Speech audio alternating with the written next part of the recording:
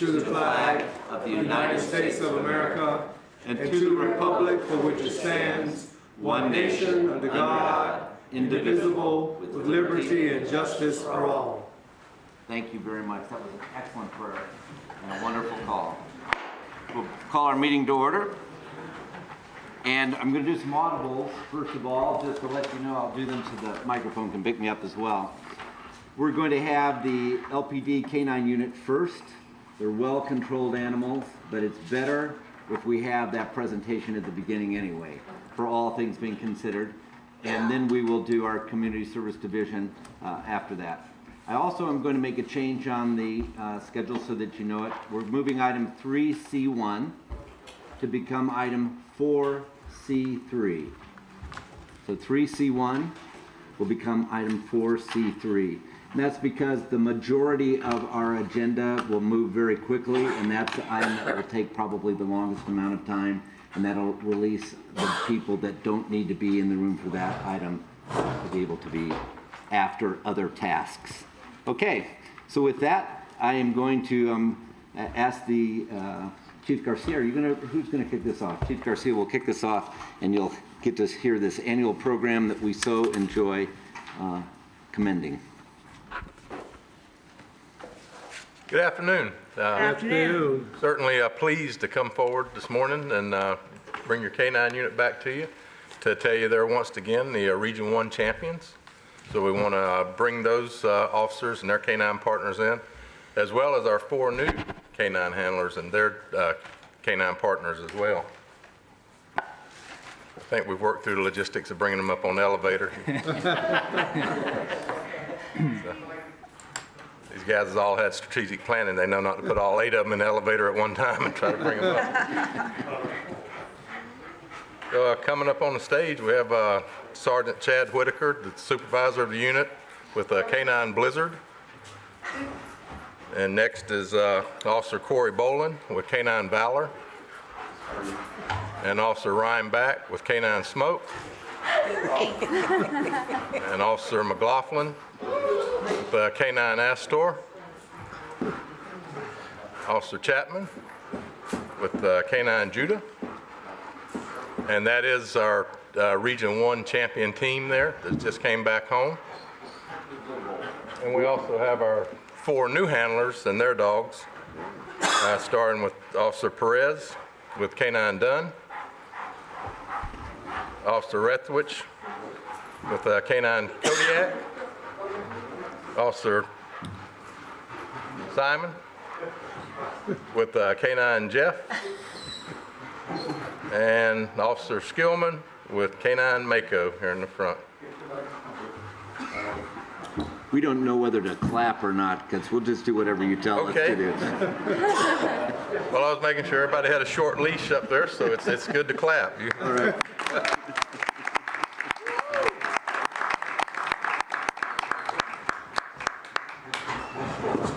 Not only did our team take first place out in the region this year, but Sergeant Chad Whitaker, you raise your hand, and K-9 Blizzard took the top dog team overall. Awesome. Followed very closely by Officer Corey Boland, taking 3rd overall. Officer Preston Chapman was 7th overall. Officer Back, 12th, him and K-9 Smoke. And they brought home quite a few awards in their independent different areas they were tested in obedience.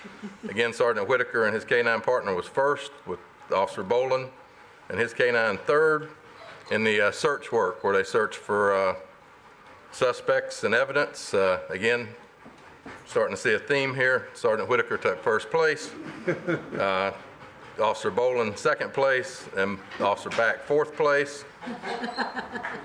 And in the crowd favorite, the apprehension, again, Officer Corey Boland took 1st, Sergeant Whitaker took 3rd, and our newest dog to go to competition, Officer Preston Chapman, took 5th in that. And he wasn't done yet. Sergeant Whitaker finished that up with taking the #1 explosive detection dog in the trials as well. So great job up there. We had a couple of other big awards that went out. At one of our top dogs, again, as we've already talked about, Canine Blizzard with Sergeant Whitaker handling him, which you may or may not have seen on the A&E series Top Dog. We have a celebrity dog on the stage as well. He appeared in that trial. And our top novice dog of the year was Officer Chapman and Canine Judah. All right. And the very important award that we like to see them win is for obedience and apprehension, which means they behave, but yet they can do their job when they're called on to do it.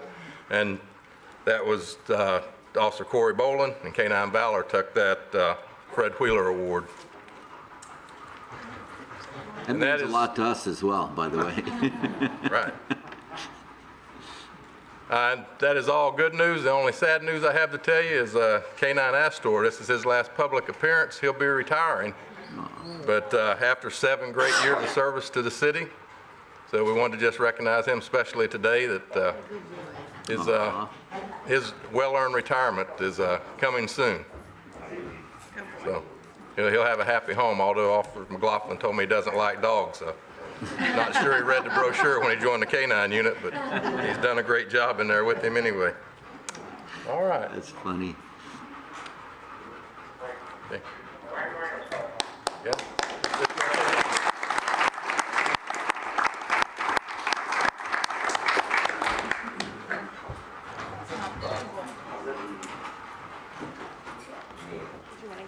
And I believe our PO, Mrs. Tillett, would like to pay Canine Astor with his retirement pension here. Will come in the form of doggy treats.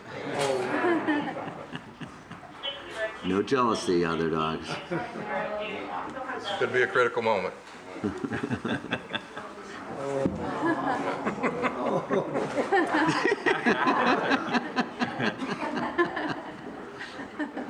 That's good.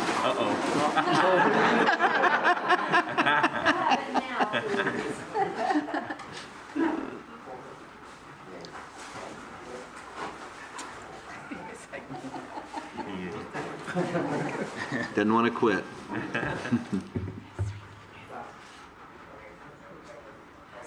All right.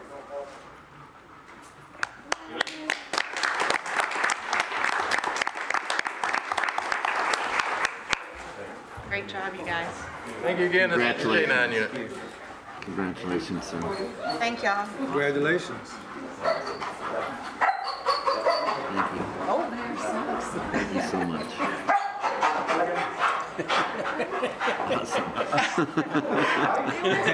That's our drug sniffing dog, right?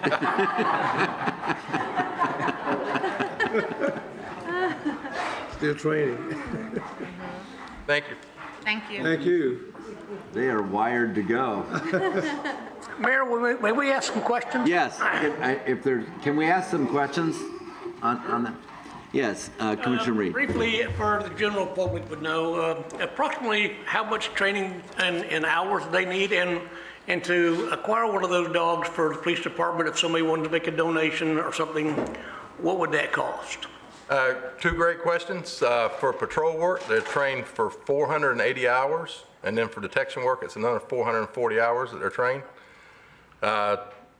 All of our dogs for quite some time came to no cost to the city. They've all been paid for through donations, and that's available just by contacting the police department, and we will get them in touch with the canine unit.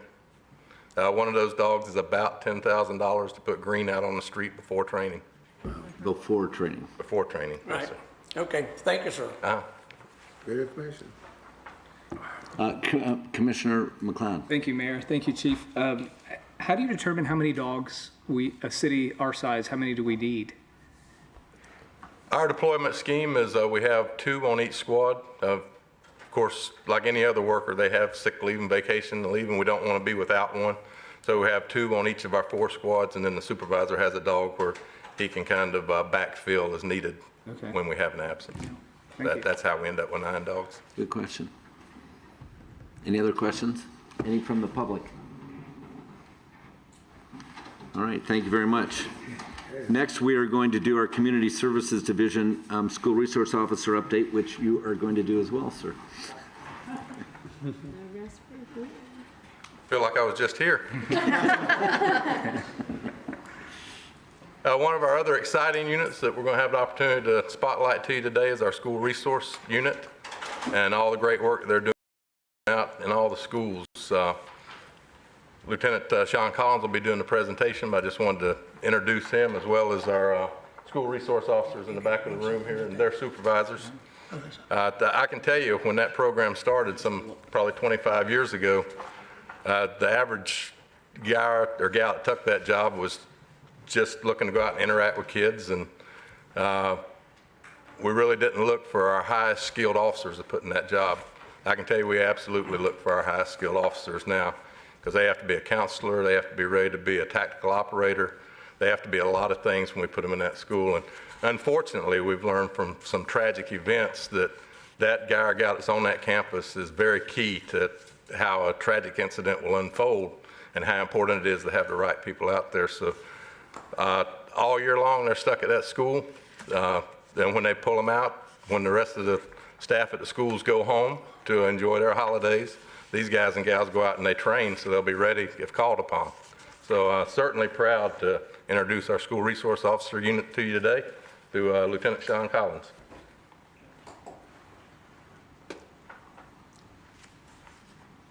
Good afternoon. Good I afternoon. don't know how I can follow the canines, but we will do our best today. First and foremost, what I can tell you is that I am beyond proud of supervising what I will refer to as the unsung heroes, which is our resource officer unit. I think oftentimes, and hopefully through this presentation, you'll learn to basically appreciate some of the things that you may not realize that we do on a daily basis. So I'm going to provide you an overview of the resource officers. We're also going to talk a little bit about threat assessments and risk protection orders, which is something that, as a result of Marjory Stoneman Douglas Act, we are now responsible for. Give you an overview of our resource officer staffing. We currently have 14 officers, 1 detective, a part-time officer, as well as 3 sergeants that supervise schools at our Polk County Public Schools. This does not include elementaries, and I'll talk a little bit more about that shortly. We cover 12 schools, and we liaison with the remainder of them. At this point in time, within the jurisdiction of Lakeland, we have what's called guardians, or basically individuals that are paid for through the Polk County Sheriff's Office that sit on any elementary schools. We still respond to these calls, whether it be from a resource officer unit or from a patrol standpoint. It can be anything from a child that is acting out to an individual that may need to require a Baker Act or possibly even a criminal offense, depending on the circumstances. We cover such schools as Lakeland High School, of course, Southwest Middle School, Lawton Childs, et cetera. As I said, we liaison with both, but we are responsible for these initial 12. Besides that, we also have a footprint on Florida Southern College. We presently have 3 officers that are on campus. They could go from roughly 7 a.m. to anywhere between 2:30 in the morning. However, we are just transitioning as of this July. They're going to add another officer that will have 24-hour coverage. It was one of the big pushes that Florida Southern kind of wanted. They wanted to have that access. And we have 1 officer on campus who is solely assigned to the Roberts Academy. And what these formerly called college resource officers, now we transition to resource officers, do is everything from sporting events, mentoring. We find that a lot of the individuals that come to Florida Southern are from other states. They may either have negative interactions or never had interactions with law enforcement. And what these officers, these resource officers do is hopefully form those bonds to where the students that are on campus can realize that we're people too, and we're here to help. And that's, I think, one of the biggest praises that I can give with regards to Florida Southern and the Lakeland Police Department, the City of Lakeland, is that we've been able to partner together. Functions of resource officer, first and foremost, safety. Each and every one of these folks out here that we'll talk a little bit more about Marjory Stoneman are basically tied to that campus 30 minutes before and 30 minutes after kids are on campus. They don't get lunch per se, in the sense that they don't get to leave campus, they don't get to go pick up dry cleaning or run errands. When and if they need to leave campus, it's my responsibility as well as my supervisors to ensure that we have somebody on campus during that time. So logistically, it can be very challenging, especially with COVID, sick, vacation, holidays. You try to allow people off, but you also have to make sure that our sole responsibility is somebody on campus. One of the big things that I appreciate from my folks is they act more than just that. They're mentors, they're coaches, they're teachers, they are counselors. They fill all different roles with these kids. The difference between a guardian, who again is there basically just to secure the location, is that my people form these relationships, and I'm very proud of them for that. We've had individuals, one who is in back behind me, Dagan Leach, he has a very high-end car, and every year he picks one child, and he basically drives this kid to prom in this high-end car. So he goes above and beyond. We had the school resource officer unit. Probably about 3-4 weeks ago, you had a student whose house caught fire. Well, we took up a collection and basically donated to the child and their family so that they could end up having something instead of having nothing at all. We balance the role of a police officer with exactly that. They're there to enforce, but they're also there to teach. We're not looking to sit there and arrest kids or put them down the pipeline with regards to juvenile justice. What we're trying to do is make a difference in their lives. And through this trust, this communication, oftentimes what we found is these kids are willing to come to us, to see something, say something, to report something. Hey, I heard a kid that was threatening a teacher or threatening another student, or we had a child that saw somebody with a gun or a weapon. They're far more willing to come to us and not be fearful of us. Positive impressions for law enforcement through teachers, students, and staff. Our interactions on a daily basis, I think, speak volumes of exactly what we're doing. You know, it's the first-hand approach. In fact, we go so far as this. We've had numerous SROs that have been in the unit for a lengthy period of time that they run across former students that now have children. So you've got individuals that were touched through the school resource officer program when they were in junior high or high school, and now they have children that are back in Polk County Public Schools, and they talk about Officer Walter Dennis or whomever, just saying, hey, yeah, he was my SRO, and this is what he taught. That is by far the most indelible reason why I'm so proud of them, is exactly that, to have people come back and say, you know, little Johnny, little Susie, you know, this is who taught me, this is who kept me out of trouble, this is the person that I could turn to when I needed help. Also assist with intelligence gathering. Oftentimes my SROs are called upon. Unfortunately, we do have juvenile crime, believe it or not.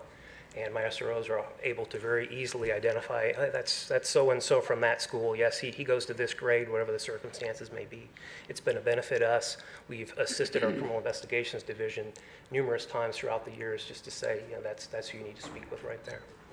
And of course, the safety and security of the functions, whether it be proms, whether it be after-school events, whatever the circumstances may be, sporting events, we're there to protect patrons as well as students, athletes. Talk about community policing. It's what we do on a daily basis. It's having those interactions. It's having that partnerships. It's taking the time to listen to people. You know, you can see as of February 21, basically 279 average monthly calls for service. They're busy. I mean, that's only 12 schools at this point in time. Imagine how many more it would be. We cover roughly 9,700 students, another 1,400 faculty and staff, as well as parents and guardians. Every day, these folks are having interactions. Some more than others, unfortunately, for those parents. But we're having interactions. We're trying to basically establish, you know, that we're here for you. We can help you as best we can. This is probably the most impactful statement that I can state, is exactly that. Resource officers are immeasurable, what they can do. As a result of the events of February 14th, Marjory Stoneman Douglas back in 2018, the issue that we run into is exactly that we have to have somebody on campus 30 minutes before, 30 minutes after, every day, no matter what. Whether it be one of myself or one of my sergeants sitting on campus, we make sure that we are covered during that entire time.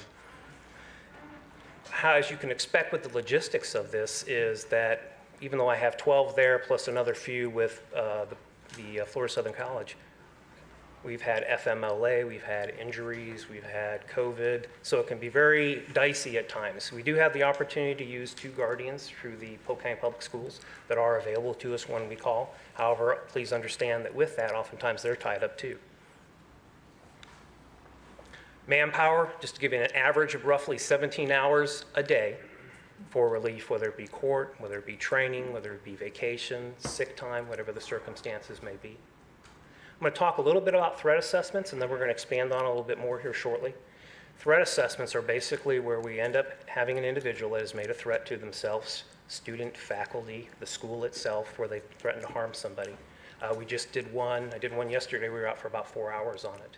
And basically what we're looking at is it takes about 3 officers to do this, because we normally take the officer whose school was threatened with us. We take a secondary officer and a supervisor, which means now I have to send somebody back to that school if in fact we do it during our school hours. In yesterday's case, it was off-duty, so we basically came out on our day off and went to a residence because of a child that made threats to harm a teacher as well as a school on a Friday afternoon. The stat right now, 49, we've actually completed 51. 49 as of Friday, we did one on Friday, we did one on Sunday, so we're up to 51 at this point in time. And I'll give you a little bit more of an overview of how long this takes and how many man-hours.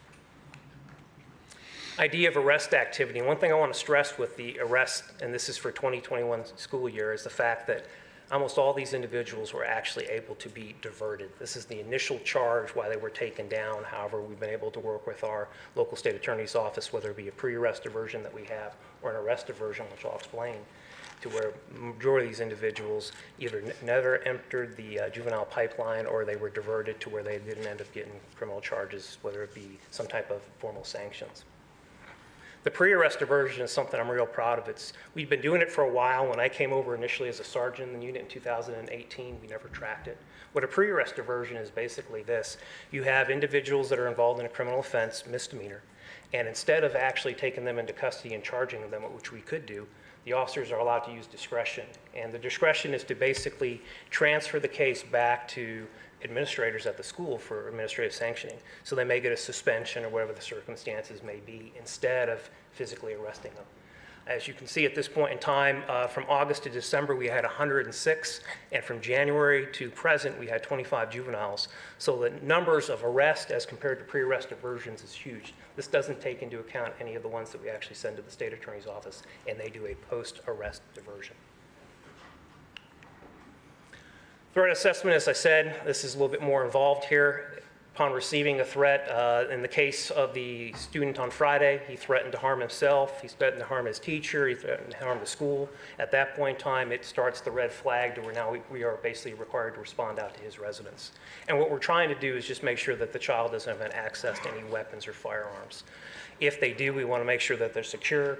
If they are not, we want to see if they will secure them in some form or fashion, give them to another family member, or possibly give them to us for safekeeping, which oftentimes happens. Parents say, listen, hey, I've got this gun, it was grandpa's, I don't use it, in fact, I'm fearful of it, would you mind taking it off our hands? Sure, we'll put it into safekeeping for you for a period of time.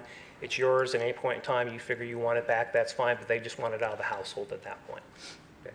In addition to what we do is what's called a CIT, Crisis Intervention Team Assessment, or we can utilize an assessment from Peace River. Peace River has what's called a crisis response team that's available 24/7, 365. Not only for juveniles, but also for adults. And they respond to the location and they will assess the individual above and beyond what we're trained to do. We can do an initial assessment, but if we're kind of questionable at that point in time, the CRT team will respond and in fact provide more information. Okay. If any firearms or weapons are located, the resource officers, as I said, will ensure that they're either secured or that they make other arrangements in order to move them out of the house. In the case of yesterday's, the individual had a shotgun. We said, fine, either put a gun lock on the weapon or separate the ammo and the weapon and secure one of the two. Just this way, the child, who was unfortunately 9, couldn't get into it if for some reason there was an issue.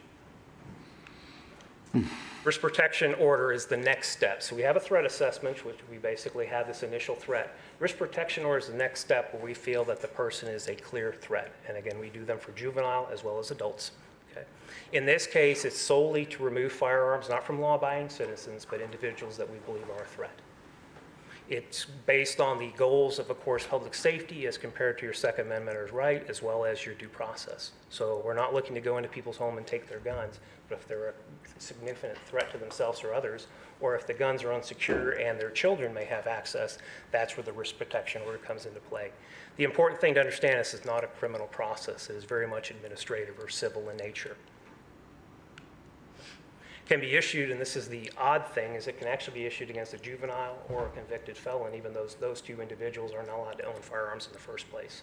But they can issue it to a 10-year-old, a 12-year-old, a 15-year-old, even though they actually have parents. As of July 2018, we actually applied for 80 RPOs. Majority of them were completed by our Criminal Investigation Division on adults. We've only issued in that period of time, which is 3 years, 6. So as you can see, we don't have as many issues with the juveniles, but it's still a tool that can be utilized. If approved, a final RPO actually goes in for 12 months or in effect. If for some reason the person fails certain parameters within that RPO, they may commit another offense where they threaten, they may be found in possession of weapons, they may refuse to go to mental health counseling, whatever the parameters are. If they refuse, that can actually be extended. You go apply before a judge and they can grant a longer extension. Once granted, the investigating officer then goes back to the residence, basically serves it on the individual, whether it be an adult or a juvenile, and at that point in time, their weapons are collected, again, put into safekeeping and property and evidence. 2 days following the grant, then there is another basically hearing to ensure that the individual or individuals, depending on the circumstances, are compliant with this. So as you can see, it's a very long process. This is not just a serve a person and walk away.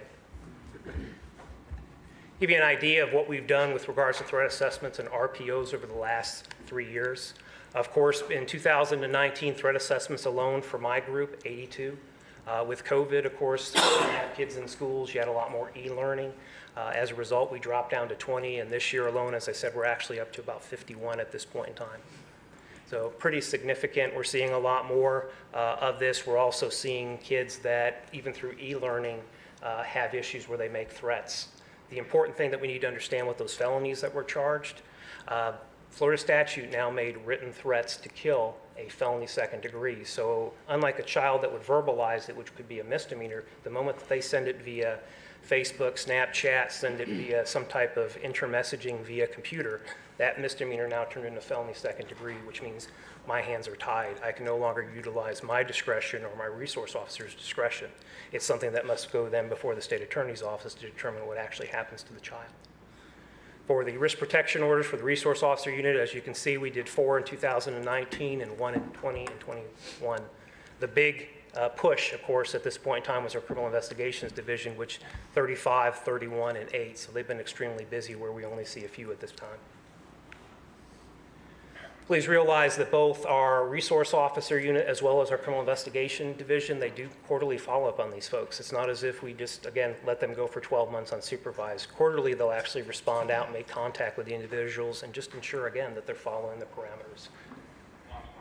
An RPO average takes about 2 to 3 hours. Yesterday was a little longer. We had to wait for a parent to come home. To give you an idea of what it takes for a risk protection order, that's about 6 to 8 hours. And this is the reason why. You're not only using this incident today for a threat, what you're also doing is go back and looking at history. So say a student, we're going to look back at their history. How many times have they been Baker Acted? How many times have we had threats? What are their charges? And when we take all the information for the totality of the circumstances, that is what we're going to put on the application for the risk protection order that goes before the judge. This is all the facts, and these are all the reasons why we believe that we need this risk protection order. And the judge can either approve or deny it. Okay. The numbers are kind of staggering. For the 149 threat assessments that we've done, again, I averaged 3 hours, roughly 894 investigative hours for those alone, and with the 80 risk protection orders, on average 960 investigative hours. Now realize that some of these will start during the 8 to 5 Monday through Friday workday, but a majority of them carry over. A lot of the threat assessments in our case, as I said, I can't pull a resource officer out of a school to do this, or the parent works till 5 o'clock, so oftentimes we're coming out after the fact and having to work from 5 to 8, 9, 10 o'clock, whatever the circumstances may be.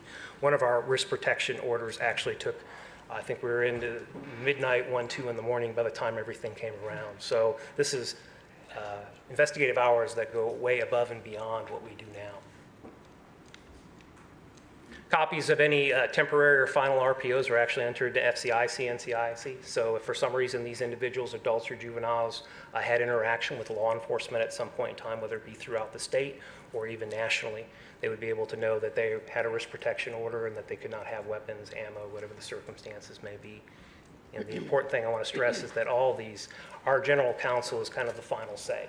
You know, we get the facts, we write all this up, we present it to them and say, hey, this is where we're at, Mr. Carmichael. We've got this issue. We believe that this particular person needs one, and he's the final opinion. If it passes the smell test, as we say, if it passes what he believes it meets the criteria, then we'll move forward. If for some reason he doesn't, then we stop right there. But at least we have that checks and balance with regards to the legal aspect, that we're not just going out there and applying for, you know, anybody and anything. That's the important thing, is that a lot of these things are tying people up. And what risk protection orders, we need to understand, it's for y'all's safety. I realize that people are out there looking at their weapons and holding on tightly, but the fact is what we're trying to do is stop the next Parkland, the next Columbine, the next Sandy Hook. And if we can do so by ensuring that at least those weapons are secure in some form or fashion, so that children that are higher risk or that have shown a propensity towards violence can't access them, then I think we've done a good thing. In closing, what I want to provide you is some pictures in your mind of exactly what I've talked about with regards to our resource officer unit, the effects that they have lasted, the immeasurable impact that they have made on our people. With each and every one of these, even through COVID, with the mask on, mask off, these are the relationships that my resource officers have with the community.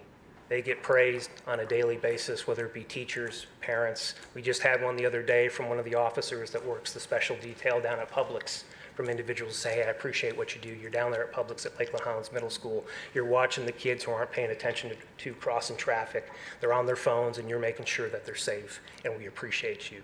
And as I said, by far, it's the best honor for me to be able to supervise individuals like this that are oftentimes the unsung heroes. I thank you, and I open it up to questions. Commissioner Selvage. Thank you. In generating an RPO, if a student comes to you and points out something on social media, does that generate an investigation? Yes. We have there's a third-party vendor that's called Gaggle, and what Gaggle basically is, Gaggle monitors all of the Polk County Public School laptops as well as their servers. So when we were in e-learning, to give you an example, if we had a student that was using a Polk County Public School and put keywords in suicide, death, kill, shoot, whatever it may be, that would immediately generate a red flag that would come to me stating, here's the reference, or if they sent an inappropriate image, this Gaggle would basically come to us, and then we would have to go out and basically vet it. So if the verbiage, again, kill, shoot, what have you, we've got to go make contact with that student and find out what context was this. I want to shoot somebody, or am I merely saying that I want to shoot a picture? So it caused countless hours of us going out and just trying to determine exactly. Didn't necessarily rise to the level of risk protection or necessarily, but a threat assessment, yes. Because kids say stupid things. They do. And they can say, well, so-and-so said this, Yep. and all of a sudden you have a police officer Knocking on your door. at your house. It's a delicate balance, I It can is. see. But you look at this tragedy they had in Indianapolis, it was a FedEx shooting.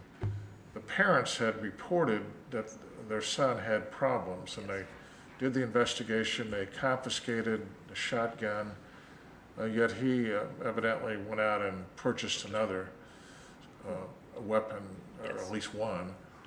So when this civil order comes out, in which you were able to take these weapons and put in the evidence locker, are we tracking if this person can go out and get another weapon, or is it illegal for him if he's 18 and he? With a risk protection order, it's illegal for him to do so, Okay. or her to do so. Is there, You know, I guess there's nothing sent out to local gun shops, hey, if so-and-so shows up? If they run a background check, it should come up that there's a risk It should protection. show up on the Should, back. exactly, if it's entered, correct. And so an investigation at the local level, at our department level, can generate a name being on the threat list that goes out to the gun shop, By being entered into FCIC, NCIC, no different than a injunction for protection or whatever the circumstances may be. If I were to run you hypothetically as an example, it should show me if anything is entered under your name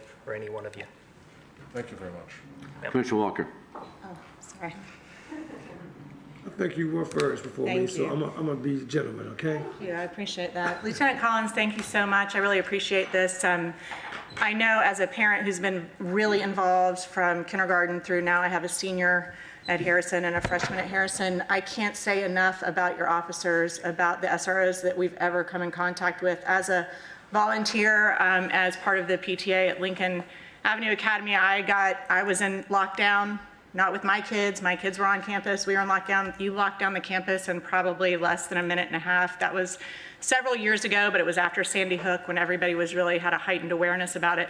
And I can't say enough how at Lawton Childs, Lakeland High School, Harrison, Lincoln, and even at South McKeel, when my daughter was there her first 2 years, the community policing that you all do cannot ever be overstated. I mean, I will start to get tears in my eyes.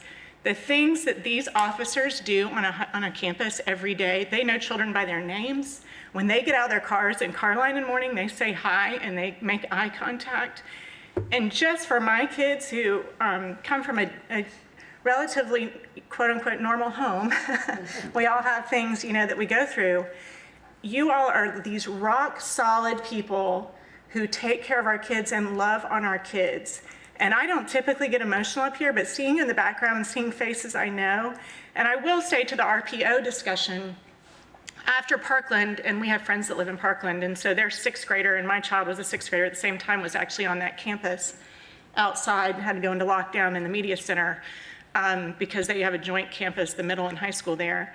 I went to a parent-teacher partnership meeting at Lakeland High School. I was the liaison from Harrison to Lakeland that year, and we had kind of a post-mortem after Parkland, and we sat in a room, and it was the PTP board members and members of that parent organization, and I can't remember which officer, and I'm so sorry, but he walked us through this process and was so informative to the parents and the mothers who were sitting in that room, and I feel bad that I don't remember his name, but he was amazing to walk us through what that RPO meant and how you all shepherd these kids if something comes up.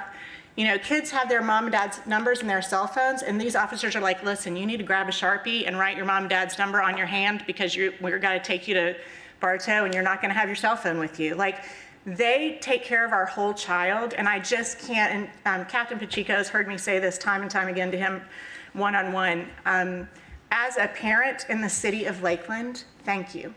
Because when our high school was locked down a few weeks ago, and you guys made a mad dash because there was a threat, that school was locked down like this.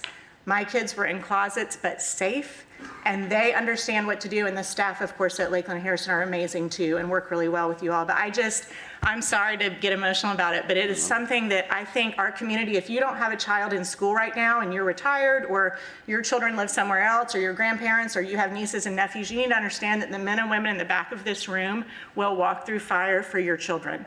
And there is nothing more important in a community than that. So I get very passionate about it, and I just want to say thank you, because you guys do such heavy lifting, and I just can't say enough about it. Thank you, Commissioner.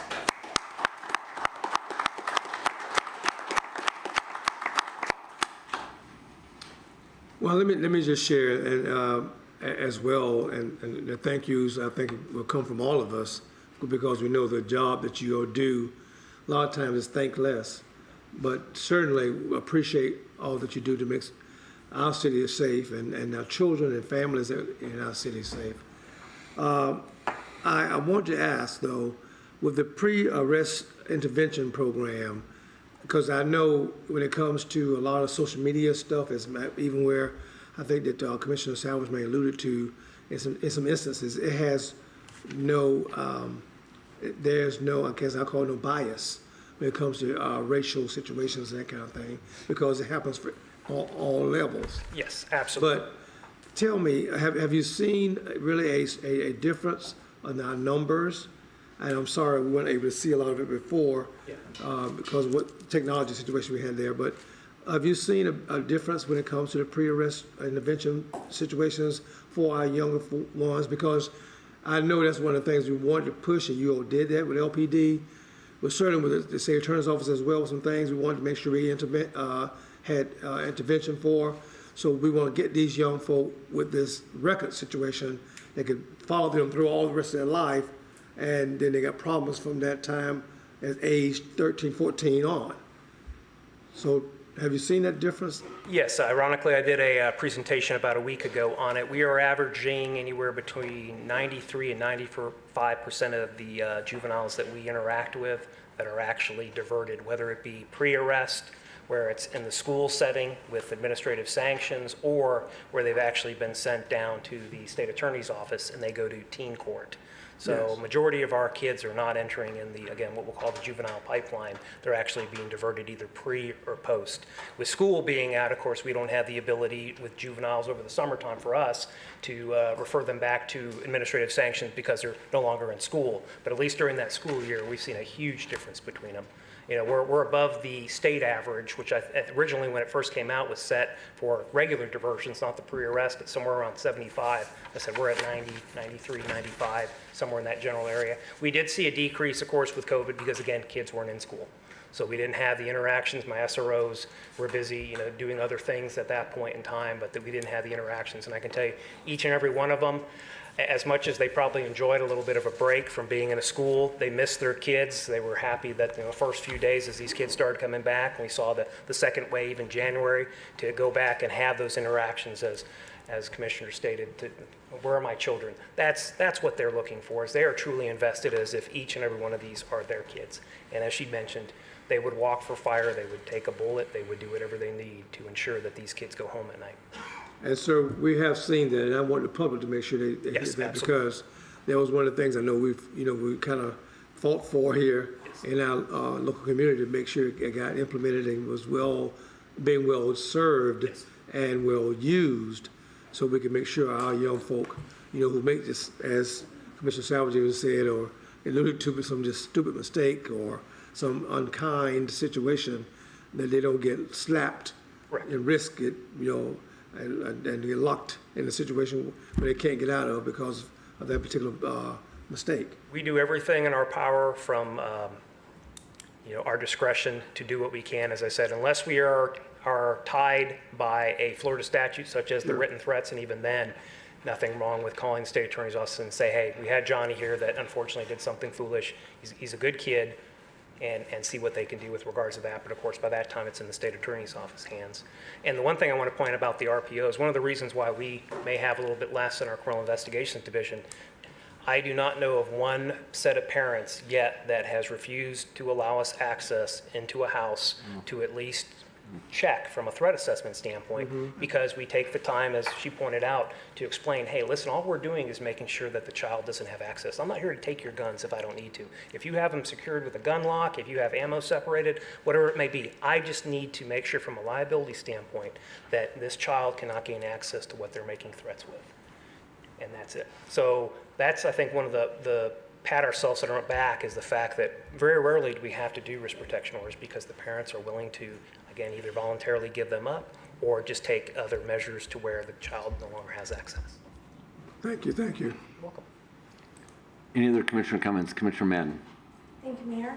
Thank you for that great report. You know, certainly I would say everything that my colleague, Mrs. McCarley, has said, having had 6 children in the Polk County schools. But I did have a couple of questions. I think when the Marjorie Stoneman Douglas Act was initially passed down to the LPD, you know, we're like, oh great, here comes another unfunded mandate, you know. How are we going to come up with enough officers to fill the schools? And then, you know, how do we feel about guardians in our schools instead of SROs, knowing the quality, you know, of our officers? Also, you know, when the same thing with the RPOs, you know, initially it seemed like that's a lot of investigative hours, you know, to commit to these, you know, legislation that's passed down to us. Are they going to give us a better quality of life? Are they going to contribute to safety and be better? So it was really great to see that you felt positive about some of these things. I did wonder if we have specific data even from when they were initiated and before that, so we could have actual numbers to prove that these things are, you know, things that we want to continue to advocate, and we feel like our force likes these new laws. We feel like they're effective as strategies for crime prevention. You know, certainly you all are, you know, knights in shining armor, and you'll do whatever they tell you to do, and you've done it well, and you've done it with excellence. But, you know, we still, as policymakers and leaders, want to make sure that you feel, you know, behind the scenes that these are the best strategies, you know, for Lakeland. And I will say, you know, if I could get more data just going back, that would be helpful. I know that my oldest was in Lakeland High School, kind of that 2009 era, and you know, it seemed shocking. We had, you know, kind of gone from private school into public school, you know, the number of calls we'd get, whether it was a gang threat or, and, you know, they would say, you don't have to go send your, you know, we'll be open, but you don't have to send your children to school today because we've had this threat. I can't remember the last time I've had that call. Have you ever received that call? Yeah, I've gotten it, but not in a At while. Lakeland High School? Yeah. So you've had it at Lakeland High School, because yours have been there shorter. Yeah. So anyway, I just would be curious, for some of those things, both with the diversion rates and with going to make sure you're going to the homes with these, different threat assessments and interventions, if that is in fact contributing to that, by the numbers, not just how, Stephanie Mann feels that it's, I haven't had as many of those calls. So I think it's, phenomenal. I'm absolutely an advocate, for our SROs. I feel like, they are heroes, absolutely. And, but I still, certainly know that you all will do what is asked of you to do. I, as a policymaker, want to make sure you feel that what you're doing is the most effective use of your time. Absolutely. And I, whether that's behind the scenes, to say this is unrealistic, we don't have this many, hours and it really doesn't make that much difference.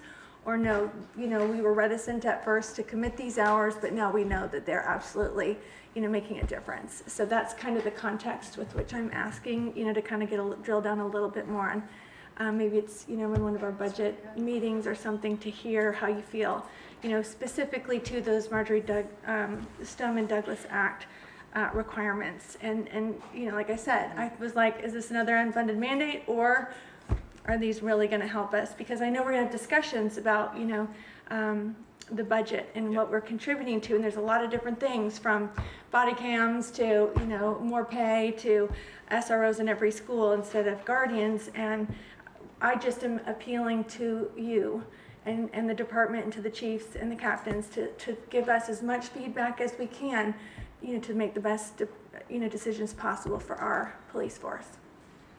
I understand that, a lot of it is empirical and some of it you just can't prove. I think if you were to go back to Sandy Hook, Columbine, or any of these and ask 1 minute before, 3 days before, 3 weeks, pick an active shooter or an active assailant out of a lineup, or tell me who's going to be in your school, it's difficult at best. So all we can do is basically assess from the threats that have been brought to our attention at this time and move forward. Nicholas Cruz from Parkland, how many times did law enforcement have missed opportunities to do something more or failed to identify? And that's one of the biggest things that I think that we try to do, is we take pride. We don't want anything to occur on our watch, hence the reason why we were out on a Sunday. We wanted to make sure that we made contact with this child's parents, made contact with the child, so that when he returned, if he returned back to school on Monday, that there was definitely a less chance of a threat. Other comments from commissioners? Commissioner Reed. Thank you. And again, I want to echo what a lot of our commissioners have said. I don't want to be too redundant, but it reminds me of my brother-in-law used to be principal at Crystal Lake Middle School, which the sheriff's department took over. And my wife taught at Southwest Middle School. And there again, these resource officers, some of the only male figures that some of these students will actually get attached to. And they do a tremendous job of doing that. And when I would go visit schools and watch them interact with the children there, it was heartwarming, to say the least. And I thank you very much. Thank you, sir. I would say from my perspective, Lieutenant Collins, we are so grateful for this program. We're so grateful for the interim steps that you take, because it isn't a perfect world. We can't know these things in advance, but what you provide is security for our students, which is an immeasurably beneficial scenario for our parents and for our city in a time that is lots of question marks and where there's great angst and concern. So thank you very much for your effectiveness in it, your diligence in the RPO process, and for the protection that we rely upon and see every day, and the immediacy of response when it occurs. Thank you, Mr. Thank you very much.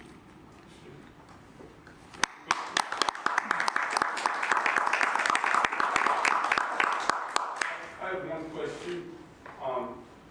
Anytime in the future, do you believe that the school teachers will begin to be trained and armed?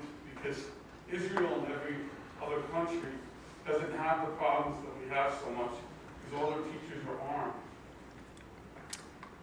So I'll repeat the question. The question is, would we ever be in a position where we would arm teachers in the near-term future from Lieutenant Collins' perspective? It's a philosophical debate, and I can give you an example. The one thing that they don't talk about with arming teachers or people other than law enforcement is this. if unfortunately one of those individuals have to take a life at some point in time, do they realize the 3 to 5 years that of, I don't use the term hell, they're going to have to go through with the media digging into their past, with the fact of taking into account that they shot a juvenile, the fact that they may be civilly sued. It's a lot more than just somebody standing up there and being trained and being willing to step to the plate. One thing I do in my off time is I actually teach active assailant response to citizens. And that question comes up all the time. Are you willing to, for the next 5 years of your life, live under a microscope, close your social media, and basically be critiqued for the rest of your life of what you did wrong 5 years, 10 years, 15 years ago? Most teachers, when they understand the big impact of that, are not willing to do it.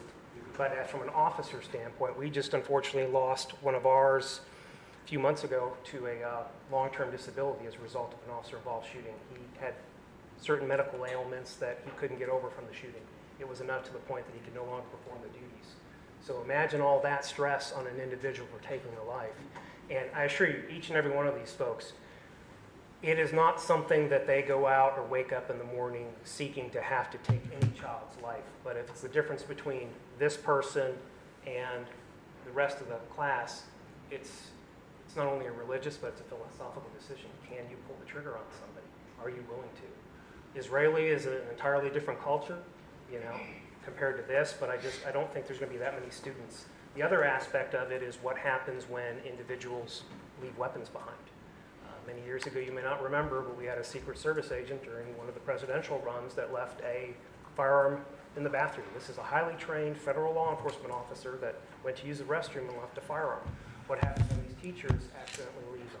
And don't get me wrong, officers, it could happen to anybody, but the higher standards that we are held to and the training that we go through, I would be very apprehensive to start arming a variety of different teachers. We have incidents when we go through scenarios with simunitions, which is basically like BBs, paintball type stuff, where we have blue on blue shootings in training just because you're in a high stress situation. When we respond to the scene, how do I know if you're a bad guy or a good guy? All I see is an individual waving a gun around. And I'm not going to be able to ask 2-3 times for you to drop the gun. I may ask once, and then after that, something may happen. So, like I said, this is a long debate that you could go into great detail about. I'm not a big fan of arming teachers just for that reason, especially from the psychological aspects afterwards, but that's the things that most people don't talk about. Thanks very much. You're welcome. Thank you. All right, that brings us to our committee reports and related items, and we have a legislative committee report first from Commissioner Walker. Thank you, Mr. Mayor. The Legislative Committee met via GoToMeeting. It's April 16th, 2021. The meeting was available for public viewing online and on local cable channels. Myself as chair, Commissioner Sarah McCauley, and Bill Reed members were present. Mayor Bill Muntz and Commissioners Don Salvage, Stephanie Madden, and Chad McLeod were also present. City Manager Sean Shaross, City Attorney Palmer Davis, Assistant Finance Director Deidre Joseph, Deputy City Clerk David Kaysen, and lobbyist Dave Ship were also present. I called the meeting to order at 8:01 a.m. and introduced, of course, our lobbyist David Ship. He had been sending the Commission weekly updates, which we get every week, have we gotten through session up until the present time on legislative activity. And the meeting, this morning's meeting, he reviewed opportunities and challenges. There were still 2 weeks remaining in the session, as we know it. They were expecting a budget conference this week. Opportunities. COVID liability protection, Senate Bill 72 has been signed by the governor, and it was signed on March 29. Affordable housing budget, Senate Bill 2512 is waiting to be signed, waiting to be sent to the governor for his signature. E-fairness, online sales tax, Senate Bill 50 will mandate online sales tax. Local revenues will go to local governments. This, of course, been sent to the governor on Monday, this past Monday. CFWI rule ratification, Senate Bill 7062, amended bill passes its final committee.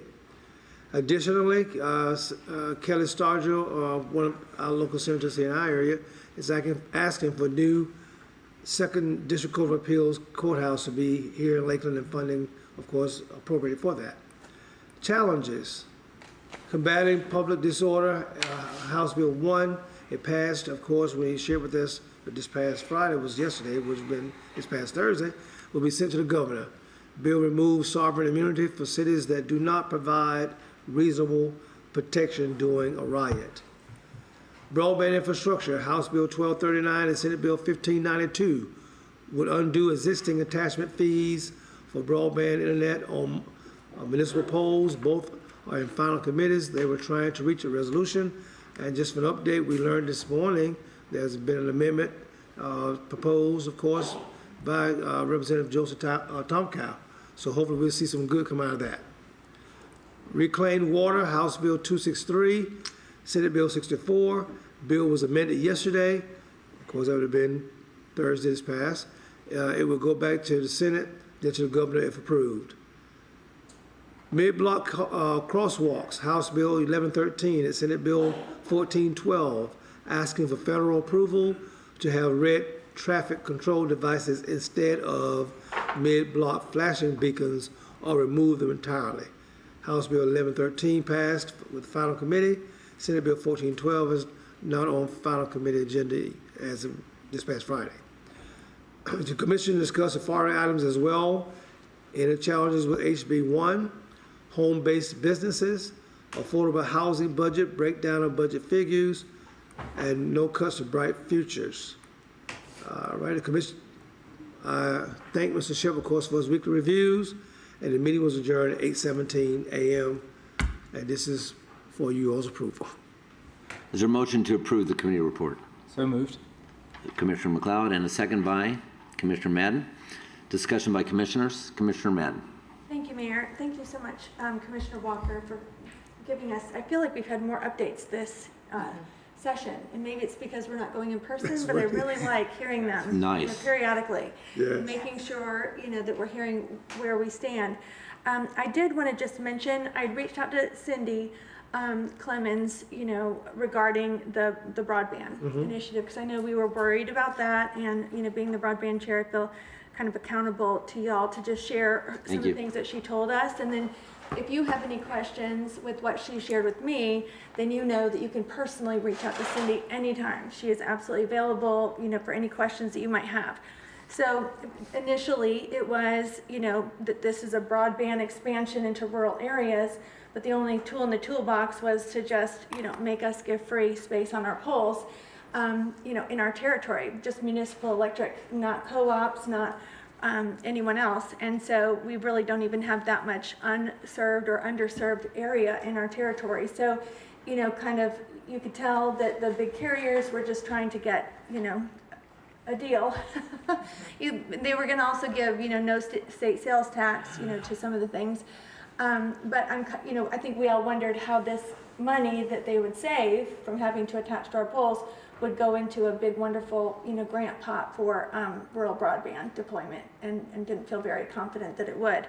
And then our citizens would subsidize, the pole attachments and their electric bills, so that didn't seem very fair.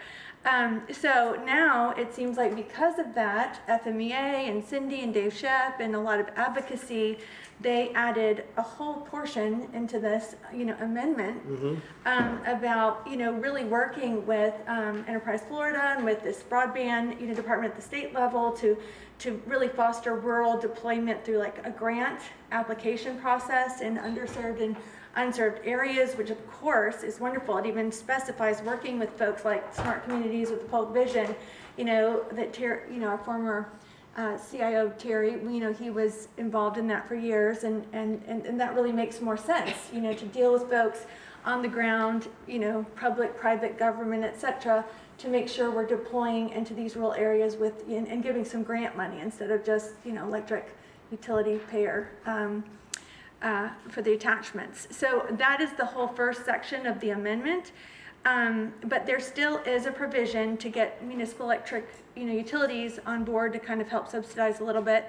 Although it's pared down to, they'd have to, fill out an application, and to prove that this is actually an unserved or underserved area for this, certain time. They can have a $1 attachment fee, which is, certainly we spent 2 years on our pole attachment price. We went to Washington DC to speak to the FCC and to other utility, try to make it really fair based on how we harden our poles for hurricanes and how we keep our utility workers safe and what would, displace winds and everything on our poles. Went through an extensive process, City Attorney Palmer, to create a pole attachment that's fair.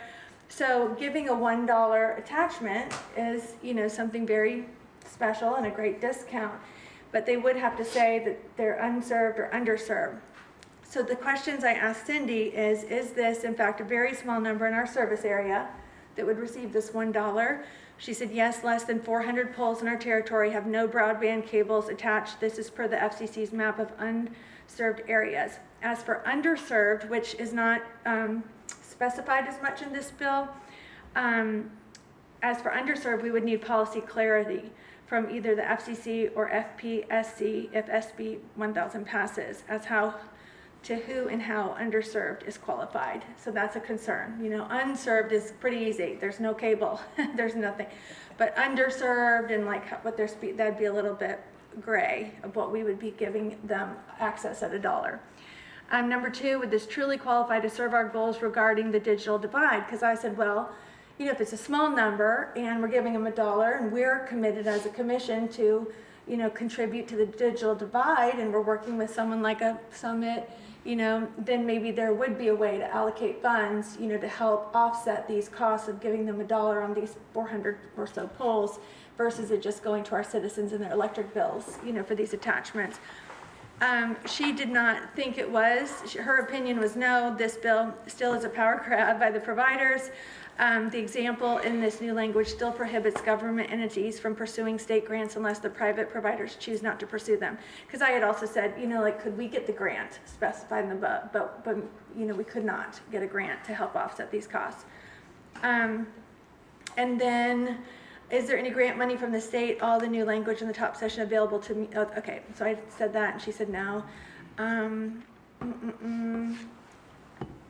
She said, we do not have enough significant unserved areas in our territory that we would advise pursuing a grant. With that said, we could try to get state grant money, but we'd have a lot of hoops to jump through and, work with private providers, or they could just block us outright. So then I said I wanted to bring this up with y'all today. I'm still concerned about, is there anything else you're still concerned about? She said she's still concerned about the short time frame to engineer new attachments. It's still 30 to 60 days. So that's a pretty quick turnaround to get a $1 attachment and want to get it within 30 or 60 days. The clause about not being able to raise pole attachment fees, it also at the very end, it just says, and they cannot raise attachment fees. And you're kind of like, what's the context there? Like any attachment fees, the ones in our pole attachment we just made, that couldn't increase. Is it just during this time of this promotion or is it forever? That was a little unclear. So, obviously the overall consensus is they have made, gone to great lengths, I think, to try to listen, from a municipal electric perspective, because they were the only ones called out in the bill, the only ones really giving, a deal to the providers.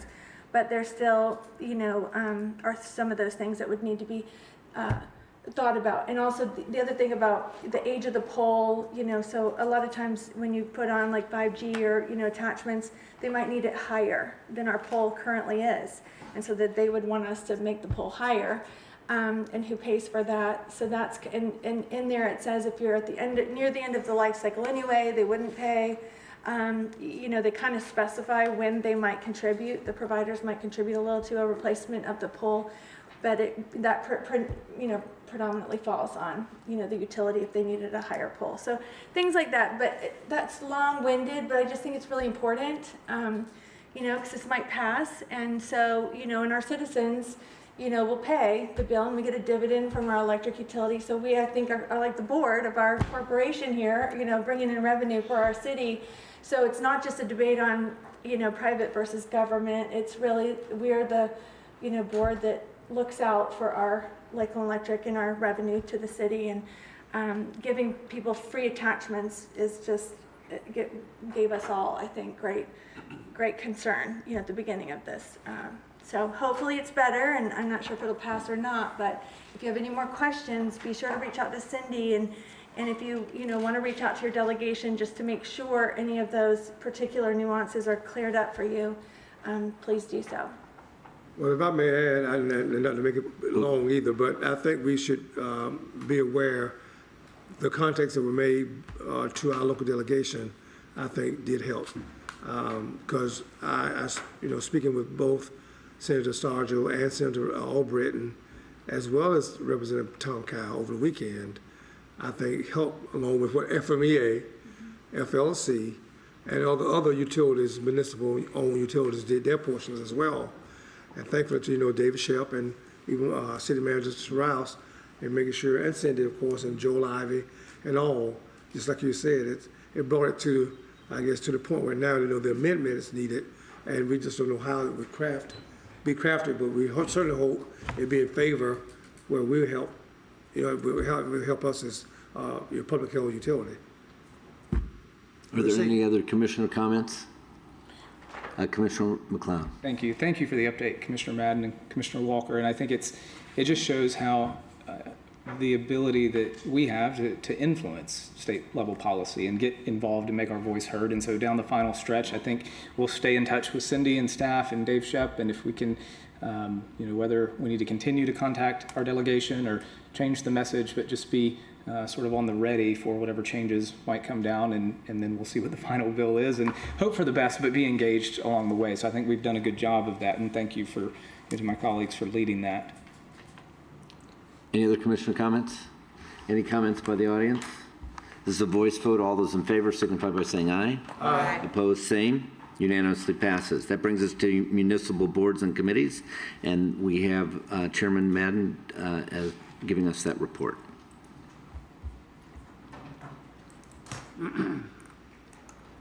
Okay, it's a little lengthy today. Here we go.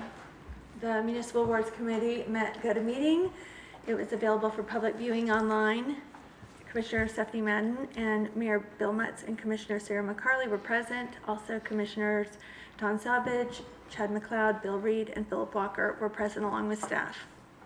The meeting came to order at 8:25 a.m.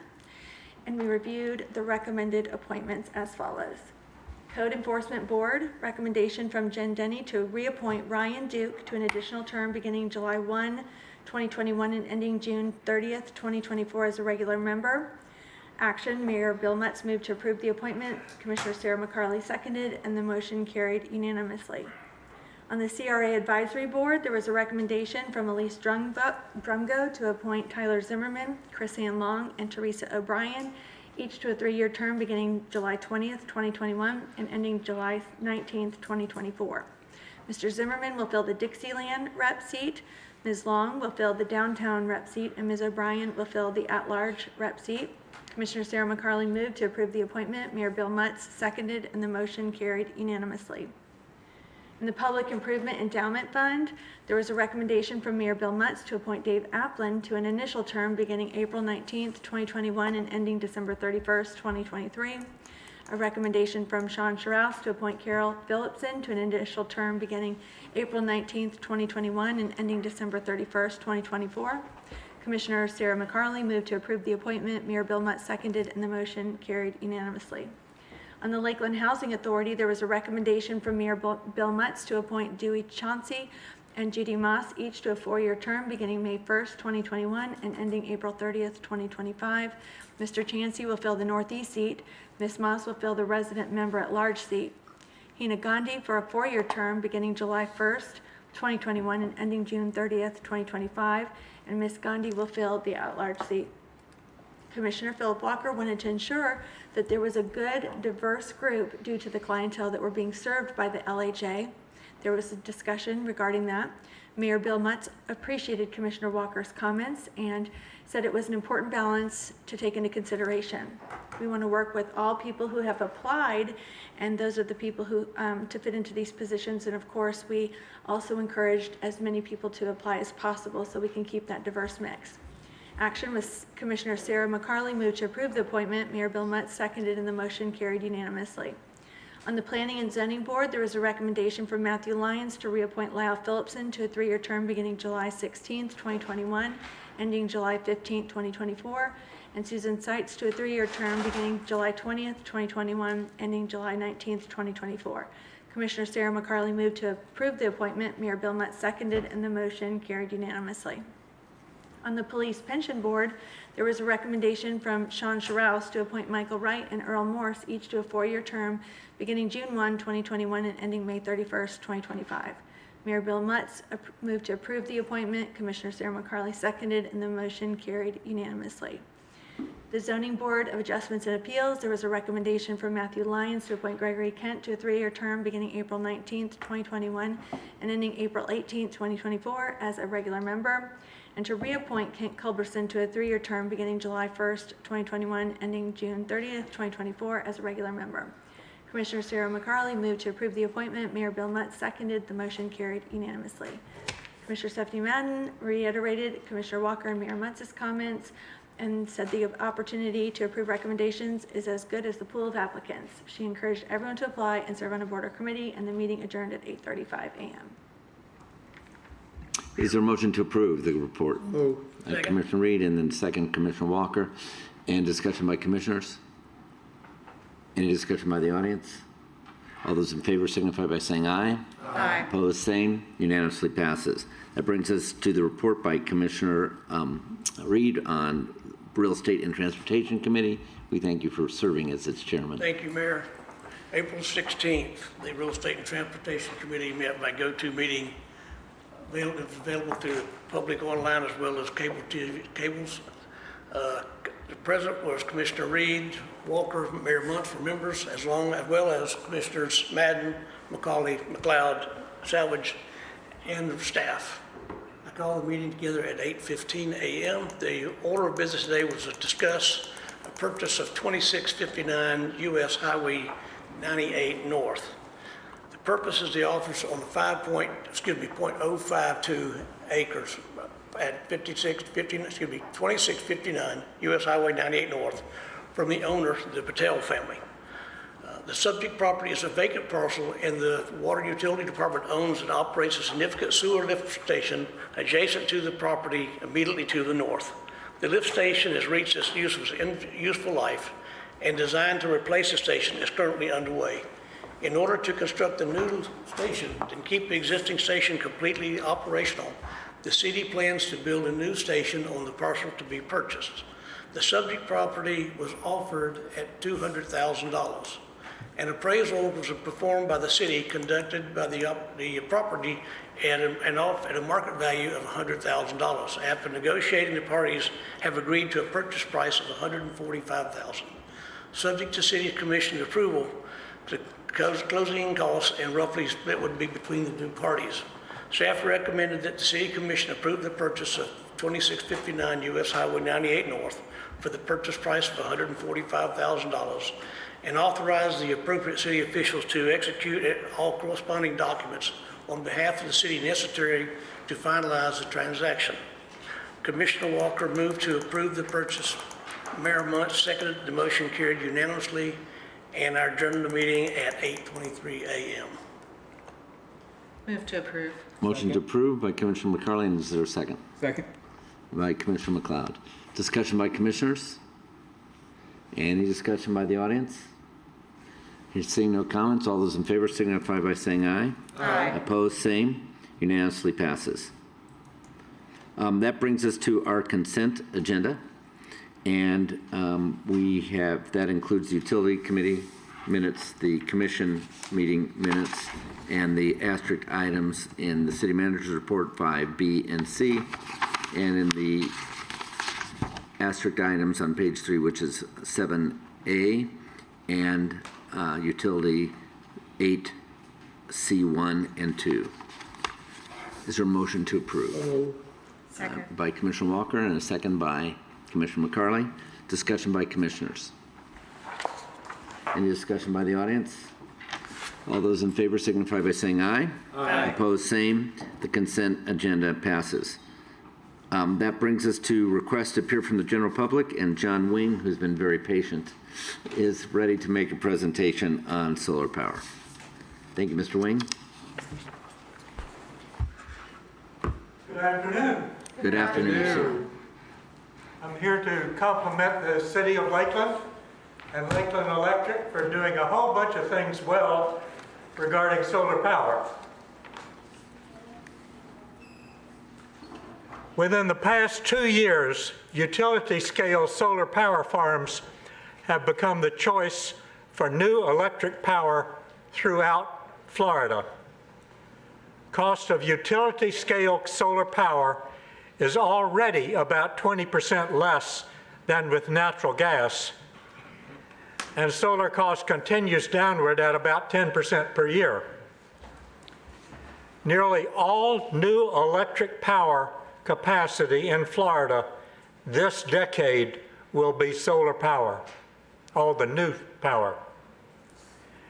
And Lakeland Electric is part of this solar power revolution that is upon us.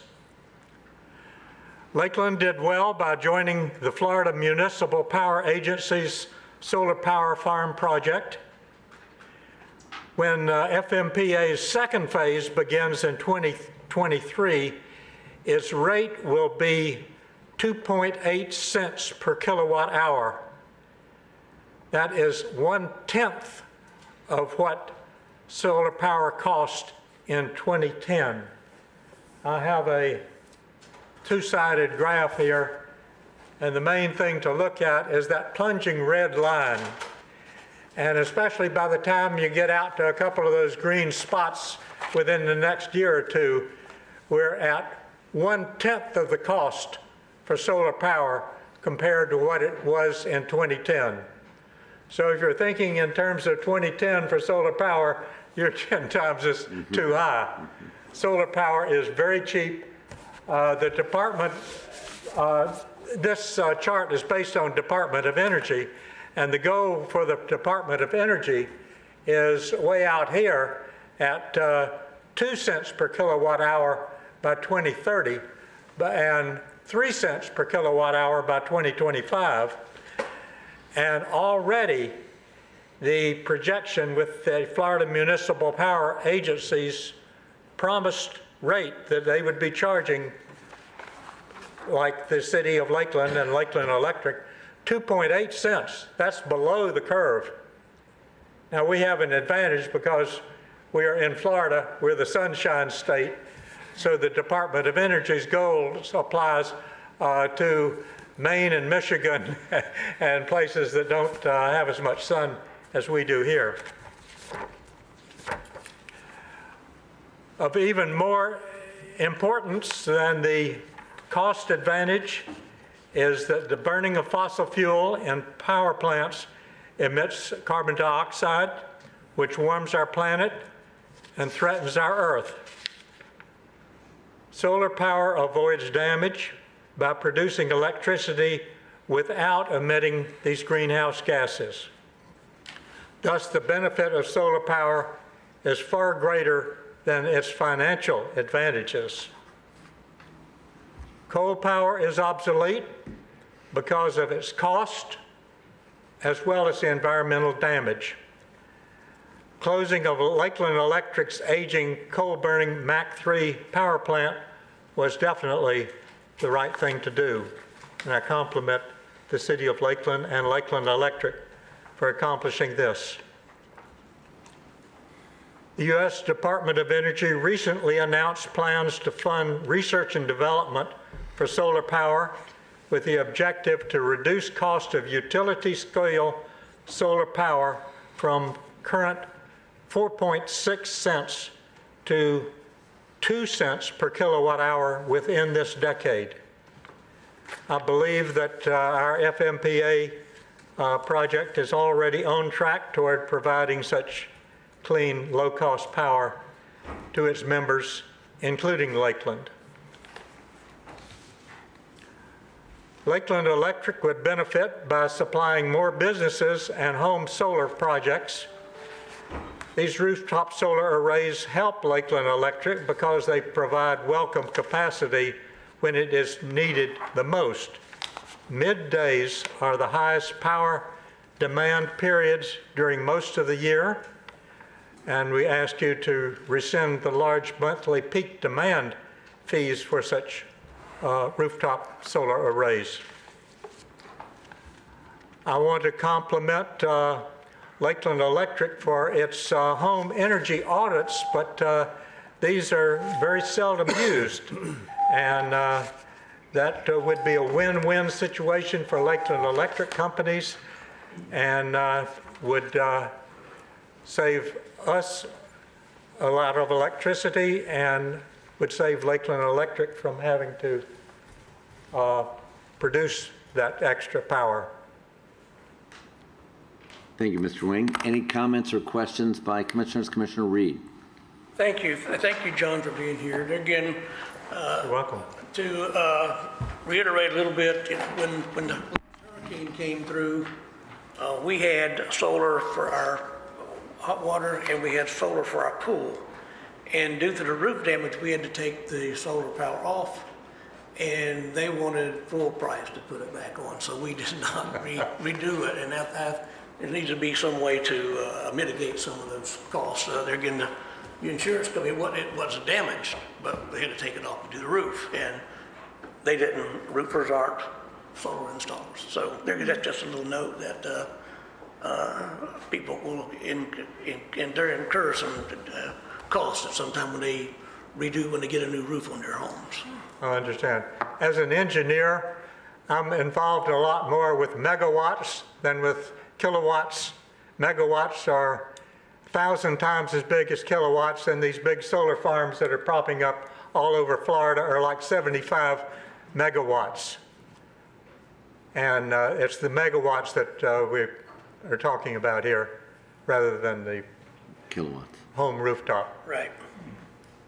But that is typically an exclusion on insurance, is that they cover your roof, you figure out your solar. And unless you predetermine that in advance, and that's probably a Commissioner Walker question. Commissioner Selvage. Mr. Wing, those who are not as favorable about solar as you often remind us that there are times when the sun doesn't shine in Florida, and therefore we have to fall back on fossil fuels to make up the difference. That's right.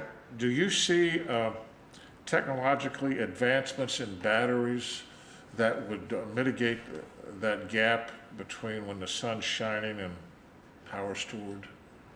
The cost of big battery storage, like is used for utility companies, dropped 30% last year from the year before that.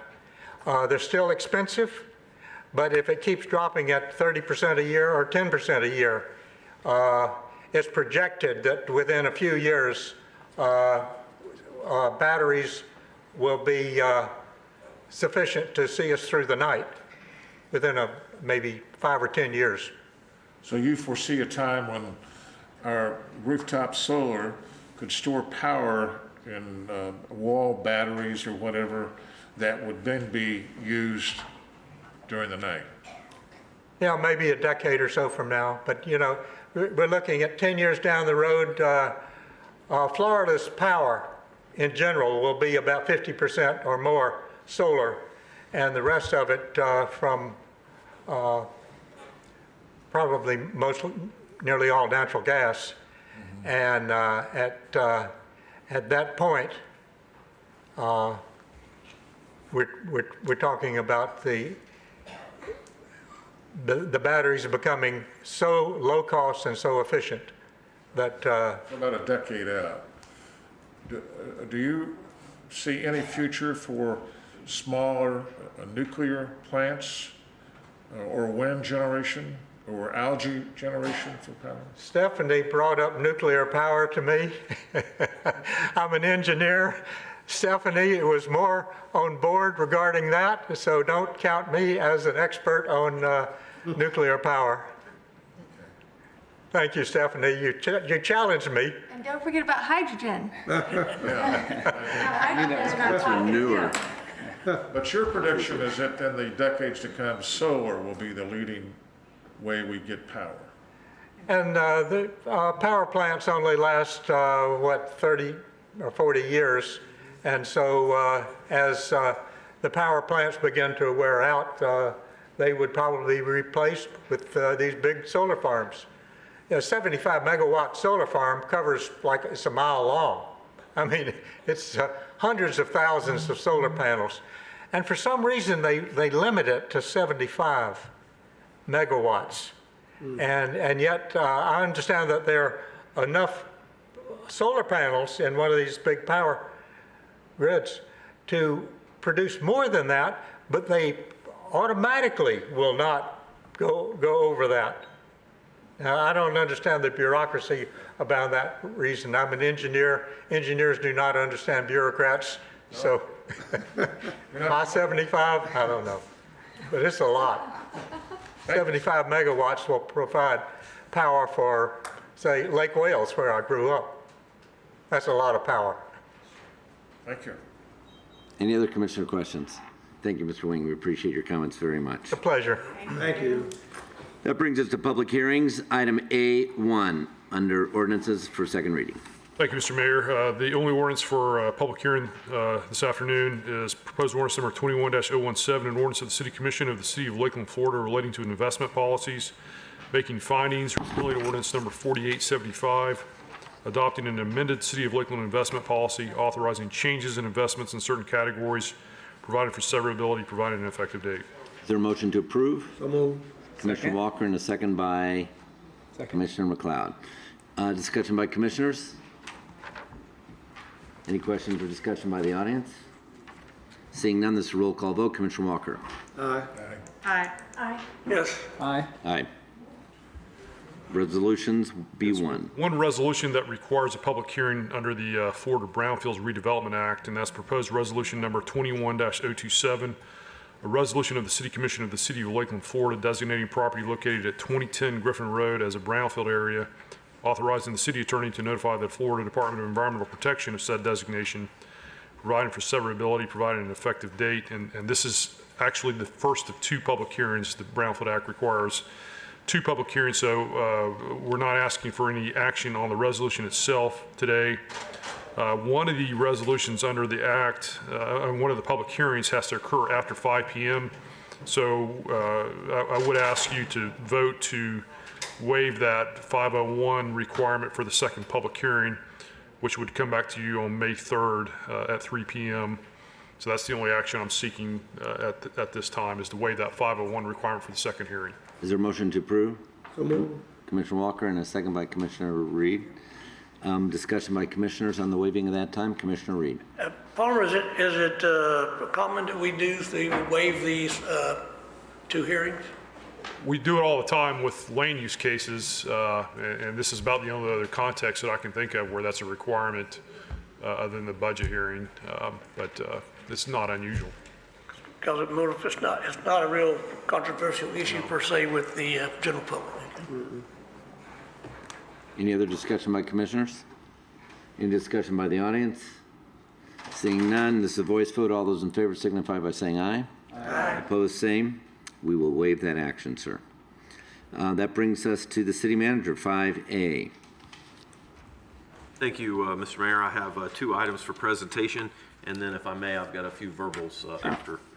The first item that I have is regarding an FAA grant agreement for airport funding through the Airport Coronavirus Relief Grant Program.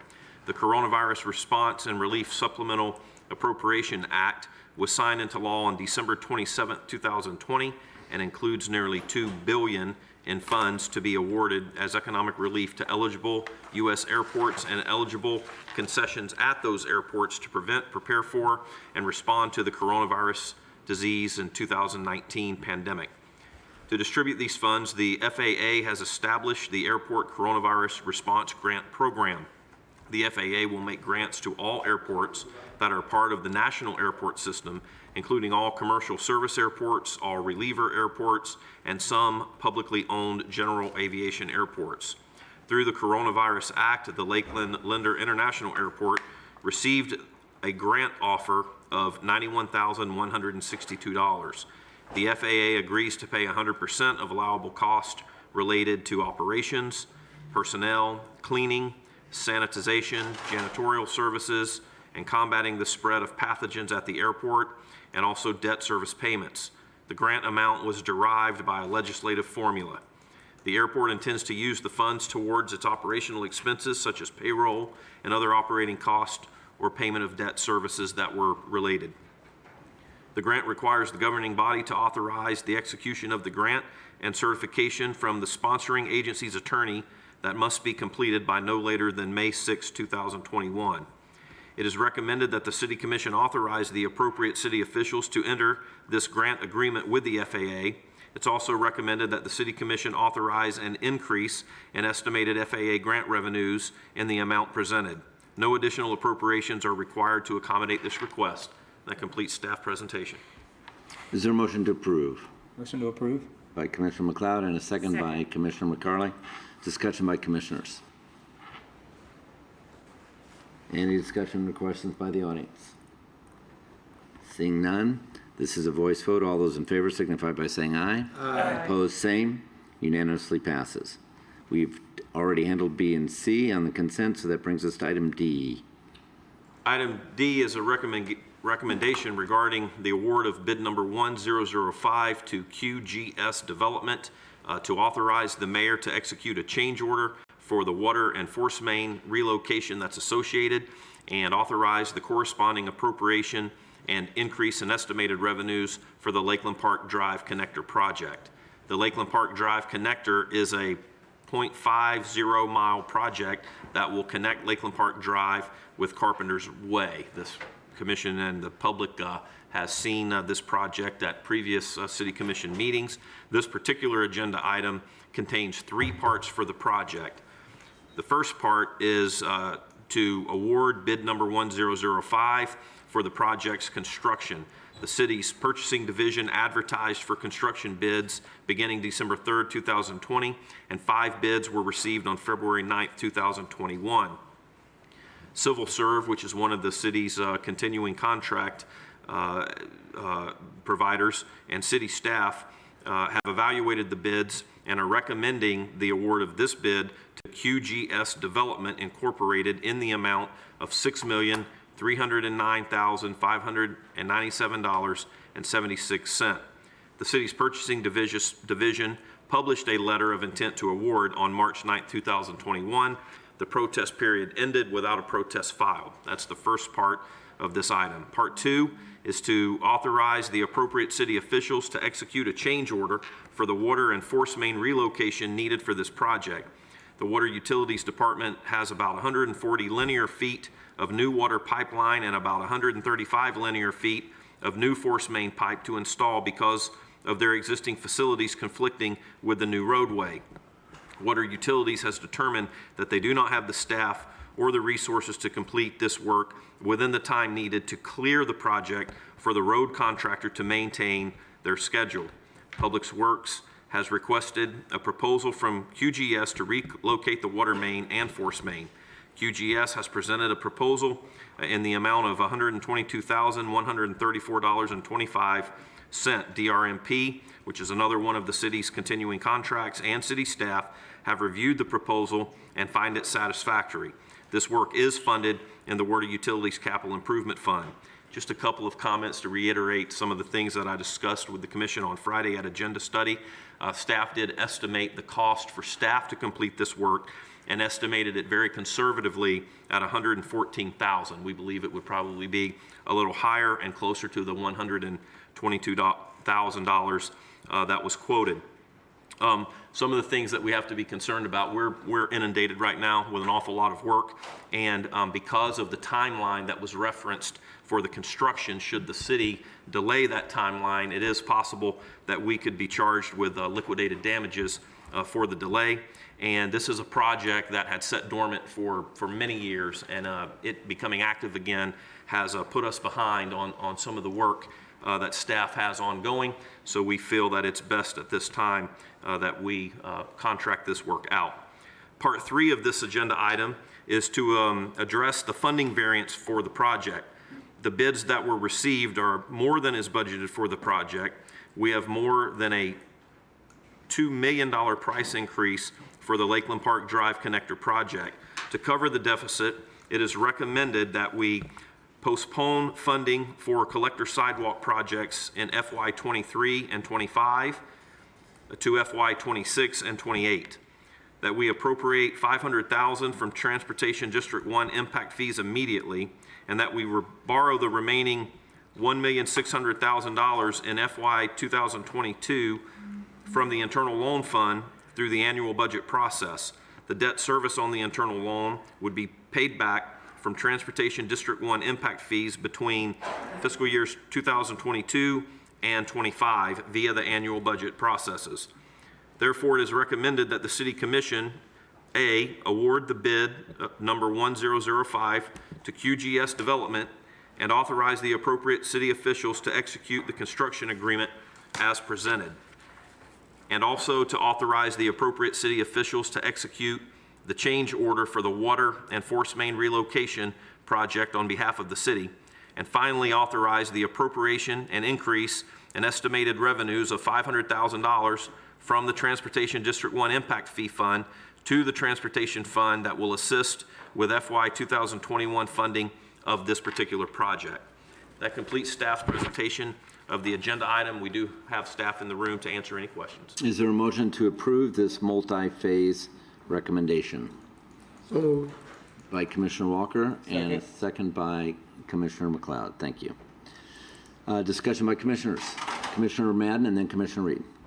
Thank you, Mayor. So I'm just clarifying. So the $6,309,000 total, that is for construction of the connector road and the relocation of the water?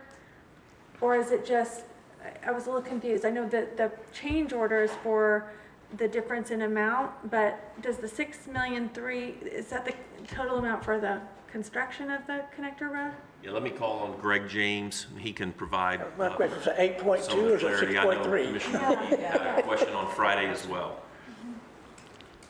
Welcome, Mr. James. Thank you. Greg James, Assistant Director of Public Works.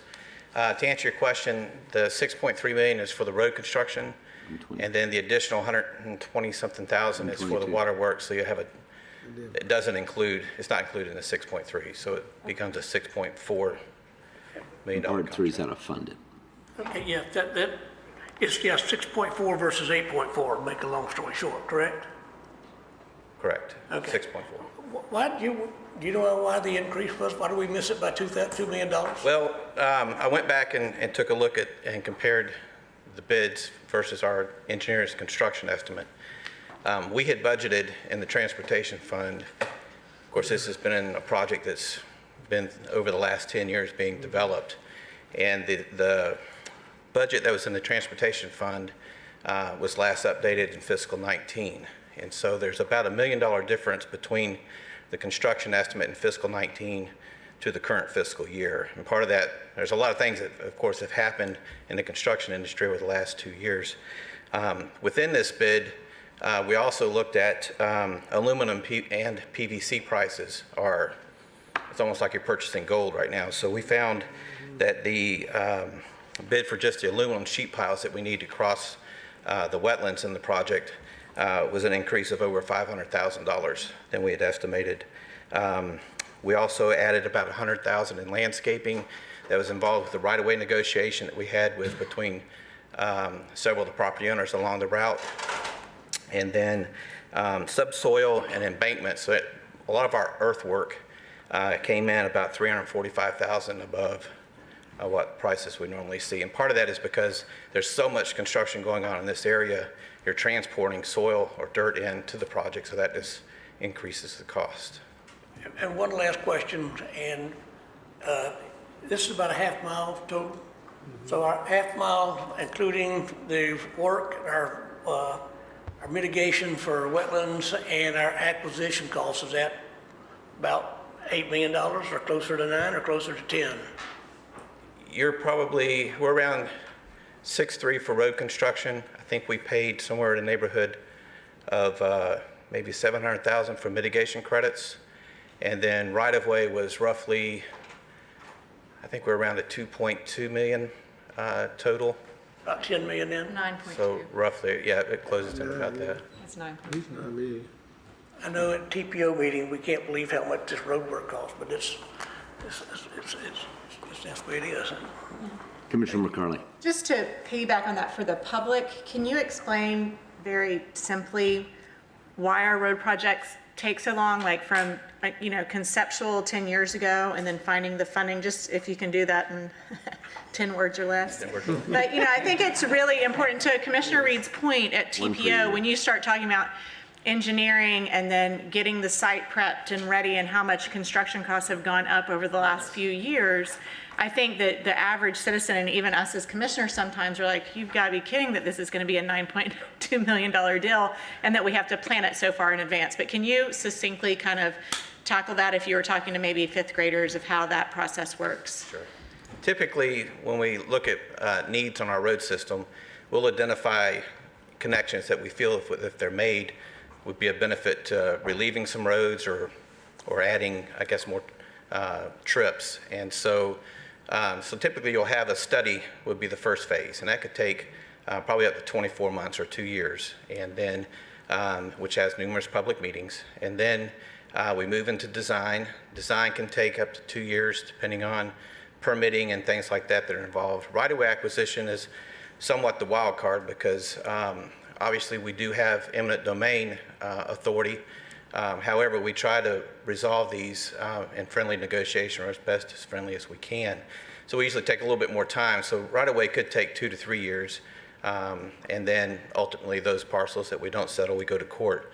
And then you factor in anywhere from 9 to 12 months or so for road construction. And so it just begins to kind of stagger out across anywhere from 8 to 10 years. Yeah. So best case would be like 7.5 years, worst case 25. Right. Okay. Any other comments or questions? Commissioner McLeod. Thank you, Mayor. Greg, and we talked about this a little bit on Friday, but can you clarify it to the piece about postponing funding for collector sidewalks? Potentially what projects are in that is, to cover that budget variance? Basically, what we were proposing is we earmark money several years out in advance of that.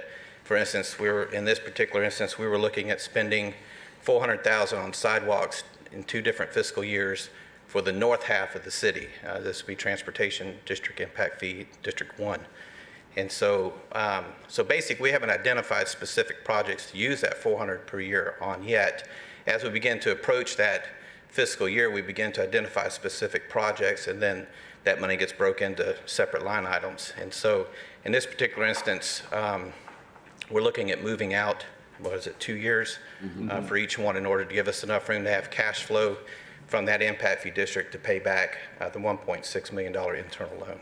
That doesn't include the trail along this also. This does include the trail, correct, along the north side of the new roadway. And if I may add, it does not hinder work that need to be done for rehab or whatever, so that will continue. Correct. Okay, because I know folks immediately think when you put some money back, sidewalks that need some support, need rehabbing, would stop being done, but that's not the case. No, and this would be for new sidewalks. And as it stands right now, we're in a backlog with construction and getting projects to construction. And so, and a lot of that's thankful, we are thankful to the FDOT for the programs that we've been able to obtain grant money to build those sidewalks, but it's also put the pressure on our crews, or we've had to contract some of it out. So, but we're okay at this point. I mean, if you take a look at similar cities here in Florida, I think we have a robust sidewalk program. Commissioner Reed. Thank you. This is my last question. Again, because we're going to use that sidewalk money, it's not going to put us behind on our ADA requirements, is it? No, we've got a separate line item that addresses ADA. The money that we're pushing out is for new sidewalk, and but the ADA and rehab of sidewalks is continued to be funded at what we requested, and it is a separate line item. Thank you. Make sure we got that right. Any other comments by commissioners? Anybody in the audience? All right, this is a voice vote. All those in favor signify by saying aye. Aye. Opposed, same. Unanimously passes. And your verbal, sir. Yes, if I may. Hopefully, some of the commission and the public were able to see this morning on Good Day Tampa Bay. We had Charlie Belcher out at Lake Crago. That was something our communications department had made some contact for, and we got a lot of great exposure. We had Charlie Belcher out there this morning with some kayaks in the background, and we got a good highlight of Lake Crago. So I think it was a really good move on our communications department to be able to get that kind of exposure. And in some of those conversations, we think that real soon we're going to probably have an opportunity to go live on site from the airport very soon, which will be another great piece for exposure. With that, and kind of a good segue then into the airport, I want to congratulate city staff, especially our airport staff, for a great Sun and Fun event last week. Gene Conrad is with us today, and he talked on Saturday night about all the folks on the airport staff that do so much and the partnerships within the city to make that happen. And if you weren't aware, on Saturday, we had the largest attendance ever at a Sun and Fun event. So that was positive news and a good sign of good things happening at the airport. And then finally, I also want to talk about a report that just came out from the National Fleet Management Association, where they rank the 100 best fleets in the country. And for 2021, our own fleet maintenance division that works within our Public Works Department for the city of Lakeland was ranked number 11 out of the 100 best fleets in the country. So congratulations to Gary McLean and the staff.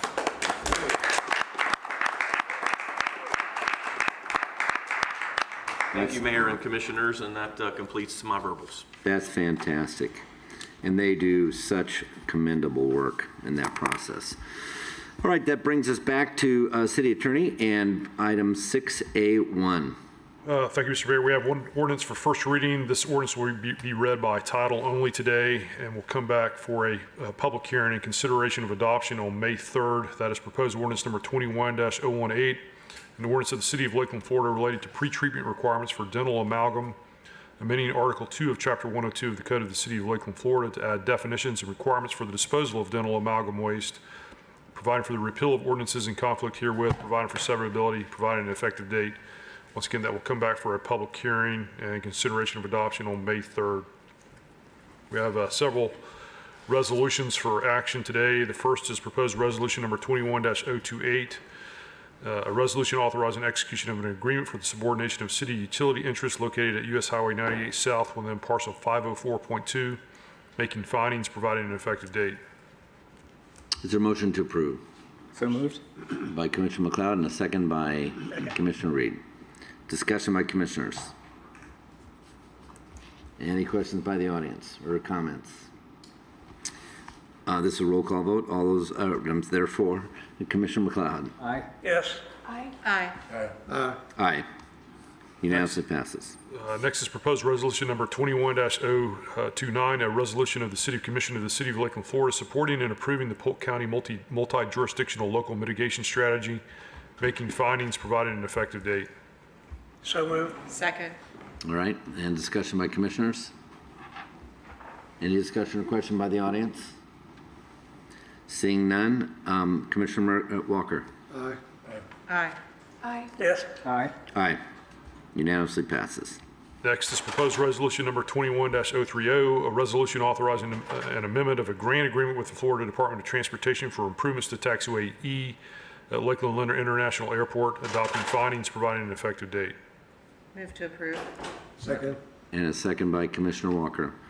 Discussion by commissioners? Anybody in the audience? Roll call vote. Commissioner McLeod? Aye. Yes. Aye. Aye. Aye. Aye. Unanimously passes. Next is proposed resolution number 21-031, a resolution authorizing an amendment of a grant agreement with the Florida Department of Transportation for improvements of taxiways A, B, and C at Lakeland Linder International Airport, adopting findings, providing an effective date. Motion to approve. Motion to approve by Commissioner McLeod and a second by Commissioner Madden. Discussion by commissioners. Commissioner Reed. I had asked Gene to bring up a map on Friday, I believe, and see if he can, I always want to see this stuff. Yes, you did, sir. I appreciate you mentioning that. And by the way, while you're bringing up that map, And when you finish, if you could give us a little update on Sun and Fun from your perspective at the end before we go on to the next resolution, that'd be great as well. Good afternoon, Gene Conrad, Airport Director. Commissioner Reed, this is ABC, so this is up in the northeast quad of the airport. And if I can do this correctly, how do I point? Oh, there you go. Right here is the terminal building, our terminal ramp. Station 7's up here just off the slide, and then this is ABC up here in this corner. And this is already complete, actually. All we're doing with this is just extending the grant while we work through the closeout, because the time was expiring on the grant, because we actually programmed this grant to do it in 2019, but then we did the runway rehabilitation and strengthening project, which took precedent, so we delayed this project for a year, which required us to extend the grant out just so we can close it out. Did you want to see Taxiway Echo as well? Sure. Okay, I brought it. And so on the last resolution, this is Taxiway Echo. This is Airside Center. NOAA's located right here, Drocken's right here, but this project is rather large, so all these colored taxiways here. And this piece right here, Sierra, is a new north-south taxiway, so that'll be brand new. And we're going to take out this red or pinkish color, and that will be demoed. So this will be the new access up to Delta, then up to the approach end of 27. So this is our grant that will have the final application going to the FAA in June, and then we would expect to receive the monies in September and start construction in November, and then be complete prior to Sun and Fun next year. And what's the anticipated cost of that one, Gene? I think this one we're at close, it's about 6.9 million. That includes all the construction, engineering and everything, about 6.9 million. And because of all the stimulus money that's going through the federal government and coming out to airports, it'll be 100% covered project for us. Good. Any other questions by commissioners? Commissioner McCarley. That green one's called Sierra. This might be a crazy question, but then you said Delta. Is there any like rhyme or reason to the names? Not necessarily, but I will tell you in our new master plan, what we have done is there will be a rhyme and a reason. So Alpha is Alpha today, okay. And then the new taxiway south of our existing primary runway 927 will be Bravo, then the new runway, then Charlie, and so it will make sense at some point, but now it's just we need to put it in place and we'll rename it later. Cool. Yes, ma'am. Could you also highlight where the new runway will be 10 years from now or some number? Yes, so the new runway, the southern edge will be essentially right here, just north of what we affectionately call the Warbird ramp, and was used this week, and then it will run in this direction right through the VOR, which we're moving, and so it'll be in this area, and then the new taxiway will be just south of that, so it'll be, this pointer's not working great for me, but it all runs east-west, and it'll be south of our existing runway. All right, any other questions or comments? This is a roll call vote. Commissioner Walker? Aye. Oh, wait, excuse me. Any questions or comments from the audience? Commissioner Walker? Aye. Aye. Yes. Aye. Aye. And then can you give, and so it unanimously passes, can you give us a little update just from Sun and Fun? Well, it was a great event. We got through it. Obviously, we had the rain the weekend leading up to it. We received, I believe, about 2¼ inches of rain on the field, but we hadn't had rain in a while, so the field held up great. Record attendance, and we had one landing on the parkway. It was not in the median. He actually landed on the parkway on the 2-lane road, and missed all of the street lights and missed the signs and everything, and then pulled off. His engine, he blew a rod in his engine, and he did exactly what he was supposed to do. And I was actually speaking. I had on Airshow TV live, and I saw it going down, and I was like, uh-oh. And then I got out there, and I was like, best landing ever. So he did a phenomenal job, and that was really the only incident. We had a couple wing dingers out there, but that was about it. But everybody was safe, and it was just a phenomenal event. And to get back to it, you know, being off for a year, that's always tough on everybody. But then to get back in the swing of things, and you know, it was just a great event overall, and super safe. And again, record attendance on Saturday was unbelievable. I'd never seen so many people out there in one spot. So, and I believe the traffic moved as well, because we didn't get any complaints in the office this year on Saturday. But again, you know, hats off to my team, and you know, they do a phenomenal job, and they're working 24/7 essentially. And you know, congratulations to Sun and Fun and to Lights and his team and to all of the volunteers, because without the volunteers, that event doesn't happen. So, you know, again, I appreciate all the support. This applause is for you all.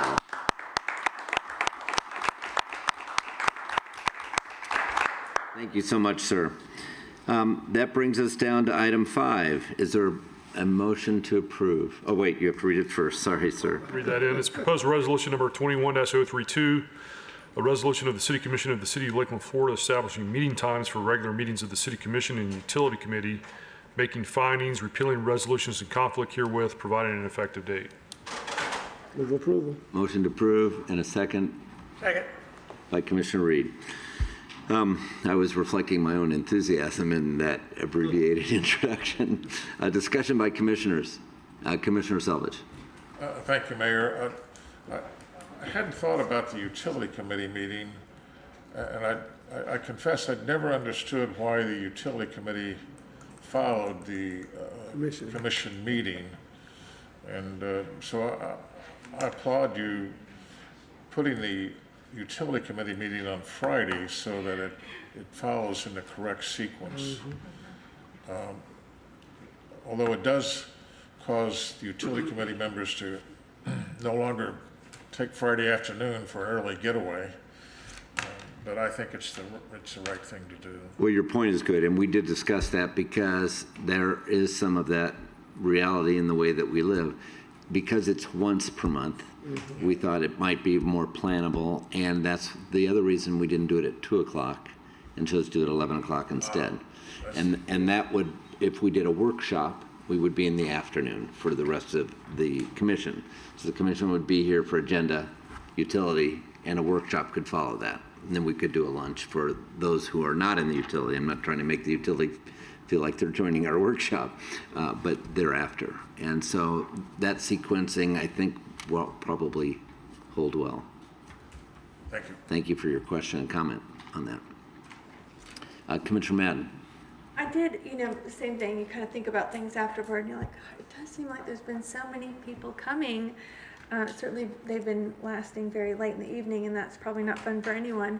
And I absolutely get the rationale, to have our experts and our staff available and not staying until 10 o'clock at night. But I did, I was hopeful, are you coming up, Kevin? Do you have some kind of citizens' response on our meeting change? I didn't feel like I really knew, what the citizens thought about us, going back to a morning meeting versus having the time that we've had. That kind of was the intent of doing it for the last year and a half. Well, I know, but I didn't get an email saying, no, don't turn it back to the morning, so Right. I'm assuming everybody is not going to come back and say we didn't have a chance to speak to this issue. And we didn't have any social media, okay. Nothing that I saw. Commissioner I Selvage. think Lakeland Now reported that when the commission made the initial decision to go with evening meetings, poll was taken and most favored it, but I haven't seen anything since.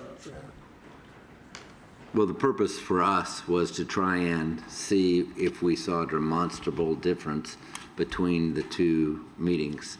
And the conclusion drawn, I think, is that it's the best decision-making time in terms of optimal brain work to do it in the morning as opposed to later in the evenings. It is, if it's an issue and it's noticed and it's imperative to be there, that people will plan around that. And some people work night shifts too. Some people, it's difficult to leave in the afternoons also.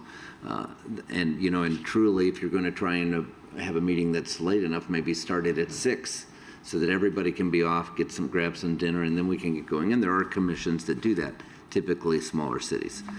And so our hope is that in having tried that and not seeing a large difference, and recognizing that we will take times where there might be a difference in the quantity of people who would attend, and we do it at the RP Funding Center, and maybe we could even consider, if there was something for that meeting with a large group of people, making that time notice different if we needed to, that we have that flexibility. But for the main, that this would benefit staff, the commission, quality of decision-making in the most favorable ways. Other comments? Any comments by the audience? All right, this is, We have. oh, I'm sorry. Yes, please, come down, just state your name, please. And you have 5 minutes for your comment. Yes. Center one right here. Thank you. Yes, considering what my name and all that.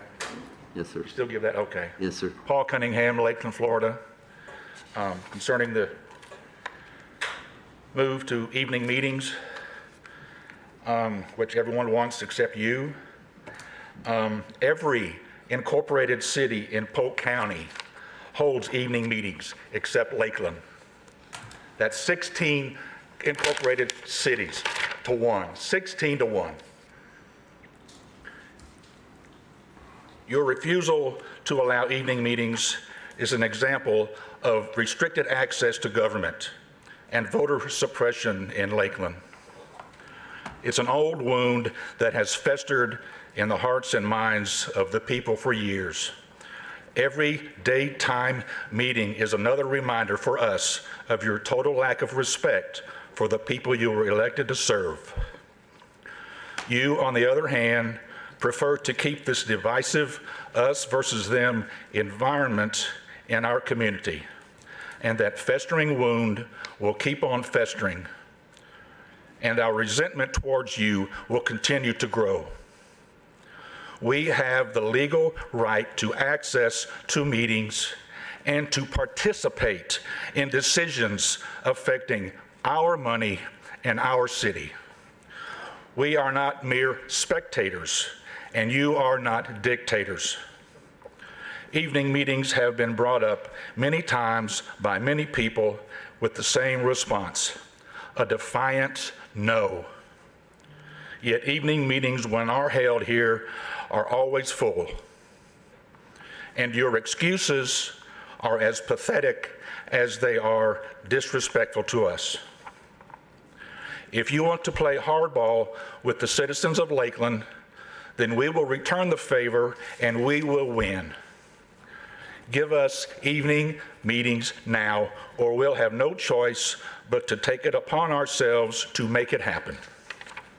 We can organize a petition drive to place the issue on the ballot to change our city charter and make evening meetings a permanent reality.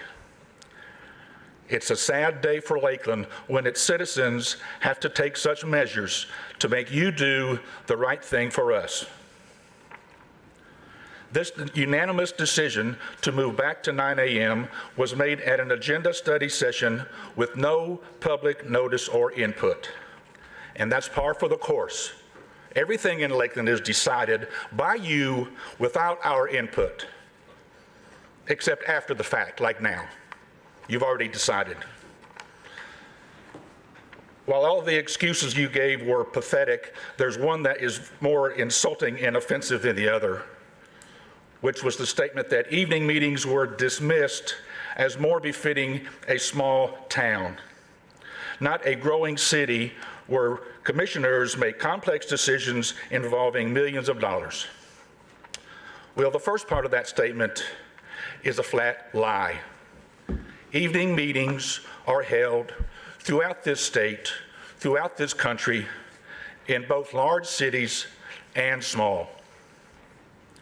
As far as making decisions involving millions of dollars, those are our dollars, tax dollars. And we have the right to be involved in the decision-making of how that money is spent, who gets it, who doesn't, what projects get it, what projects don't. But it appears that our commission thinks of us as a bunch of pea-brains who couldn't possibly have the intelligence that they have to understand Lakeland's issues. You, with your big egos and arrogance and superior and condescending attitude towards us, think of yourselves as the great wizards of Lakeland. But your track record proves otherwise. All you are doing here regarding the evening meetings is being pig-headed and showing your behind, and you have no credibility on this issue. All the evidence is against you. Evening meetings give better access to the people, and the people want evening meetings in Lakeland. Yet you continue with your defiant stance against it without even giving it the same trial period you gave 3 p.m. meetings. Because you know how popular and successful it would be for us to have evening meetings. And you don't want that. Thank you, Mr. Cunningham. Last sentence. 3 p.m. meetings are no more convenient for most people than 9 a.m. meetings. And you knew that from the start. This experiment was a failure. It was designed that way. Thank you, Mr. Cunningham. And if you've heard any defiance, I haven't. And if you think the decision was already made, that's what we're doing.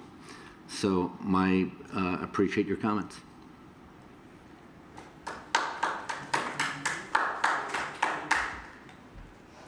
All right, any comments, other comments from the audience?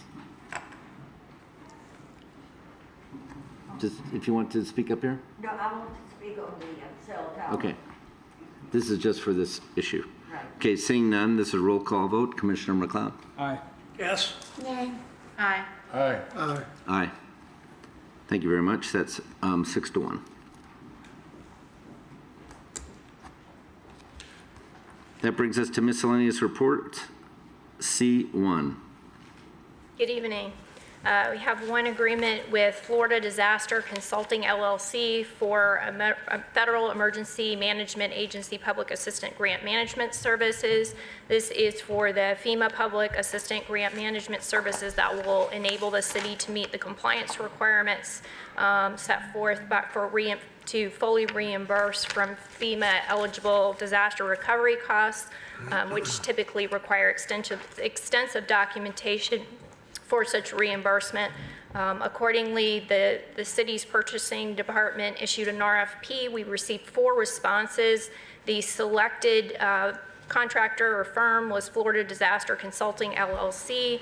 This is a full-service disaster management company. It's a small business based out of Lakeland. They have extensive experience with over 12 years in this type of work for FEMA reimbursements, and they also provide other grant management program services related to such things as community block grants and the CARES Act funding.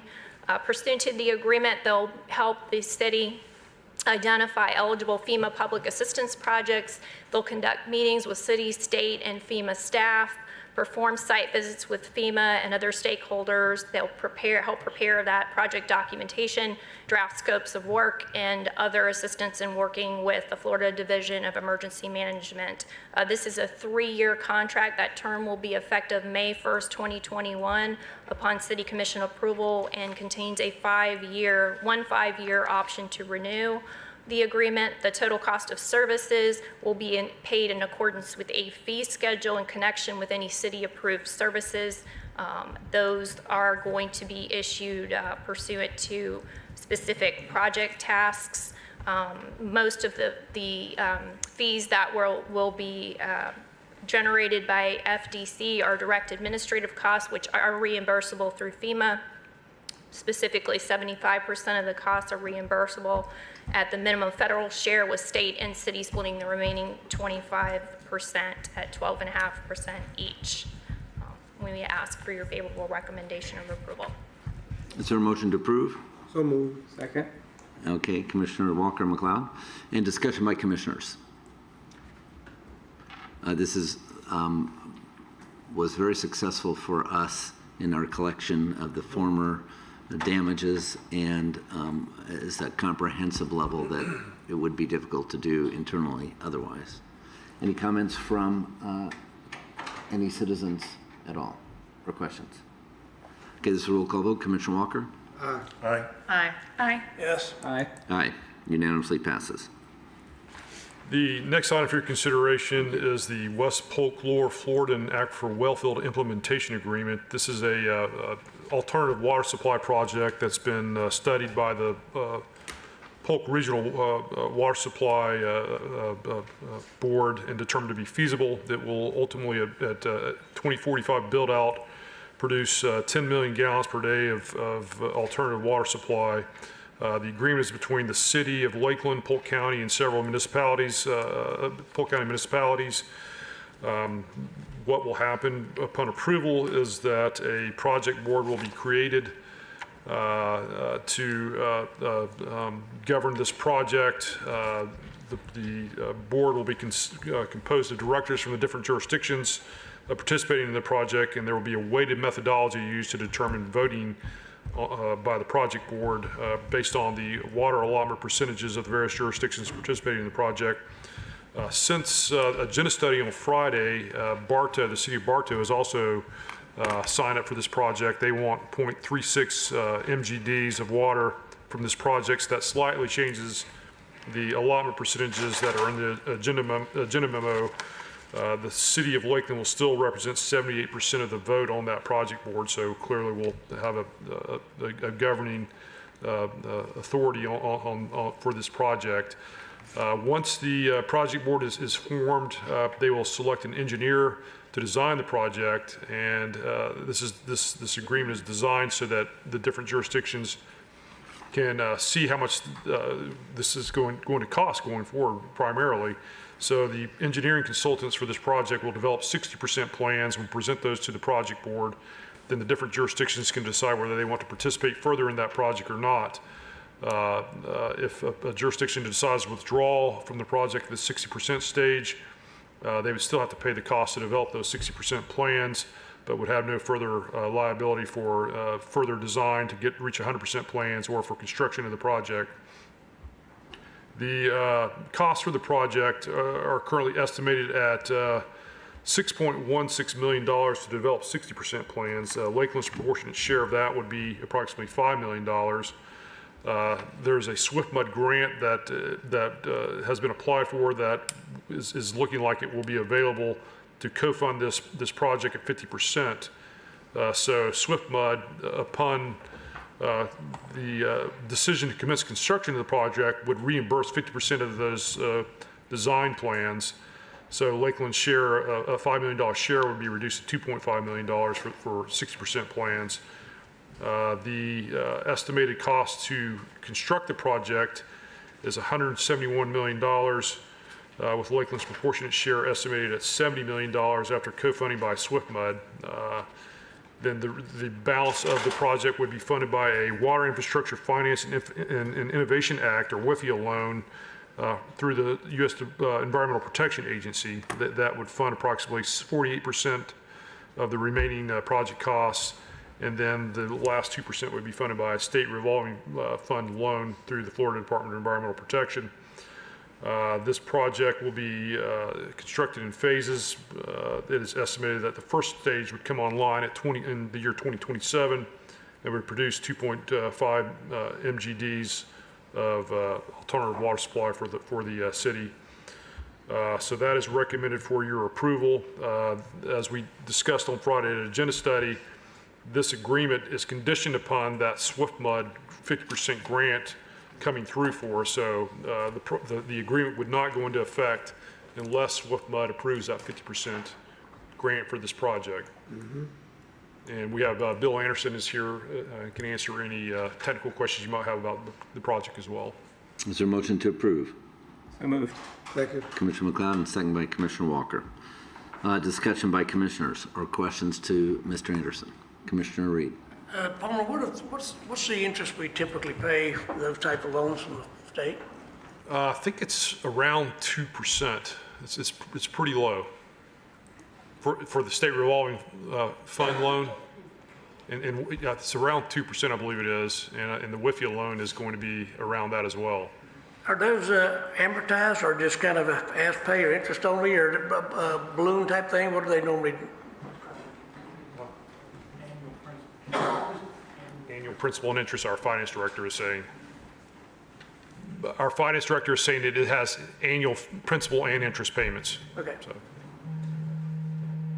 Other questions by commissioners? Commissioner Walker. Yes, I did not hear clearly, Mr. Palmer Davis, about the city of Bartow. What was, are they changing? I was looking at the chart. The number I thought you said it was the same number we see on the chart. Is that, they request a different? No? Yeah, the memo has been changed since the agenda study on Friday to reflect Bartow's decision to participate, and they are participating in the amount of 0.36 MGDs for the project. Yeah. Commissioner McLeod and then Madden, and then McCarley. Thank you, Mayor. I was going to ask Bill or Mike Brossart just to give context for that $70 million of construction cost, assuming we get there. I think it is important to to draw out that there is an off-ramp provision, that we're not there yet, but as we project that 70 million, that's independent of the WIFIA loan, correct? I mean, the WIFIA loan is for the PRWC. I just wanted to clarify that. That is correct. Okay, sure, come on. Bill, come on now. Hi, Bill Anderson, Director of Water Utilities. That is correct, yes. For both, it's for the PRWC, that'll cover both our costs, that loan. And I think it's important to note too, that depending on how we structure it, but that loan is available, the debt service payments begin 5 years after completion of construction. Now, whether we choose to wait that long or start prepayments at this time or somewhere, in the near future, it remains to be seen. But really, the debt service on that doesn't have to be started to be paid back until 5 years after completion of construction. And that's the WIFIA loan. Correct, correct. Thank you. Are we gonna get accrued interest, or do we just get a free ride for 5 years and then start paying interest as well? No, it does accrue interest. Okay. Commissioner Mann. Thank you. So I'm assuming that, they're giving that threshold. Well, first of all, the 50% grant is our first loophole that we could get out if we don't receive that. Second, it looks like that 60% of the project costs is our second loophole to get out if it looks like it's astronomical. The second off-ramp would be if at the 60% design stage, if there's something about it we don't like, we have full discretion to withdraw from the project. I mean, we are on the hook for the cost to develop those 60% plans at that stage, but if we don't get out at that point, then we are on the hook for developing the remaining designs of the project and the construction costs. Okay, and then, so if under 14.5, it says like prohibition against indebtedness and ad valorem taxation. So if that's 60% of the project, the construction prices are going up as much as they're going up now, we have no way of raising ad valorem to help pay for this? Well, that is in there for a specific legal reason. I mean, if you have an obligation of that is paid back in excess of over 1 year, you cannot bind the government to raise taxes to fund that obligation without a referendum. So that is designed to address that particular issue. It's anticipated that this will be funded actually through water rates, and Mr. Anderson can address that further. Yes, and I know you, Commissioner, you brought that up or alluded to that Friday. Last year, we intended to bring this to the commission with a rate package, but we didn't have all this information at that time. This year, though, we are in the middle of the budget cycle, working with our rate consultant, Raftellus, if you recall them. They are very well aware of this, and we are working toward that. Now, we probably, we're looking at 10 years out for that full construction debt service. Right now, all we're looking at is this $5 million. How are we going to budget for that? We're working with the rate consultant right now on that. So when we come to you this summer with our budget proposal, that should be included at that time. Okay. That's part of water. Correct, as part of the water budget. All right, so this is not, it doesn't give anyone pause that this isn't another option that we have, is to look at our ad valorem taxes if this number gets incredible. Let me clarify what I said. What the agreement says is that would not be required to raise taxes. But we could go to referendum and say, y'all, listen, you've had the lowest taxes like Mulberry. If we're gonna have clean water for the rest of our history here, we have to work together on the price of this project? I don't think you'd have to go to a referendum. You could raise taxes just as a matter of policy for this. This agreement would not require that you raise taxes. Okay, look, to me, the verbiage almost looked prohibitive, like you could not. Mm-hmm. It's just designed to make clear that this agreement, there's nothing in this agreement would legally bind this legislative body to raise taxes, because then you run into a constitutional problem. Okay. Commissioner McCarley. Actually, Commissioner McLeod asked my question. Okay. I had another. Yes, and he's going to ask another one for you now. I know you were going to provide some big picture comments as our representative to the cooperative. From my perspective, and I came on, I'm new to the PRWC, but at the beginning of the year, the fact that we're here with this proposed agreement, I think is significant, because this project is not possible without water management funding, and that funding is not available if we don't have a regional approach. And at the beginning of the year, it seemed like we were in mediation, and different municipalities had different visions for what they wanted. So the fact that we're here today and we have a regional approach, at least at this stage, is a significant step as we look toward 10 plus years of water supply and what our communities will need. How that plays out in the next few years, we'll see. But I think it is significant at this point that we've gotten to this point. Concur. Any other comments or questions by commissioners? Any by the audience? Okay, this is a voice vote. All those in favor signify by saying aye. Aye. Opposed, same. Unanimously passes. And that brings us back to item 3C1. Thank you, Mr. Mayor. I'll just set the groundwork for this item. This is an appeal of a Planning and Zoning Board decision that was made on January 20th, denying a conditional use application filed on behalf of Safin Inc. and One Source Towers LLC to construct a 110-foot tall ground-mounted personal wireless services facility, that's also known as a cell tower, on around 1.3 acres at 1800 Hardin Boulevard, pursuant to the appeal procedure specified in the city's land development code. The applicant's attorney has appealed the Planning and Zoning Board's denial to the City Commission. There is a specific procedure set forth in the city's land development code for appeals of Planning and Zoning Board decisions to the City Commission. And it's really, as described in the agenda memo, a two-part process. The first duty that the City Commission has is to look at the decision of the Planning and Zoning Board and to determine whether it was the correct decision or whether any errors were committed by the Planning and Zoning Board. There are 5 factors that the City Commission considers in reviewing the decision of the Planning and Zoning Board. One is whether there were any procedural or due process problems at the Planning and Zoning Board hearing. Secondly, whether the Planning and Zoning Board failed to properly apply adopted standards or regulations. The third factor is whether administrative staff failed to follow professional practice, perform technical analysis. The fourth factor to look at is whether the Planning and Zoning Board was presented with competent substantial evidence. And the fifth factor that the City Commission needs to look at is whether any new evidence has been discovered since the Planning and Zoning Board decision that should be taken into consideration.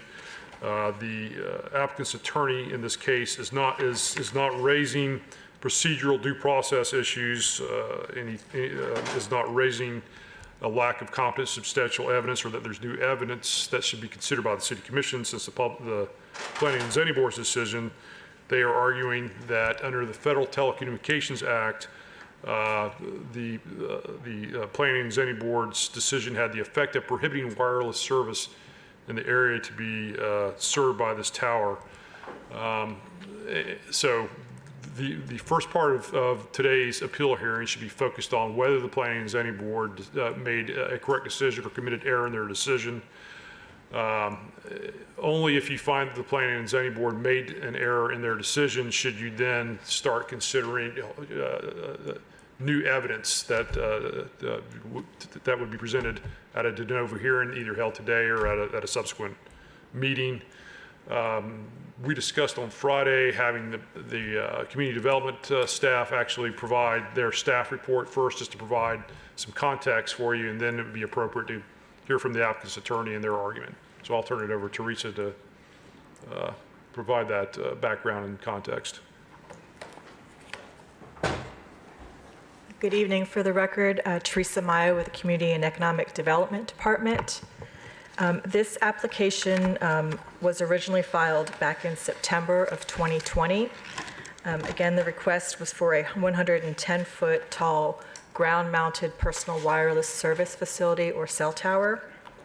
The property is approximately 1.3 acres and is located at 1800 Hardin Boulevard.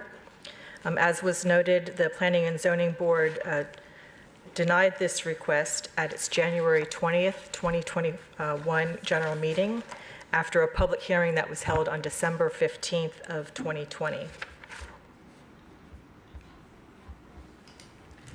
The subject property is located on the east side of Hardin Boulevard, north of West Beacon Road and south of Forest Park Street.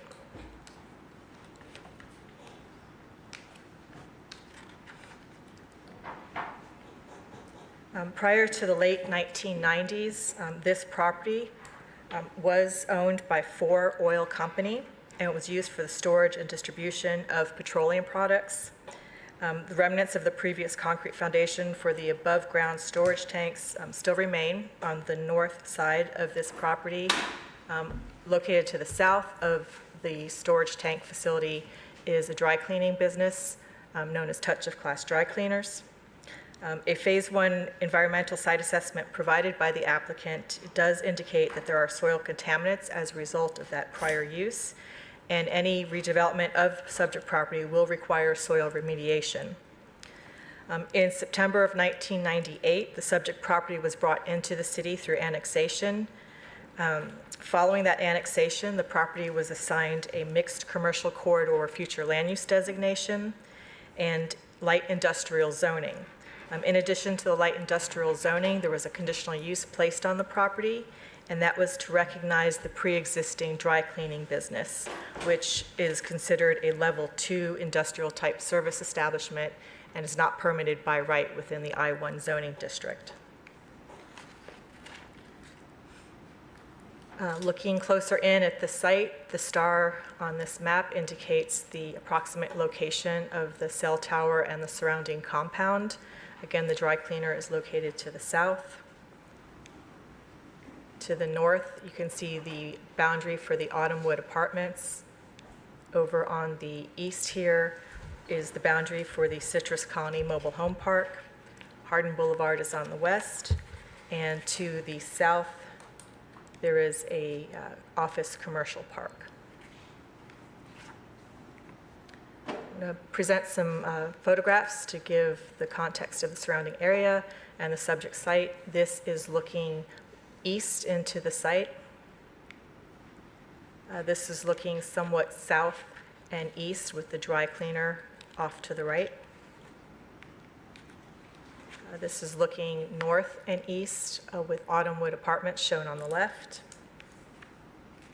And this is looking north into the Autumnwood apartment community. And then finally looking south on Hardin Boulevard. In accordance with the Land Development Code, cell towers are classified and regulated as ground-mounted personal wireless service facilities. And within the I-1 industrial zoning district, these facilities are permitted by right, but they are subject to certain dimensional standards and other requirements specified by the Land Development Code. And this includes the height of the tower and also what's referred to as horizontal separation from other uses. When compliance with these specific dimensional standards cannot be met, then exceptions can be required through the conditional use process. The purpose of this request is to obtain a conditional use for the 110-foot high tower, which the height is permitted by right. However, with exceptions to the horizontal separation requirements contained within the Land Development Code. At 110 feet, this tower would allow for the location of up to 4 wireless service providers, and it would be of a monopole design where the antennas are flush mounted on the exterior of the pole. This is an elevation of the tower showing the maximum height of 110 feet up to the top of the tower, and the antennas that are, again, flush mounted surrounding the pole. Co-location is encouraged by the Land Development Code, but the proposed tower is only required to co-locate a minimum of 2 antennas based on its height. But again, the applicant is proposing to be able to serve up to 4. In looking at the horizontal separation requirements, this table here provides each of the adjacent uses the required horizontal separation, what's being provided, and then the relief that's being sought through this conditional use. So with regard to the distance to the Autumnwood Apartments, there's a 232-foot separation required from the tower to that property boundary. The applicant is providing 43.1 feet, and there's a difference of 188.9 feet that's being sought for relief. The office commercial uses to the south, they only require a 45-foot separation. There's 202 being provided in that instance. The Citrus Center Mobile Home Park to the east requires 232 feet, and the applicant's providing 114. And adjacent to Hardin Boulevard, from the right-of-way there's also a 232-foot requirement with approximately 118 feet being provided. The 232-foot separation is arrived at by the height of the tower, and for every 1 foot in height, there's a 2-foot separation required. Teresa? Yes, sir. I want to make sure I'm reading that correctly. The last two, does that mean the applicant is requesting waivers on what's required? Correct. So there's a request for a waiver from Autumnwood, from Citrus Center, and from Hardin Boulevard. But what about Citrus Center? Is that a waiver? Yes. Yes. So they're seeking 117.9 feet in relief from the required 232. Thank you.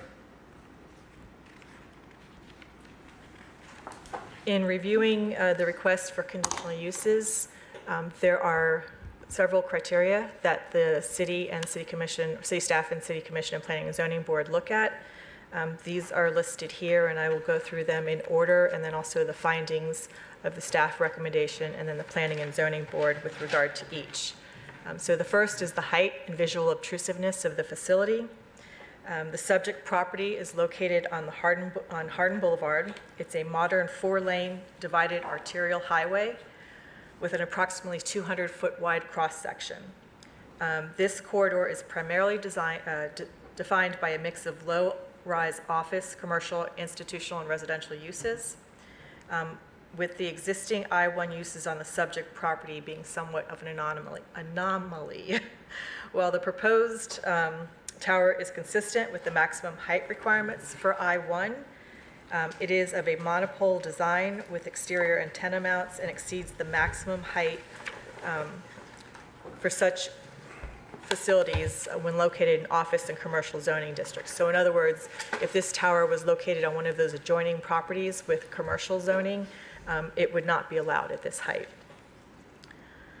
The second point to look at is the degree of visibility from the public view. As previously discussed, the right-of-way of Hardin Boulevard is approximately 200 feet wide. In accordance with the Land Development Code, the maximum allowable building height along this corridor ranges from 36 to 70 feet, and that's depending upon the underlying zoning against, again, C2 in the case of commercial.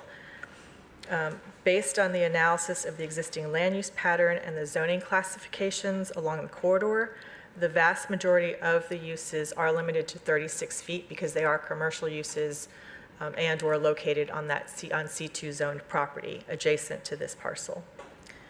The applicant did provide a photo simulation of the proposed tower, and those photo simulations do show other infrastructure that are of some height with it along the corridor, such as electrical and streetlight poles. However, the tower as proposed is significantly taller than those other infrastructure installations. The next item that was looked at was the proximity of the facility to residential structures and residential district boundaries. That prior table reviewed what the separation is from the parcel boundaries. But in relation to actual residential structures, within the Autumnwood apartment community, the closest building within that community would be 43.1 feet from the tower. And, I'm sorry, the adjacent Autumnwood apartments to the north would have 43.1 feet of separation between the tower and the property boundary, and then 76.7 feet from the nearest residential structure. Within the Citrus Center Colony Mobile Home Park, that one would also be impacted, although to a lesser degree, with 114 feet from the property boundary and then 215.6 feet to the nearest residential structure within the mobile home park. The next criterion that's looked at is the character of the uses and structures on adjacent and nearby properties. Again, this segment of Hardin Boulevard is somewhat a transitional zone between the commercial and then also the residential uses to the north and to the east. Uses to the south quickly transition from I-1 to C2. So again, this I-1 it's an isolated parcel, again, given that designation in the past to recognize the pre-existing dry cleaner that was located there. Next criterion is the character of the land, including topography and tree coverage. The proposed tower is located on property that was previously utilized, again, for the bulk storage of petroleum products, and there are remnants of that use on the property. And outside of this, the character of the property is relatively flat with minimal landscaping and/or tree canopy. Criterion 6 is the design of the facility with particular reference to design characteristics that have the effect of reducing or eliminating obtrusiveness, visual obtrusiveness. The tower at 110 feet with the exterior mounted antenna arrays does not meet the minimum separation requirements, and the applicant has not proposed an alternative to design to minimize the visual obtrusiveness of the tower. Next is the degree to which the facility reduces the proliferation of visually obtrusive structures through co-location. Again, this one is being met in that the applicant is proposing that there would be the ability to co-locate 4 antennas. Moving on to item 8 is competent evidence that reasonable alternatives to the proposed conditional use do not exist. In this case, the applicant did execute a memorandum of lease agreement with the property owners in September of 2019 and testified at the public hearing that an extensive 3-year-long search process had failed to result in the identification of a structure of sufficient height to co-locate on that existing structure, and that there were not any alternative parcels large enough to meet the horizontal separation requirements of the tower at 110 feet.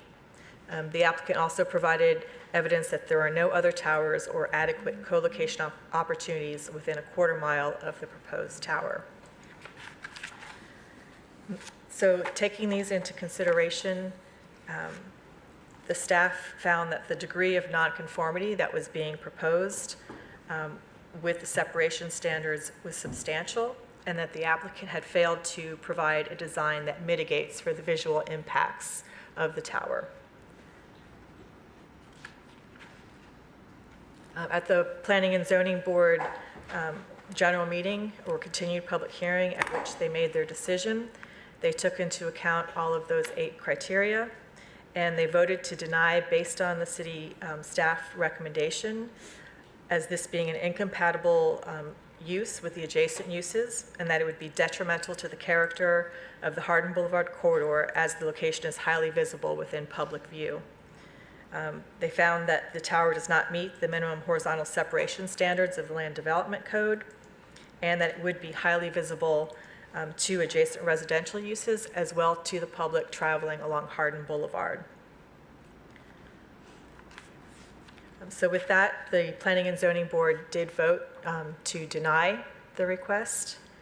And in front of you now are the points that the city attorney reviewed in your consideration of whether or not an appeal and a de novo hearing should be granted. And with that, I will hand it off to the applicant if there are no questions. Yes. Commissioner Walker, then Commissioner Selvage. Are we allowed to ask, Mr. City Attorney, what was the vote again from the planning P&Z? It was 4-2. Teresa, on number 8, it addresses alternate sites. Did the Planning and Zoning Committee, did the applicant research to see if there were alternate sites in proximity? The applicant provided testimony at the hearing, yes, that they had researched other sites, and I believe they did have those as part of their formal presentation that they made within the slide presentation. And I You're going to hear a lot more about that. Yes, I know that the applicant is prepared to review that again today, what those alternative sites were and what, for whatever reason, why those would not work. So there are, according to staff, alternative sites available. There are alternative sites, but whether or not they meet the applicant's criteria is different. Thank you. And the premise of which we are making an evaluation is with the information the Planning and Zoning Board had at the time of the presentation.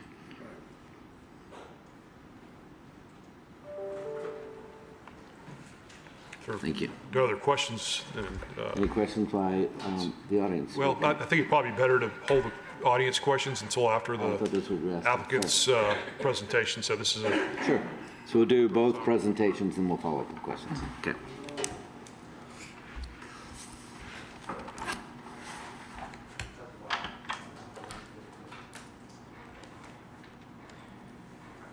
Good afternoon. I'm Matanaya John, 935 Main Street, Suite D1, Safety Harbor, Florida 34695.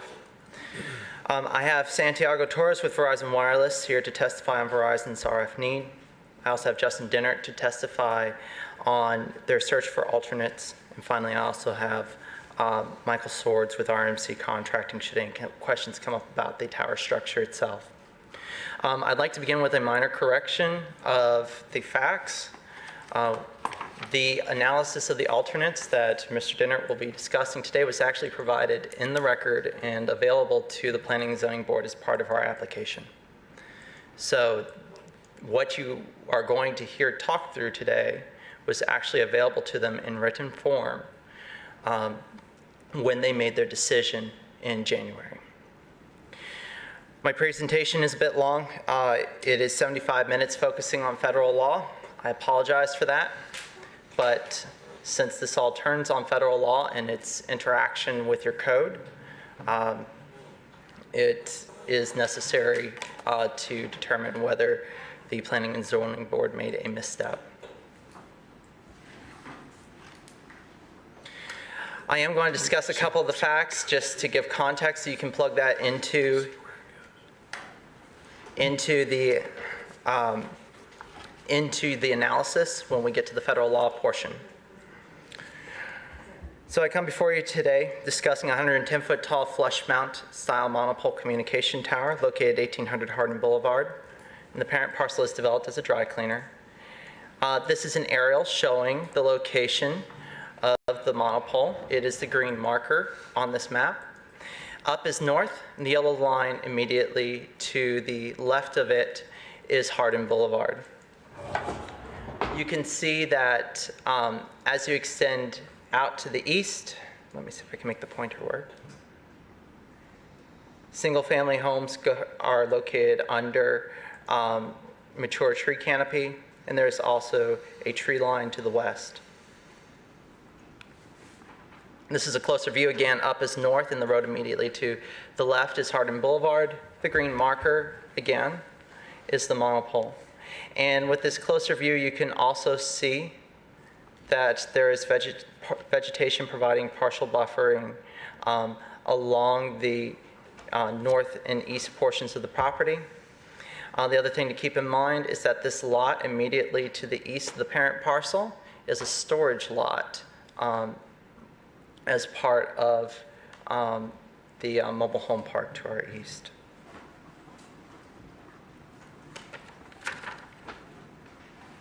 You heard that the parent parcel is zoned I-1 with a future land use designation of mixed commercial corridor and context zoning of urban corridor. You heard that communication towers are normally permitted as of right on I-1 zoning and C2 zoning to the south. And when you need to make adjustments to different standards such as horizontal separation, and correct me if I'm wrong, but maximum height as well, you do that through your conditional use process.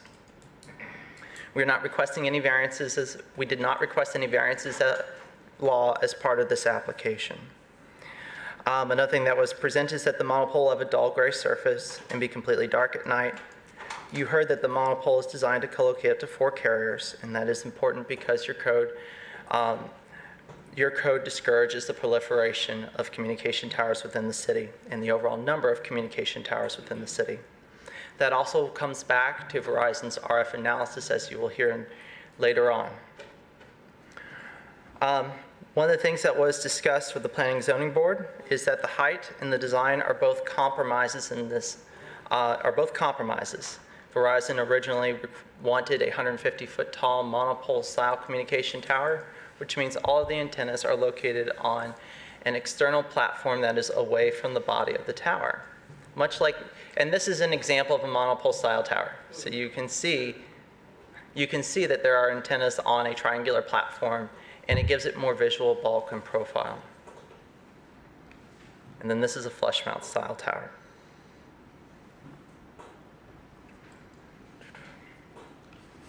You heard that we are requesting residential separation waivers to the north and the east. This is another example of a flush mount, my apologies.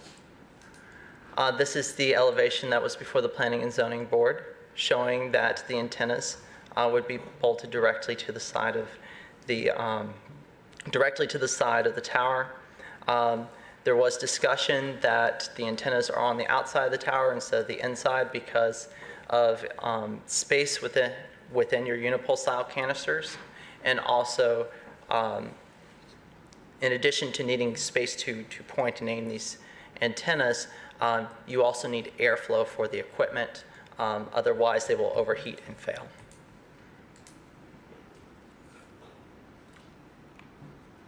This is the setback plan that was before the Planning and Zoning Board. And again, this is just a quick walkthrough of the setbacks. Your 43-foot setback is to the north to this lot line. It does provide 76 feet to the nearest residential building. And then 114 feet to the east.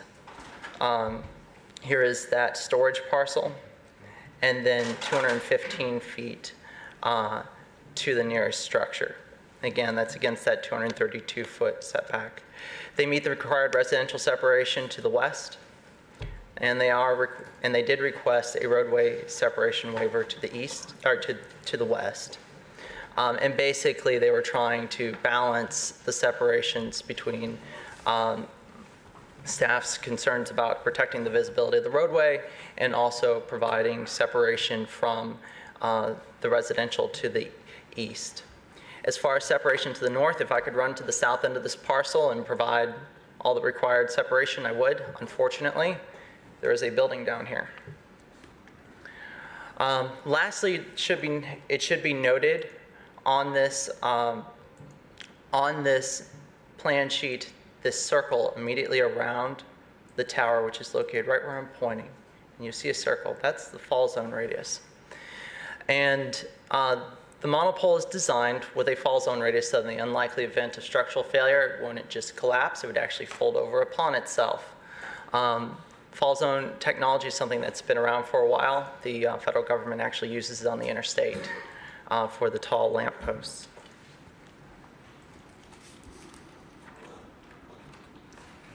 The monopole exceeds the I-1 district setbacks, the tower-to-tower separation requirements, and also the protected lake separation requirements. We also had in the record at the FAA determination of no hazard to air navigation. That is why this monopole will be completely dark at night. You heard that the property has groundwater pollution from old storage tanks, and that one source will be required to clean up their portion of the site where they are working on it. So this would actually accelerate the cleanup of the parent parcel. Finally, just as a last bit of housekeeping before I go into the federal discussion, is RF emissions. I do remind you that the Telecom Act of 1996 prohibits local jurisdictions from making decisions on communication towers based on RF emissions. All right. So now I'm going into the Telecom Act. I have a couple analogies in here that are food-based. I thought I would start with something that can be readily engaged with before I start talking things like least intrusive means tests and color-coded maps. because federal law is a known cure for insomnia. So we'll start with the relatable ones. All right, so here's a pizza. And you can think of this pizza as representing all zoning regulatory control over communication towers in the city of Lakeland. Now you can see a portion that's been shaded orange. And that would represent the portion that is controlled almost exclusively by your land development code. So a normal tower that comes before you, if we haven't met the requirements for a federal claim, is governed exclusively by your code. So we ask, what are the separation requirements? We ask, what is the zoning? What is the maximum height? And you come to your decision under your code, and that's the end of the story. On the exceptional towers, we end up on the slice that's been shaded white, and that's the Telecom Act. It's a narrow field of preemption, but it is complete.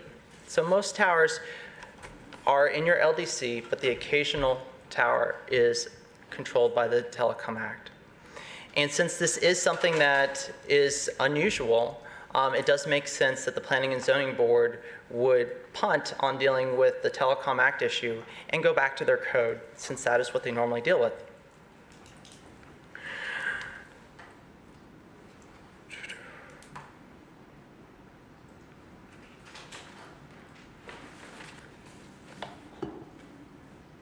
There are 5 main claims that can be brought into the Telecom Act. The first one is RF emissions. That's something that you and your Planning and Zoning Board are familiar with. The next one is the requirement to support your decisions with substantial evidence. That's another one that your Planning and Zoning Board would be familiar with. Then we get into some that are a little more obscure. The next one is a shot clock requirement. Basically, if the application had been stuck on a shelf and not dealt with within a federal required time period, the federal law would step in and there would be remedies to require at least processing. There's also a state shot clock as well. Another obscure claim is unreasonable discrimination, but the one that we are talking about today is effective prohibition. So, effective prohibition. This is a decision that prohibits or has the effect of prohibiting a carrier from solving a significant gap in wireless service.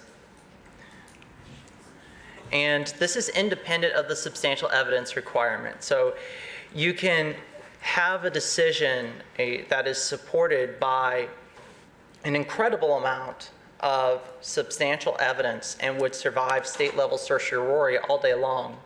But if that decision has the effect of prohibiting a carrier from solving a significant gap under the federal testing, then effective prohibition still exists, and that claim survives the substantial evidence issue. Effective prohibition is a de novo review by the courts, so they provide a fresh analysis and they reweigh evidence. And then this is my last relatable analogy. It's a stack of pancakes being covered by honey or syrup, and basically you can think of the stack of pancakes as the application. It's sitting on top of a butcher block. That butcher block is the elements for effective prohibition, which we'll get into in a second. That's a gap plus exhaustion of alternates, and the syrup as basically evidence. And no matter how much evidence you pour on that stack of pancakes, the butcher block is still going to be there. All right. So, effective prohibition consists of 2 main prongs. The first one is whether a significant gap in service exists. There's different tests around the country, but the one that we tend to use in this part of the country is the provider's service rule. The FCC also discussed the provider's service rule in their 2009 report and order. And what this asks is Verizon's signal good enough for its customers? Regardless of whether AT&T or T-Mobile have good service, the question is whether Verizon can serve their users. The next thing under the provider service rule is, does signal strength match the actual usage pattern? So let's say that this tower was intended to serve a park area where everyone's outdoors when they use their cell phones. Then it doesn't matter if your signal is not strong enough for indoor service. What matters is whether your signal is strong enough for outdoor service, and that's a much lower level. Of course, the converse is true. If you are in an area where people use cell phones indoors, and these wireless devices indoors, then it doesn't matter if there's great signal strength for outdoor service because people are indoors when they use their cell phones.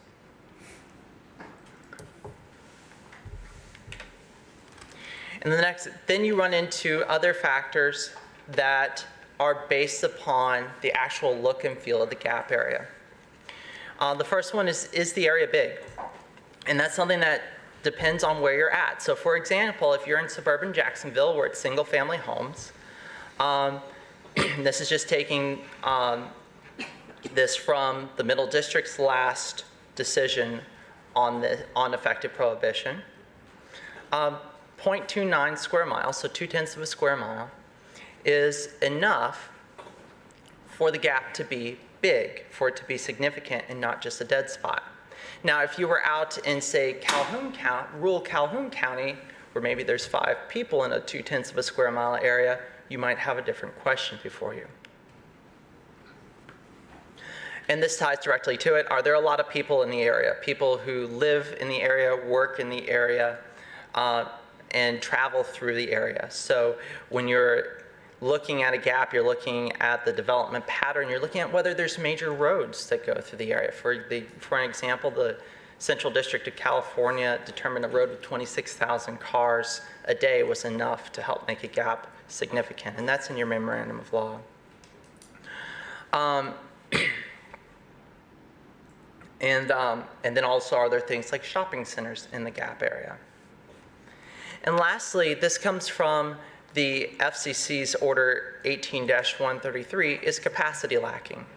So cell towers are like roads. They can only handle so much traffic, and we keep putting more and more devices on them every day because it's not just a cell phone, it's a cell phone for each member of the family and maybe my tablet and other devices that are coming into being as part of the Internet of Things. And so they have to be able to reliably connect to the network. And if they can't connect to the network, then they don't have coverage. And that's so next, if you have a significant gap in service, the question is, have you eliminated your alternates? Because you could have a gap in service all day long, and if you are saying that if you are working on the first site that you found when you searched the area, you do not have effective prohibition.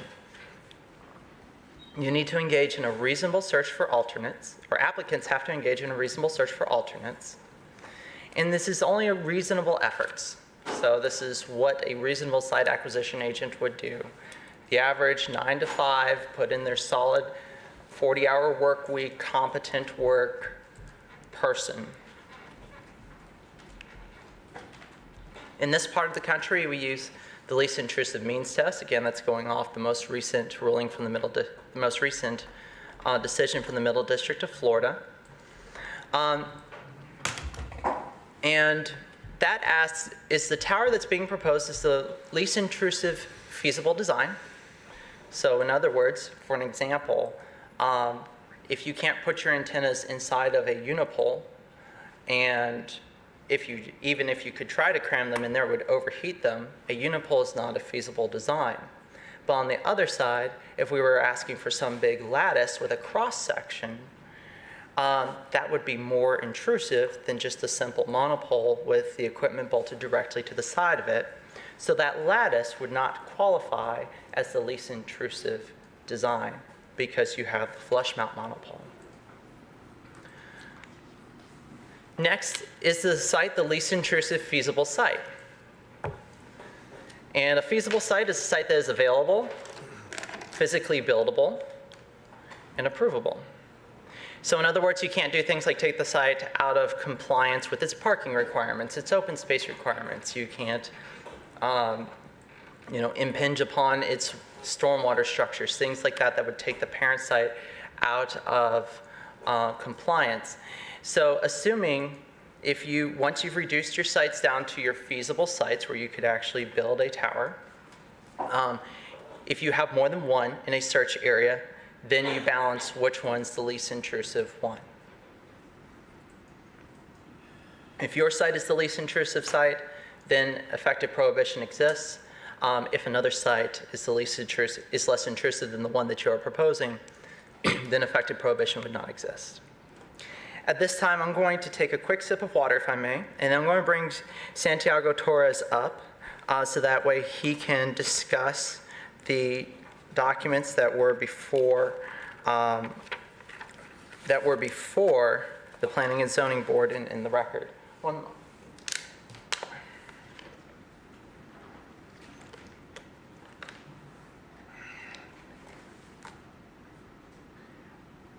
All right. If you would please state your name and address. Santiago Torres, 7701 East Telecom Parkway, Temple Terrace, Florida, 33637. What is your profession? I'm an RF engineer for wireless network. I'm going to switch over to this side if I may. All right. What is your education? I have a Bachelor's of Science in Electrical Engineering. And how many years have you been an RF engineer in the wireless industry? 7 years. Would you please describe the skills, methodologies, and disciplines employed by an RF engineer who designs cellular networks for the wireless industry? Yes, so as an RF engineer, I work with system performance engineers and traffic engineers to identify coverage and capacity concerns for the network. Once we identify a gap, what we do is I identify the most efficient solution using highly tuned propagation software, which includes terrain data, clutter models, and propagation models. Okay. Would the city be willing to receive Mr. Torres' resume so that way we have him verified as him being who he says he is? I don't think that's necessary at this stage. Okay. This is a review of the Planning and Zoning Board's decision. Understood. All right.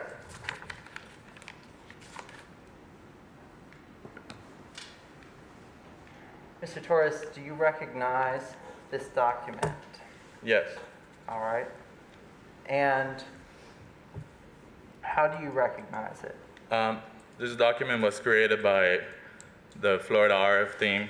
Ahmed is the one who created it. He's also an RF engineer for Verizon. He's my coworker. Okay. I'm going to switch. Sorry. Got ahead of myself. And are you familiar with the tower that OneSource applied for? I'm ahead of myself here. At 1800 Hardin Boulevard, Lakeland, Florida 33803. Yes. And how are you familiar with it? So this was the primary candidate approved for this searching. And in very general terms, how is the Hardin Boulevard area physically developed? Are there... Hardin Boulevard is a major road, and then to the east and west of Hardin Boulevard you have some commercial uses and some residential uses as well as some offices. All right. I'm showing you now, or I'm showing the commission now, a FDOT map that was in the record that shows the traffic counts for Hardin Boulevard at 37,500 cars a day, Beacon Road at 6,700 cars a day, and Ariana Street at 4,500 cars a day.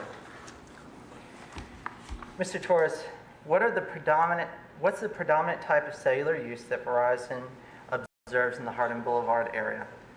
There's a lot of indoor and in-vehicle voice and high-volume data connections.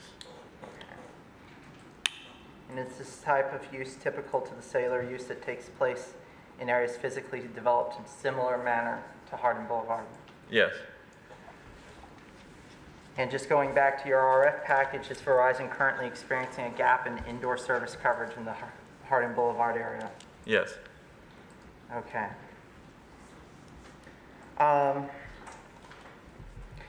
The RF package also mentions that there's a lack of capacity in the area. Why is that important? So when a user is close to a tower, we're able to provide multiple frequencies for them to use. But as that user moves farther away from the tower, we can only provide a limited number of frequencies. Think of it as lanes on a highway. The closer the user is to the tower, the more lanes we can provide. And as the user moves away, we can only provide very limited number of lanes for that user. Okay, and does capacity congestion in a given area affect Verizon's ability to provide service in that area? Yeah, so what capacity congestion looks like is when we have a lot of users in an area that's far away from a tower, and we can only provide a very limited number of lanes, but you have several users trying to access the same limited number of lanes. So that, just like in a road, that will cause traffic congestion, and Verizon network, that causes congestion as well. Okay, and is Verizon currently experiencing capacity congestion on the communication towers serving the Hardin Boulevard area? Yes. All right. Mr. Torres, I'm showing you a map that's generally covered in red and green. Do you recognize it? Yes. And how do you recognize it? It was created by Amit. And what does it depict? It depicts areas of reliable and unreliable coverage. Reliable is green and unreliable is red. All right, and just to orient people who may not be completely familiar with this project, or who aren't RF engineers, which direction is north on this map? North is up. Okay. And then I see a line running through the middle here. What is this? Hardin Boulevard. All right. And I also see a line extending east from Hardin Boulevard. What is this? Beacon Road. And then there's another line that runs east-west through Hardin Boulevard. What is this? Ariana Street. Okay. I also see different markers on this map that have blue background text against them. What are these? Those are the existing towers or locations that Verizon is currently co-located on. Okay. Would you please identify the area where Verizon is experiencing a gap in service? And if you'd like to use the pointer, you may. All right. You would use that button right there at the top. This is point. So the areas where we're experiencing a gap in capacity, a gap in coverage is going to be west of Hardin Boulevard, as well as here east of Hardin Boulevard, where most of the residential houses are. Okay. Do you know approximately how many Verizon users are located in the gap in service? Yeah, so at any given time we have up to 1,600 connected users. But if you actually count the number of unique devices connected throughout the day, it's up to 5,000 unique devices in the area. And OneSource also provided in their methodology letter just gross census data population for the area as well. It is higher than that. Mr. Torres, and I know you're summarizing the results in the RF package. As an RF engineer, would you consider this to be a gap, a significant gap in service? Yes. And how long has Verizon been working to solve the gap in service in the Hardin Boulevard area? I released this ring back in 2016. Just generally speaking, what tools are available to Verizon to meet its RF objectives? So the first thing we try to do is we try to upgrade our existing towers as much as possible. If that doesn't solve our gap, then we try to co-locate on either an existing tower or an existing toll structure. And if that's not available, then we would try to build a new tower. All right. Now, Mr. Torres, coming back to our map, we have these different icons here that you said represent Verizon deployments. Are these the closest Verizon deployments to the Hardin Boulevard area? Yes. Okay.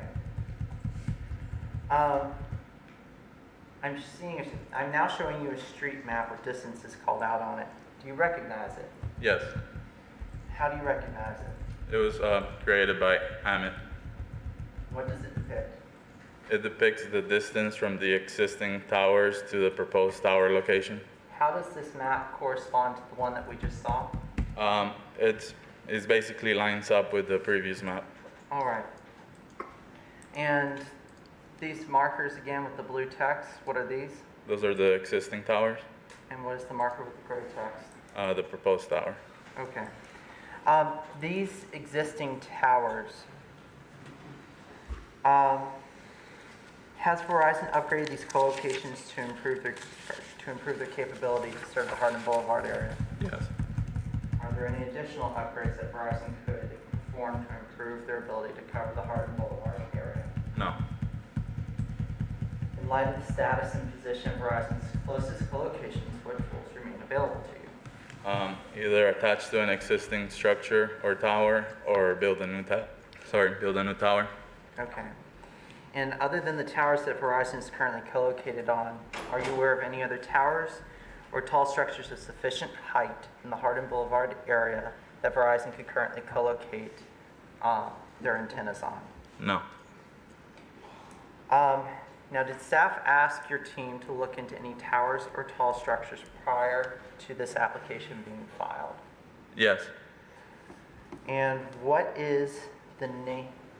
And could you identify those sites? Yeah, the first one they asked us to look at was a previously proposed tower right on Ariana Street. Okay. Would you be able to identify those on a map? Yeah, it's gonna be right around that area over here. Commissioners, for context, this is the tower that came before you last fall, that unipole that was being applied for by North American Towers. Are there any tall structures that staff asked you to look into? Yeah, so west of Hardin Boulevard, there's also a tall building right around here somewhere. We will have a slide showing that in more detail later. All right. So did Verizon perform an analysis of this Ariana Tower, Mr. Torres? Yes. All right. I'm showing you a map that's covered in red and green. How do you recognize it? Yes. And how do you recognize it? Ahmed graded. And what does it depict? The proposed coverage from a hypothetical site at the Ariana Street site. Okay, and just to orient us else again, how does this map relate to the previous ones that we were looking at? It lines up with the previous map. Okay. So again, would that mean up would be north? Yes. All right. And then these blue markers, Those are existing sites? do these correspond to the previous map? Yes. All right, so what is this marker right here at the intersection of Ariana and it looks like Hardin? That's the proposed Ariana Street tower. Okay, so this is the one that staff asked you to review last year? Yes. Okay. And when Verizon analyzed this, what were their conclusions about this site? The site was located in existing good coverage, so rather than fixing our gap, it would actually cause some interference to our existing site to the east, ATC Lakeland. Am I pointing the marker at ATC Lakeland? Yes. Okay. Where's the apartment building on this map?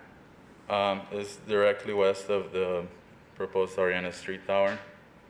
Okay. Am I pointing the mouse at it? Yes. Okay.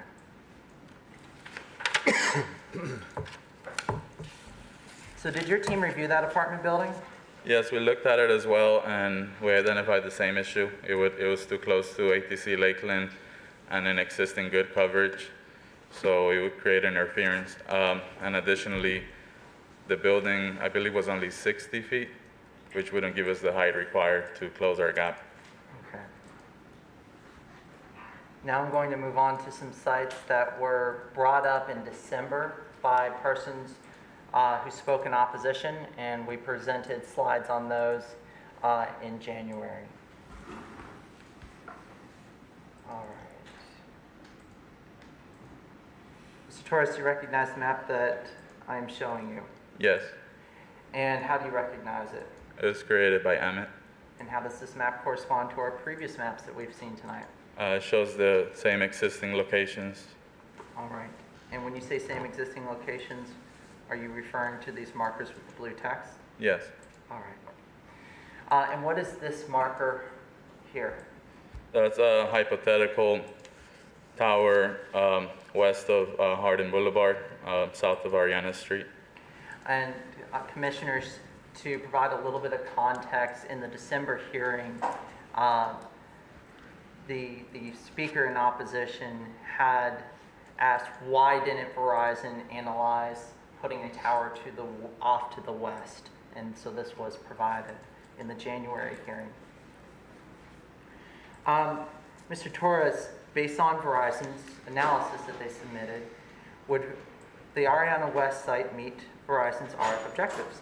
No. And why would the Ariana West site fail to meet Verizon's RF objectives? It would close the gap west of Hardin Boulevard, but it doesn't solve the gap east of Hardin Boulevard. Okay.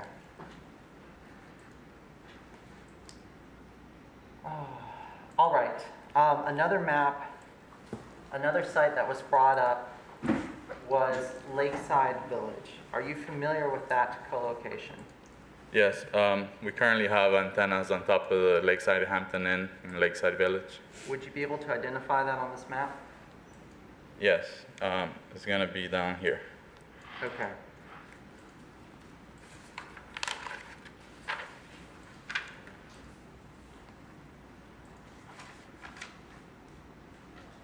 Would a freestanding tower located at that site be able to solve Verizon's gap in service? It wouldn't. All right. Why not? Because I propagated a hypothetical freestanding tower at the same location as the current Lakeside Hampton Inn, and even if we were to go at a higher height than the current hotel, it would only close the gap up to Beacon Road, but it wouldn't fix anything north of Beacon Road. Allow me to advance the slides now. This is, Commissioners, this is just an aerial I've added for your context showing the Lakeside Village Hampton Inn. This is an area of the Hardin Boulevard area, and you can also see this once with this marker for the proposed site. And then the second arrow shows the center of Verizon's search area. Mr. Torres, do you recognize the map that I'm showing you? Yes, How do you recognize it? it was created by Emmett. All right, would you please identify the approximate edge of the coverage that's provided by Lakeside Village Hampton Inn? Yeah, so today, you can see that the edge of coverage for Lakeside Hampton Inn is around here somewhere. And again, could that rooftop be upgraded to provide further coverage into the gap area? No, as is, the rooftop has macro antennas. It has the same antennas we would put in a tower, so that wouldn't make a difference.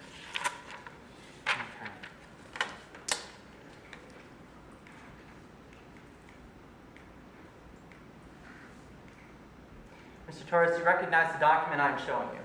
Yes, And how do you recognize it? is the elevation profile of the proposed tower. And what is the height shown on this elevation?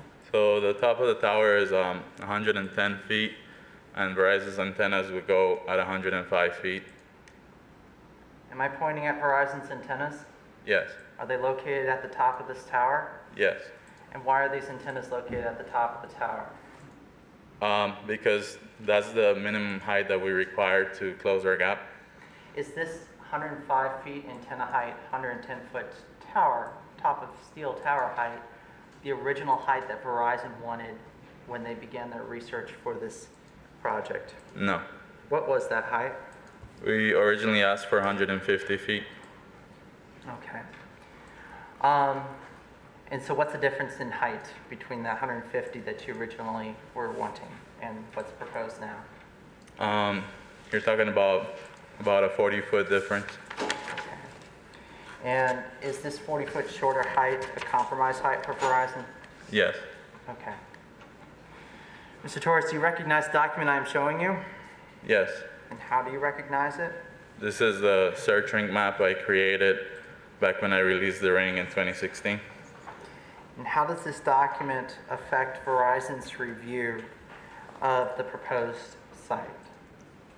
This document is provided to our real estate specialists for them to find us candidates within a provided search ring. In this case, we wanted a proposed tower within a quarter mile of the center of the ring. All right, and just to orient ourselves real quick on this document, since it's got a lot going on here, it looks like, is this an aerial map here in the middle? Yes. All right, and which direction is north on this aerial? Up. Okay, and what is this yellow line that runs through the middle of the aerial? Hardin Boulevard. All right, And then it looks like there is a yellow marker that extends east from Hardin Boulevard. What is that? That's Beacon Road. All right. And then there's another yellow line that runs east-west through Hardin Boulevard further to the north. What is that? Ariana Street. All right. I see these triangular-looking icons at various points on the map. What are these?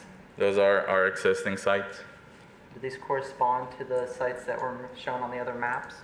Yes. Okay. Now I see it's kind of hard to see here, but I see a marker right here at the intersection of Hardin and Beacon. What is that?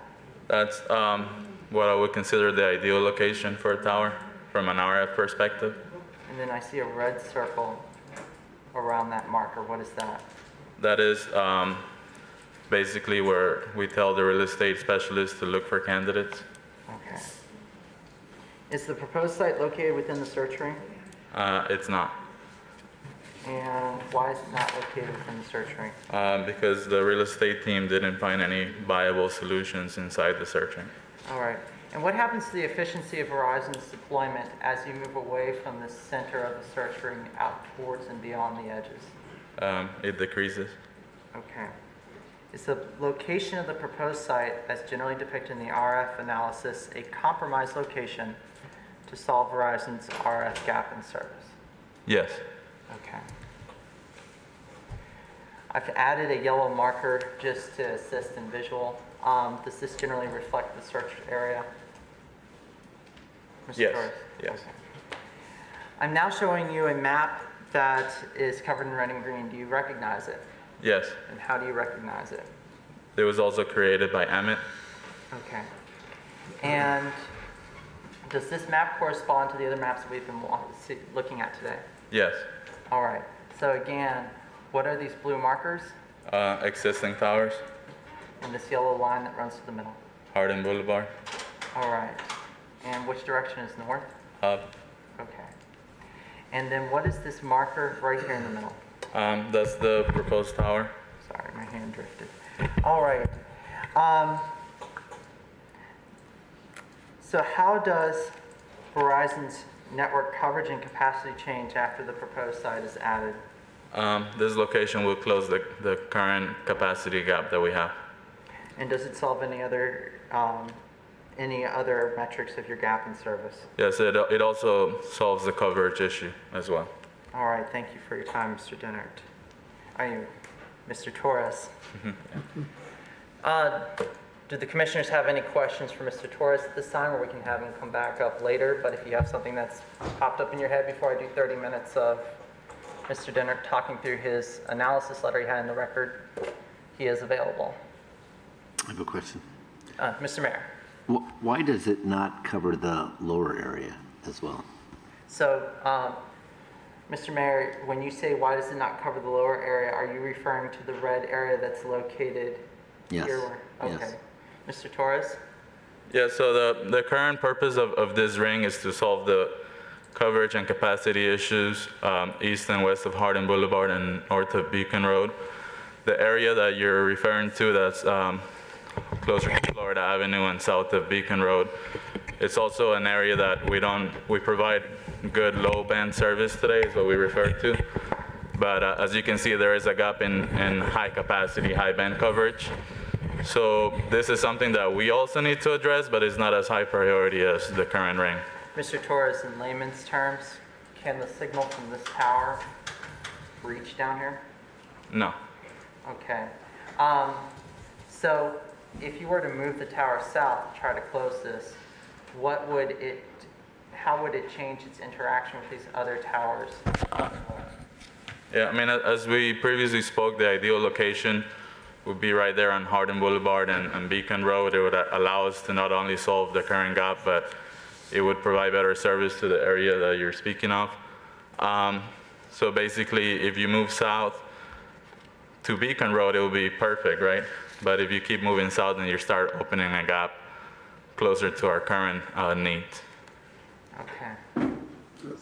And does moving south affect the capacity interaction with these other towers to the north? Yes. How does it affect it? So you're asking if we move south? Well, like I said, if we move south to Beacon Road and Hardin Boulevard, that's our ideal location from a coverage and capacity perspective. But if you move too far south, then you're not able to offload the capacity from the sites, ATC Lakeland to the east and George Jenkins to the northwest. And again, what does your gap in service consist of? Indoor and in-vehicle usage. But in addition to coverage, does it consist of anything else? Yeah, capacity. Okay, thank you. I think Mr. Walker had a question. Yes, thank you. So are you saying, and I'm kind of piggybacking on what the mayor's question was, a second tower, it appears from what you just shared, would be needed for the most southern part, but so what makes the difference between one that you're here to discuss or share with us that's needed versus the one down south? What is it? What would make the difference? So we rank the need of our solutions based on the usage, right? So the current one that we're trying to solve is where we have more usage and where we have more of a capacity concern, right? So we have a lot of users in this area with not enough service. So that's why we're here to solve this issue. At this point, we don't have the same capacity concern in the area to the south.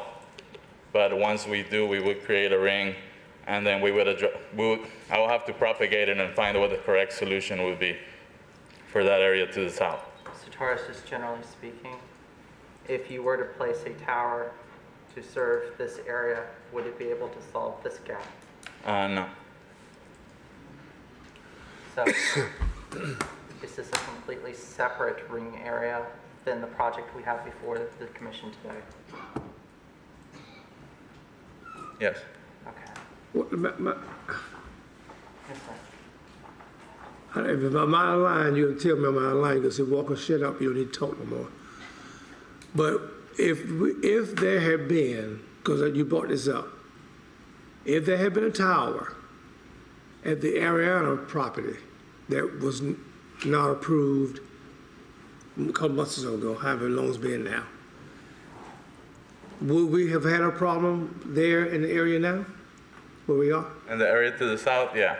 Yeah, it would have been the same issue. So, if I heard you correct, if there had been a tower placed at Ariana and Hardin that was not approved a few months back, yes, we still would be needing a tower at this location now, is what you're telling me? potentially, at least based on the maps for Verizon, there's a gap in high band coverage.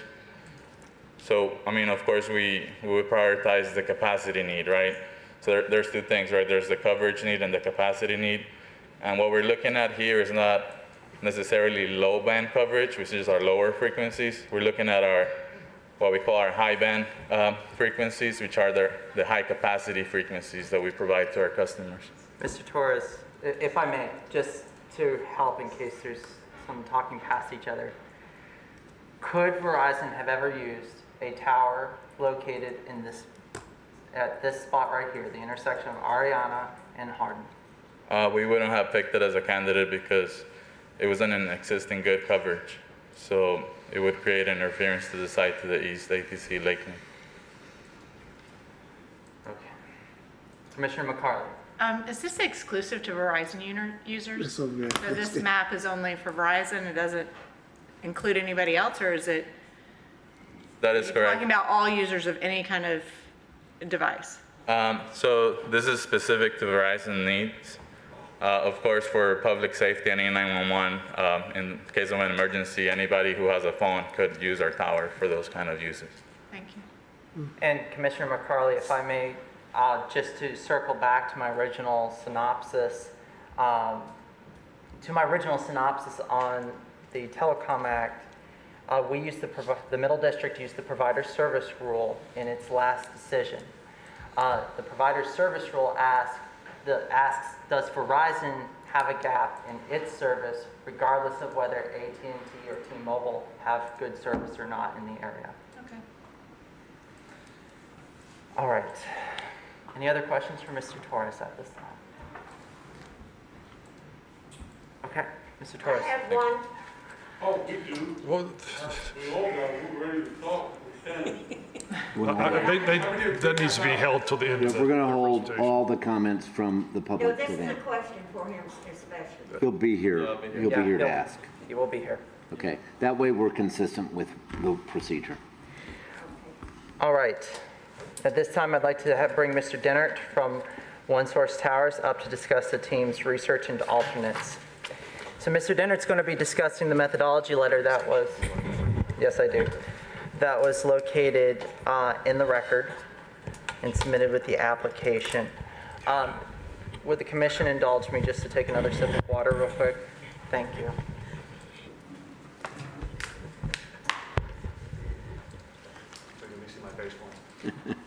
Good. All right. Mr. Dennert, would you please state your name and address? Justin Dennert, Vice President of One Source, 925 Fenton Lane, Lakeland, Florida, 33809. And what is your line of work? I develop, own, and operate wireless communication facilities. And what is your education and experience? You may need to step a little bit closer so the mic can pick you up. Iowa State University, and it's also Emergency Management Institute. And what is your experience? I've been in the wireless industry for over 17 years. And how many years have you specifically been a site acquisition agent in the wireless industry? Hands-on with site acquisition for at least 15 years. Okay. How many sites have you performed site acquisition work on during your career? Well over 300. Okay. Just going off of your methodology letter, would you please give a brief description of your tasks and functions when you're performing site acquisition work? Sure. It actually starts in kind of two different manners. We identify some rings internally, just based on population, traffic counts, things like that. And we can just say, hey, there's going to be a need here. We can see where the existing towers are. So we kind of jump the gun on what maybe the carriers are doing and try to get there beforehand. The second way is we get a Verizon ring or another carrier ring handed to us saying, hey, we need something in this spot. And so that's our two styles of how we identify our locations. Once we get that, we just kind of canvas it, basically looking at maps, drive the areas, looking for parcels that may be larger, parks, schools, churches, things of, a good ground space. And then we just start reaching out to those landowners. Not everybody's willing to, lease space to for a tower. But then we get into those negotiations with whoever is involved. Hopefully we do eventually get a lease, and then we take it over into our more in-depth due diligence process and getting ready for a zoning application. And when evaluating sites, are there any requirements other than just the zoning designation, the parcel size that could eliminate a parcel from consideration? Yeah, you gotta look at things like, there could be wetlands on the property. There's, even in this scenario, there was a historic district involved. Different things like that. Just the day-to-day activities, maybe any future plans that the owners may have, and just viable space on the property itself. Can you take the parcel out of compliance with its own zoning requirements? No. Okay. Are you familiar with the One Source Legacy project? Yes, I've dealt with this in its entirety. Okay. So then are you familiar with the tower that One Source applied for at 1800 Hardin Boulevard? Yes, very. Okay. And I should get caught up on my slides. That would be helpful. Yeah. All right. I will refer to the site at 1800 Hardin Boulevard as the proposed site because we're going to run through all the different parcels that were submitted in the analysis. So there's going to be different candidates that will be discussed. There's going to be just different parcels that were analyzed prior to submitting. So the one that we proposed is the proposed site. Mr. Dennert, do you recognize the document that I am showing you? Yes, this is a search ring that Verizon issued us. Okay. And what does this depict? It shows the general pinpoint location of where the Verizon wanted us to look, and then the red circle, you can just barely see it on there, depicts the actual ring that we had to specify our efforts on. Okay, and just to take and orient the rest of us who do not do site acquisition work, which direction is north on this aerial? Towards the top. Okay. And what is this yellow line that runs down the middle? Hardin Boulevard. All right, and then you mentioned a red circle. Am I pointing at it? Yes. What is that? That is the actual search ring. And then it looks like there's a marker in the middle of that. What is that? That is the actual pinpoint center of the ring. Okay, and commissioners, just for context, this is the document that Mr. Torres was just talking about. So, Mr. Dennert, does this document play a role in the site acquisition process? Yes, this narrows down where we need to be looking, the specific area. Like it's a larger area. You'll see here shortly that we've looked at the area for a long time, but this really pinpoints where we need to be looking. And also, this provides us information as we go forward of what the type of tower that the carrier is asking for. Here, they're asking for a 150-foot monopole. So we have to think about that as we look at the underlying zoning. We realized that we were going to have to come down in height just automatically based on the underlying zoning of the area. Okay. And Mr. Dennert, just to confirm, when they gave you this ring and said go forth and search, what tower height and configuration did they tell you to obtain? 150-foot monopole, which is on the full array racks type of tower. It sticks out 2-3 feet from the actual tower itself where the antennas are. And commissioners, you saw an example picture earlier in my slideshow.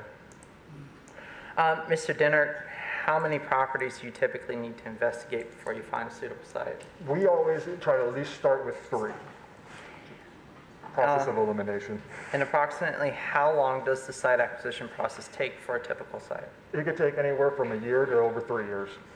All right. And approximately how long did the site acquisition process take for the Legacy project? This was kind of unique. Once we got the Verizon ring, it took us about 3 years to actually secure a tenant or a ground lease. Since I am in Lakeland, I've kind of known about this area for a long time and just kind of kept my hand or my eye on the area, knowing that there was going to be a need here. And so I've actually been looking at the area for more like 9 years. Okay. So are you saying that you have additional familiarity that a typical site acquisition agent might not have? Yes. Okay. Ma'am? Commissioner Selvage. This red circle, was that developed before this proposed site was chosen or afterwards? Well, like I said, I've known the area's been of interest, and so I kind of had a broader area that I was just kind of looking at. Once, this is what actually Verizon was given, or I was given by Verizon, which pinpointed where I actually needed to be looking for Verizon specifically. So to boil the question down, Mr. Dennert, did you have this search ring before or after you signed the lease for the proposed site? After. Or no, I'm sorry, before. Okay. So that red circle appeared before this applicant, the applicant came forward with this particular site? Correct. Thank you. Yeah, we did nothing. Like I said, I just informally just kept an eye on the area, started the process, just looking at different things, didn't sign a lease. But then when Verizon gave us the directive that they needed something in this area, that's when we stepped up our abilities to, put it on the top burner, if you will. Okay. So, would it be correct to summarize that you had familiarity with the area before you received the ring? Yes. And then once you received the ring, did that start your search in earnest? Yes. Okay. Would you be able to identify the parcels that you reduced to candidates on a map? Yes. Okay. And this, again, is just a marker to assist in as a visual aid because this map is rather dark. Okay, Mr. Dennert, I'm showing you an aerial with a OneSource logo in the lower right-hand corner. Do you recognize it? Yeah, this shows the majority of the candidates that I looked at. All right. And Mr. Dennert, in this aerial, which direction is north? Towards the top of the page. All right. And what is the yellow line running through the middle? That is Hardin. Okay. And then there's a yellow line extending east from Hardin Boulevard. What is that? That is Beacon. And then there's an additional yellow line that runs east-west through Hardin, north of Beacon. What is that? Ariana. Okay. Now I notice that there's several blue stars on this map. What are those? Those are some of my candidates. Okay. And then I notice that there's a red star here in the middle of this map. What is that? That is our proposed location. Okay.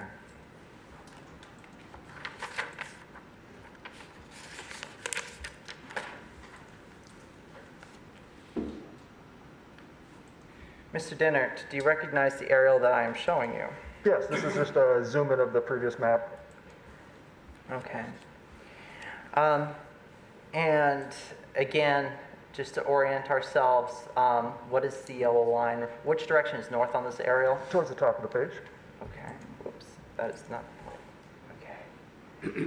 And what is this yellow line that runs down the middle? That is Hardin. And what is the yellow line that extends east from Hardin? That is Beacon.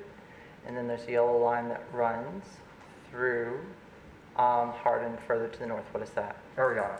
Okay, now on this map, there's a red circle. What is that? That is basically a half mile from our proposed location. Okay, and how does this relate to the search ring? Is this the actual search ring that Verizon gave you? No. Okay, is this a different size than the search ring Verizon gave you? Yes. Okay, and how is it different from Verizon's search ring? This is actually shifted based on our proposed location as the center, and it's also larger that it's a half mile and not just a quarter mile. And Commissioners, just for context, this was provided with this methodology letter as part of their reanalysis of the area after they identified their site. All right, so what are the gray shaded areas on this map? Those are residentially zoned properties. Okay, and then what are the red shaded areas on this map? Those are properties that have correct zoning use but don't meet the same setbacks that our tower does. Okay, and when you say don't meet the same setbacks, how does it differ? It would be less than what we have. Okay, and then I noticed that there's also some areas on this map that have purple shading. What does the purple shading represent? Those would equal locations on properties that match what our proposed location has.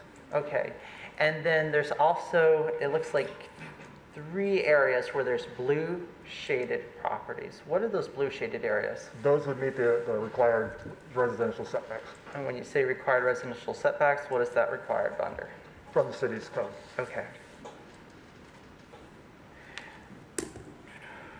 Now also I notice that there's light blue pins on this map that say block and a number next to them. What are those pins? That's for our own internal inventory. It ties into the methodology letter, just how we group things together so we can kind of keep track of what parcels we're talking about in sections.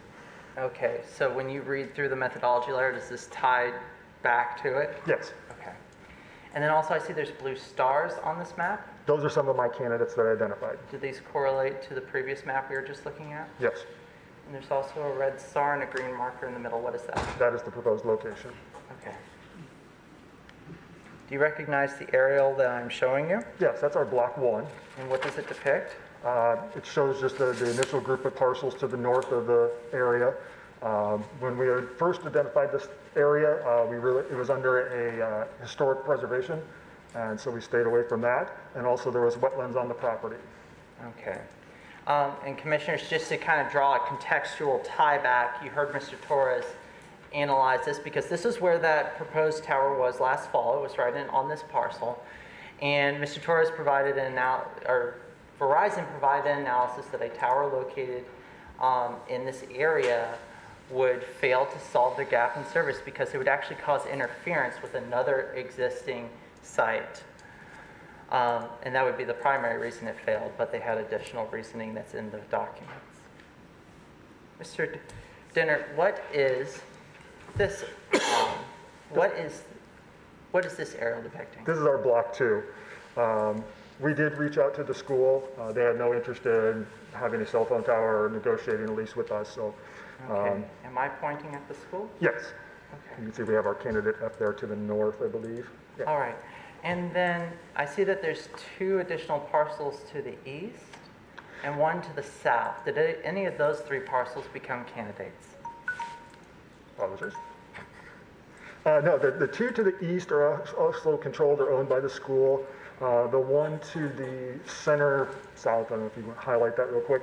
If you just look at it, you can see that the structure itself maintains the majority of the property, and the space elsewhere is not big enough for the tower and the equipment associated with it. All right. And Mr. Dinner, does this map show lot line setbacks on it? No. Okay.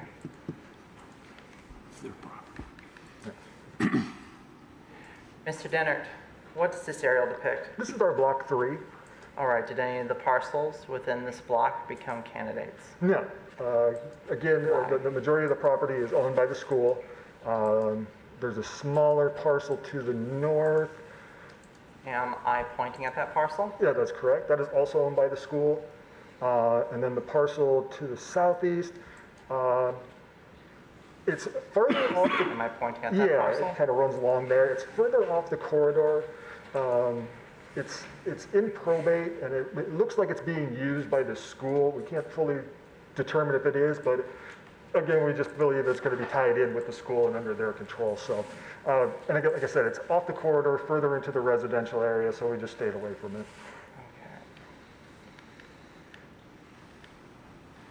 What does this aerial depict? This is our block 4. And did any of the parcels within this block become area candidates? No, again, this is further off the corridor, more embedded into the residential area, and so we just wanted to stay away from that. If you tried to put a tower on it, like what was applied for at the proposed site, would you need waivers? Yes, from all 4 sides. Okay. What does this aerial depict? This is our block 5. And did any of the parcels within this block become candidate? Or did the parcel within this block become a candidate? Yes, the church, we did discuss lease terms. The board eventually decided that they did not want to enter into a lease with us. All right. Mr. Dennert, what does this aerial depict? This is our block 6. Did any of the parcels within this block become candidates? No. If you look, you can see that the structures themselves pretty much take up the entire parcel. Anything that's not being used for structure is drive and park areas that are required. All right. Mr. Torres, what does this aerial depict? This is block 7. And did any of the parcels within this block become candidates? No, again, the majority of the parcels, the area is being either covered by existing structures or required parking and drive areas and just open space in general. All right. Mr. Dennert, what does this aerial depict? This one is our block 8. And did any of the parcels within this block, or did this parcel become a candidate? It did not become a candidate. Now, did you do any research on this parcel? Yes, as you can see, a portion of it does meet the required setbacks, that blue area, but if you notice, it's again used for parking, structures, roadways. There is a small little area behind the building to the northeast, if you can kind of highlight that for me. Am I highlighting the area that you're referring to? Yes, and that does have adequate space for a tower. I did attempt to reach out not only to the property manager, but the landowner, multiple attempts, with failure to respond to any interest in it. And what were your attempts to reach out to the... Phone calls, emails, certified letters. All right. I don't know what area right there. Mr. Dennert, what does this aerial depict? This is our block 9. Did any of the parcels within this block become candidates? Yes, 2 of them. Okay. And which 2? You can see our proposed location to the north, or the top of the page. Am I pointing at it? Yeah, the little red star there. Okay. And then also what we call our G site at the music store, kind of centraled in with the blue star there. Am I pointing at it? That is correct. Okay. And we know what happened with the proposed site. What happened to candidate G? In talking with the landowner, they hold events, activities on their property during the summer times. They didn't want to use up the space for a tower, so they just declined to enter into a lease with us. Now, you see that there's also some other parcels. It looks like there's 3 parcels between the proposed site and candidate G. And then there's also 4 parcels between candidate G and Beacon Road. Did any of these parcels become candidates? No, again, you can see on this that it's either covered by existing structures or it's used for drive and park areas. Okay.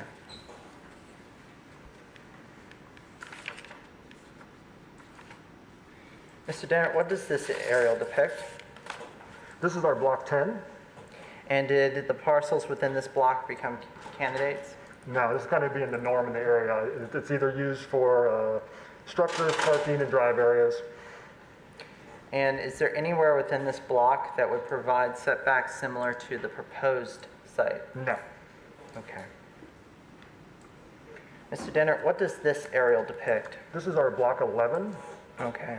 Did any of the parcels within this block become candidates? Yes, we can see our 7092M, the bank there. We did reach out to them. They were having... Am I highlighting it? Yes. Okay.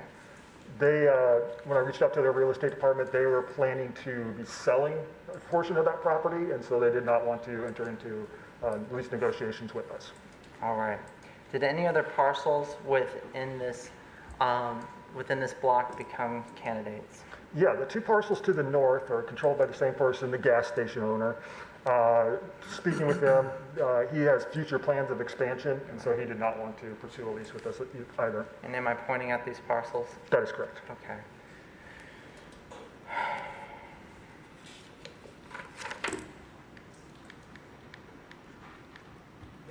Mr. Darren, do you recognize what does this aerial depict? This would be our block 12.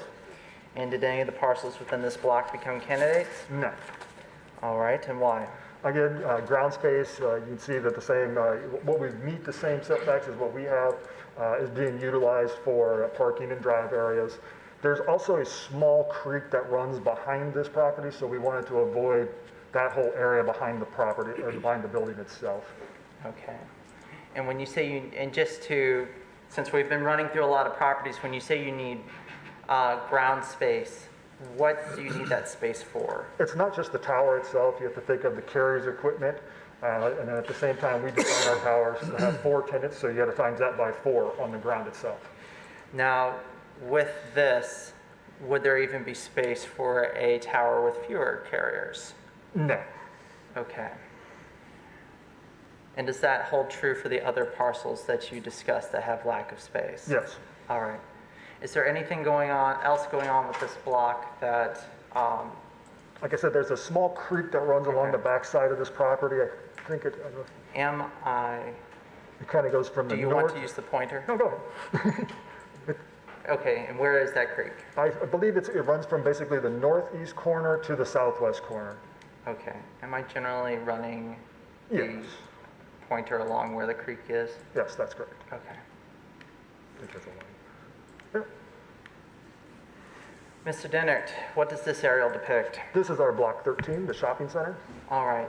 And did any of the parcels within this block become candidates? Yes, we did reach out to the shopping center itself. They were not interested in pursuing a lease with us.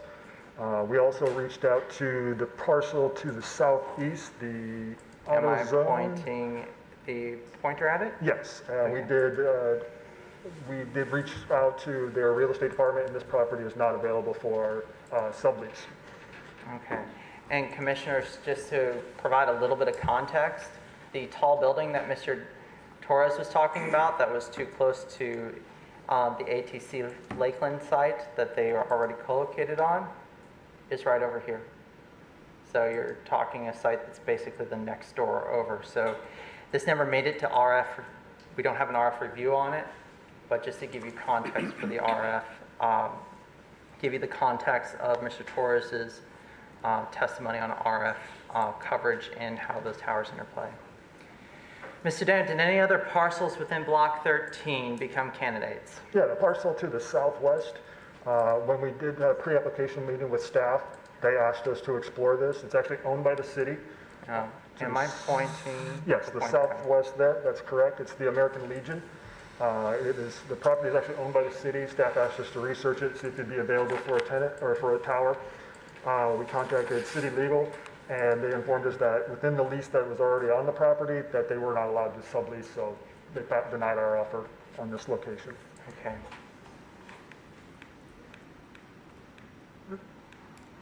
Mr. Dennett, what does this aerial depict? This is also that apartment complex. City staff asked us to look at that and get it analyzed by the RF to see if it would be viable. Again, the structure is only 50, 60 feet. RF came back and said, no, it's not of sufficient height.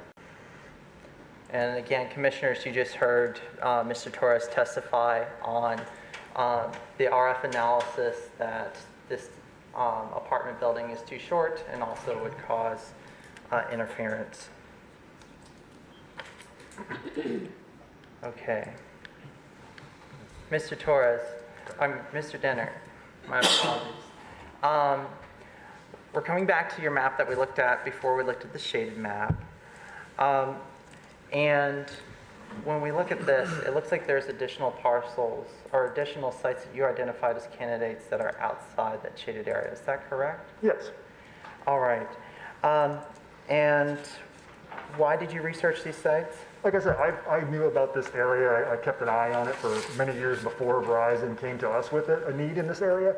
So I just kind of did some, lazy Sunday afternoon driving around, just looking at candidates and just kept them on my map just so I was familiar with the area and just had some ideas as if something was going to pop open, I at least knew what was going on.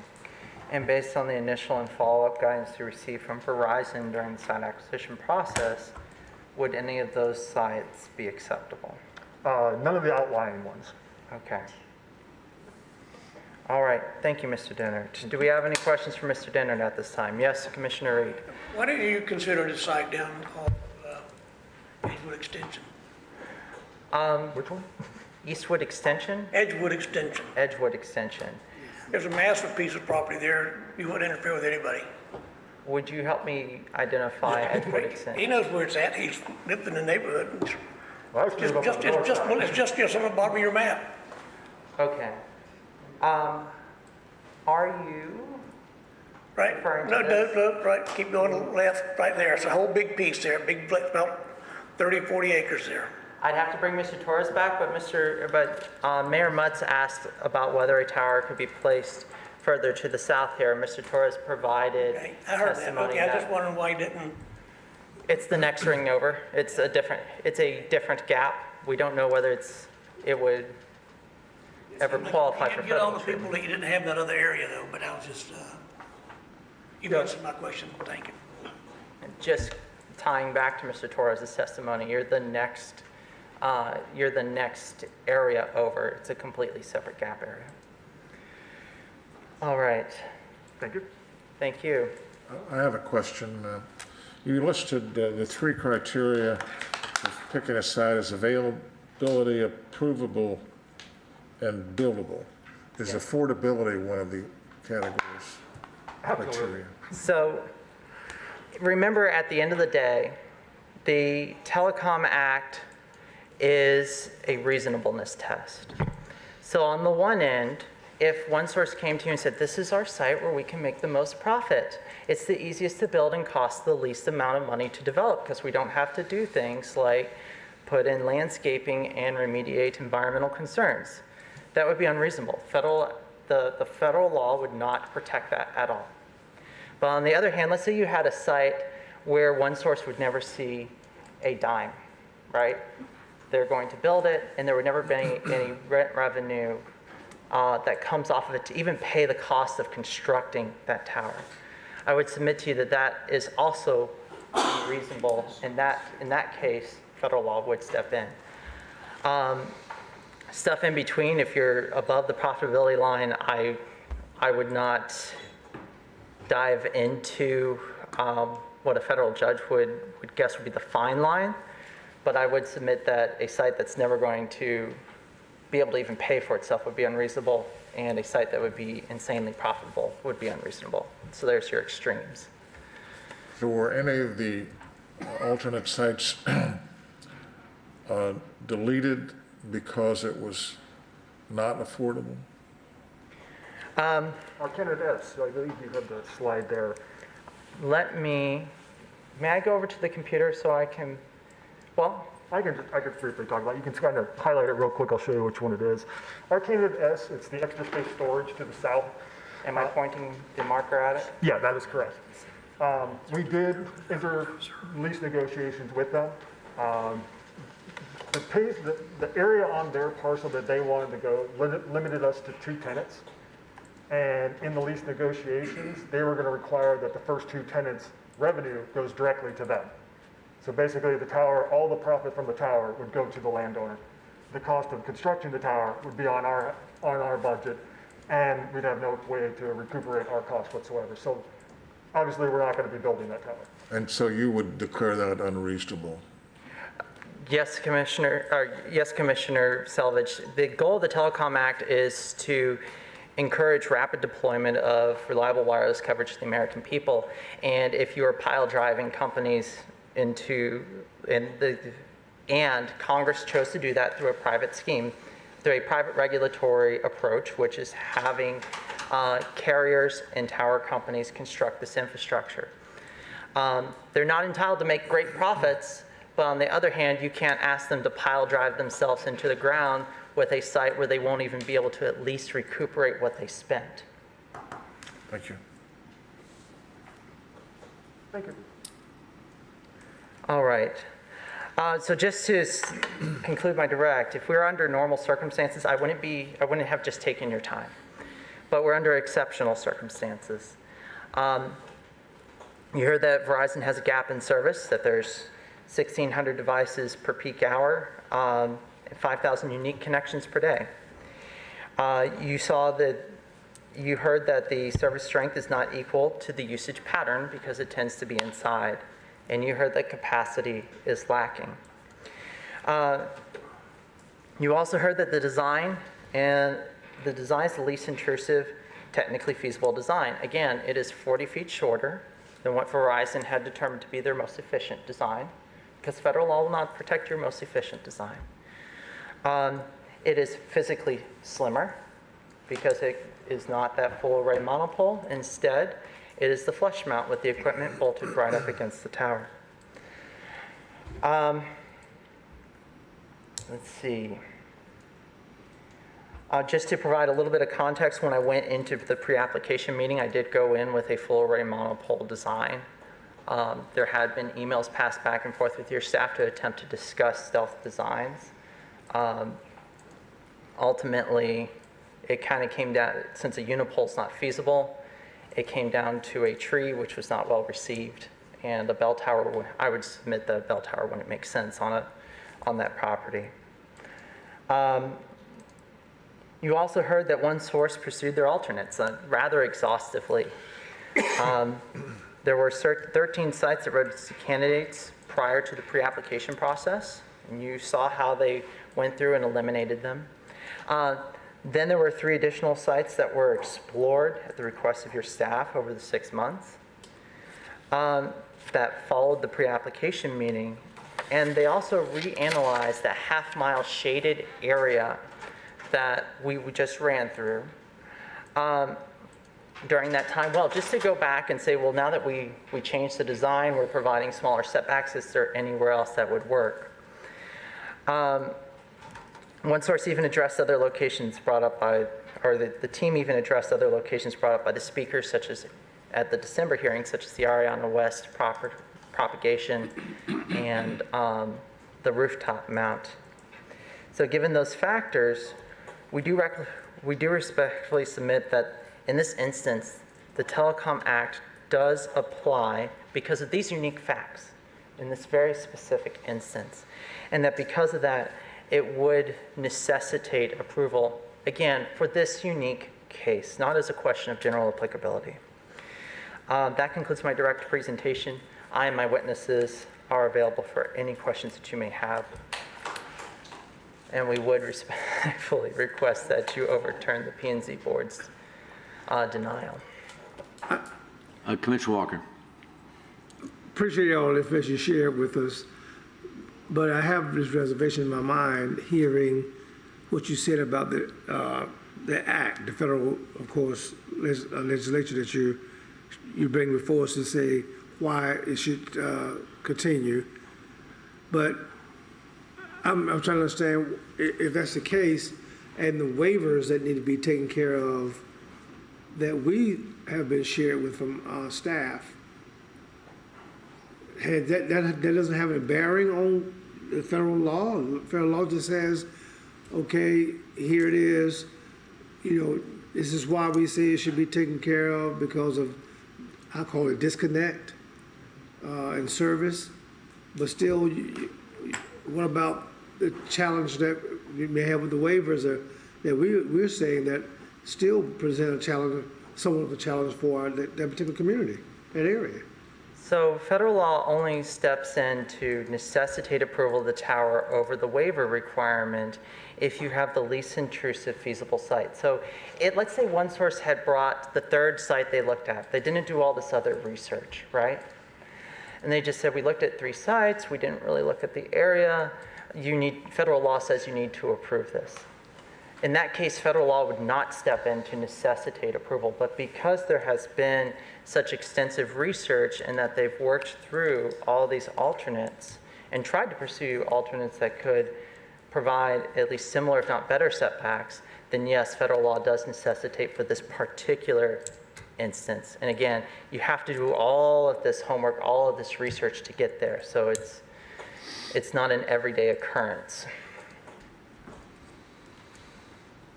Commissioner, I have some thoughts on that, but I'd rather wait until we hear from the public as well.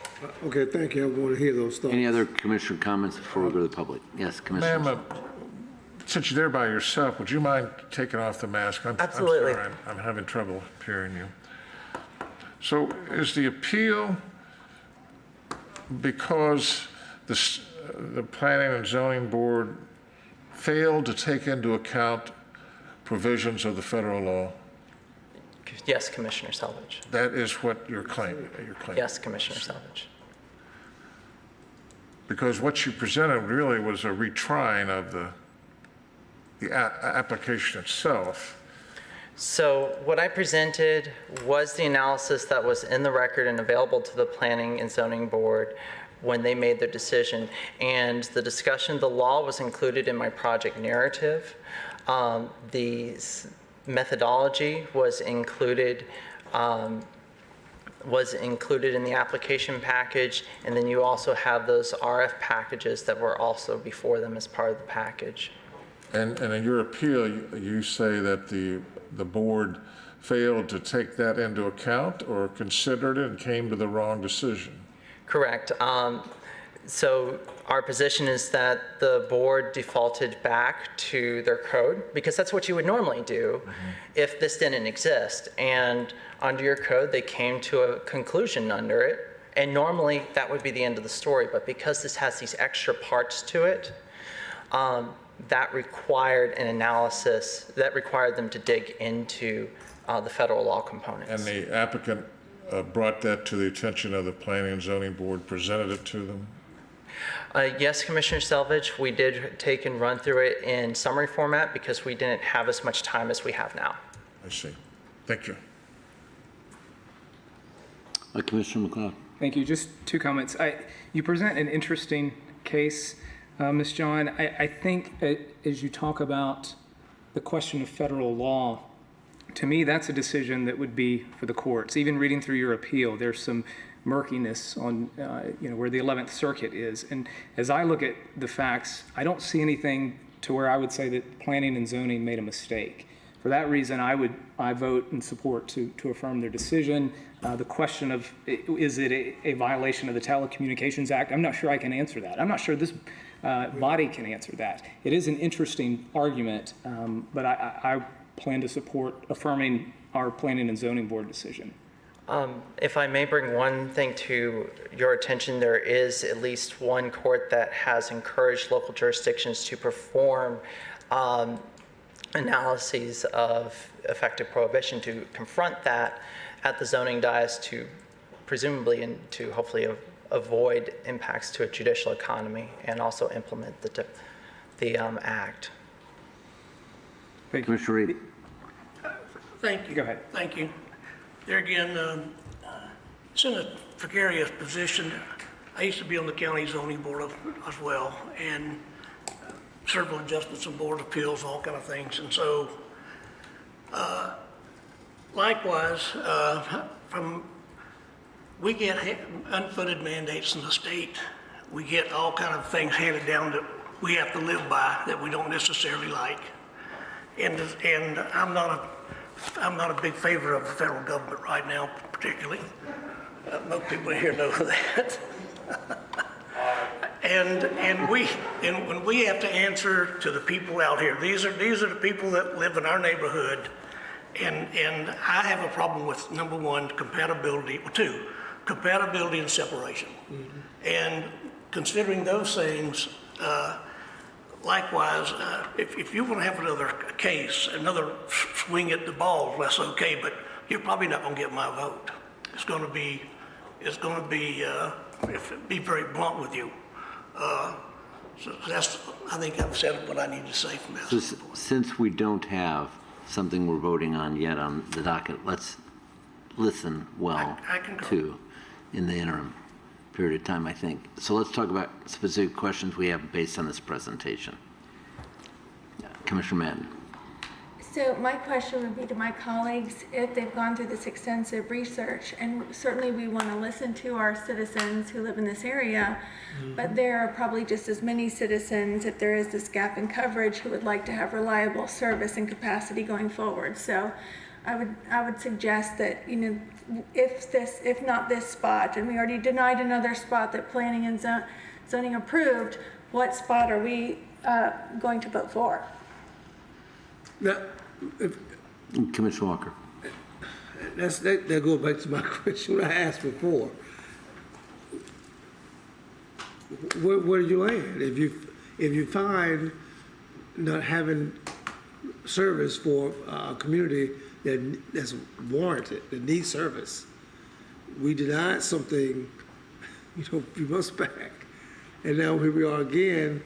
And staff shared with us what they thought would be the best option and the best place to land a particular tower, which could have provided, I'm thinking at that time, and of course it's old situations here we're talking about, service for our particular residents in that area. And now here's one that we felt, as mentioned already, not compatible and having some challenges with reasonableness when it comes to distance and that kind of thing. Where we do? What would we be? Well, our role is to decide whether or not planning and zoning I got that. did the right thing. So let's listen to, if you don't have any specific questions on this presentation at this point, let's go to public comment. Is it all right? Thank you. When we ask our questions, will it be here? Yes, you'll go right up here, state your name, and you'll have 5 minutes, each person.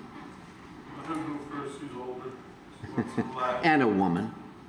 And a mad one. Hey, keep the crux, man. Yeah. Don't hit nobody. I might need it. Just state your name, please. Right here? Yes, ma'am. And you can take your mask off. There you go. I'm Edna McElwee. I was born and raised in Lakeland, Florida. I think I have as much right to speak right now as anybody else in here. For 80 years I've lived in this city. And I live, if you look right to the right of the blue star, you still have your monitor on? Yes, ma'am. Mm-hmm. Yes, ma'am. Just a few houses down behind the blue star. So I'm mad. Now I have a question. Would this tower be 5G or 6G? Would this tower be 5G or 6G? Commissioners, do you want me to answer this now? Yeah, let's. Why not? We're at the stage where we're discussing the planning and zoning board's decision versus new evidence. So it really needs to be focused We're all on. concerned about our lives. Well, we know that there's danger.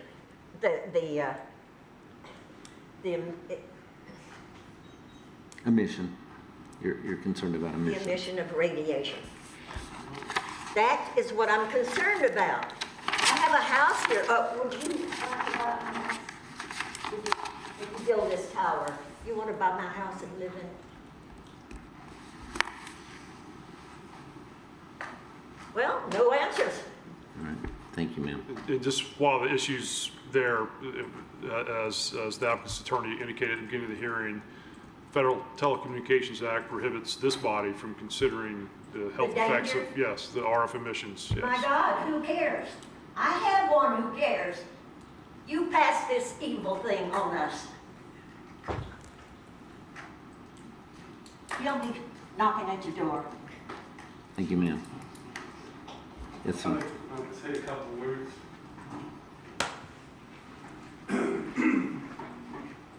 Please just state, 5 hours. Oh, somebody's buying dinner Yeah, tonight. freezing to death. please state your name, sir. My name is William Burris, Pastor William Burris. I also live at the trailer place too. I'm the closest house to where the tower is about to go up.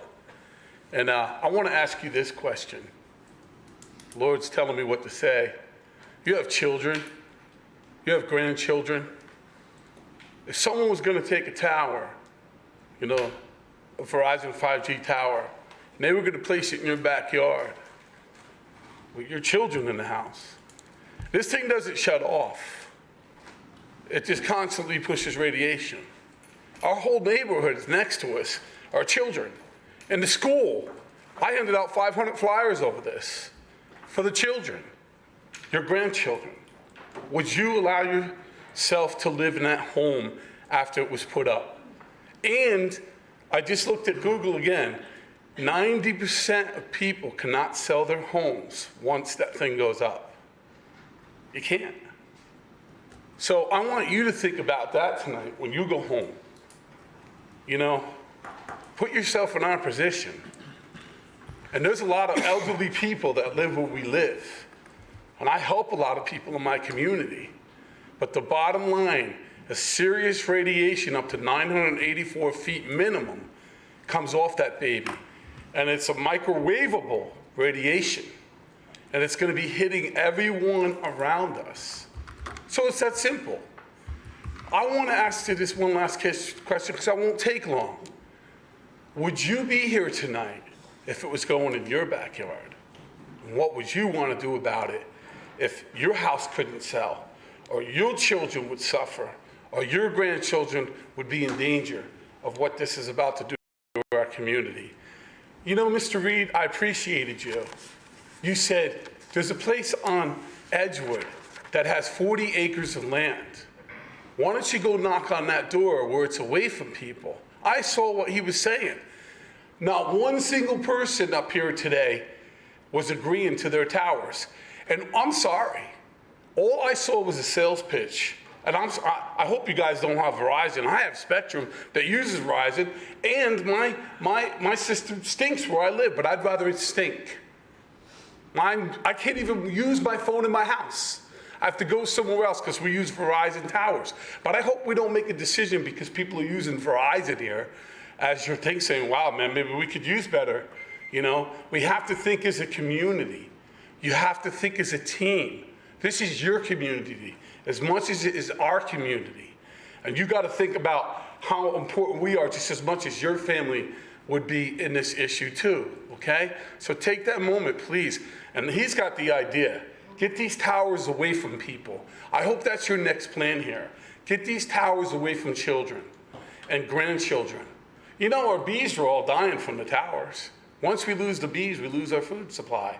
Then what are we gonna do? It's a fact. Good night. Thank you for your time. Thank you. Any other comments?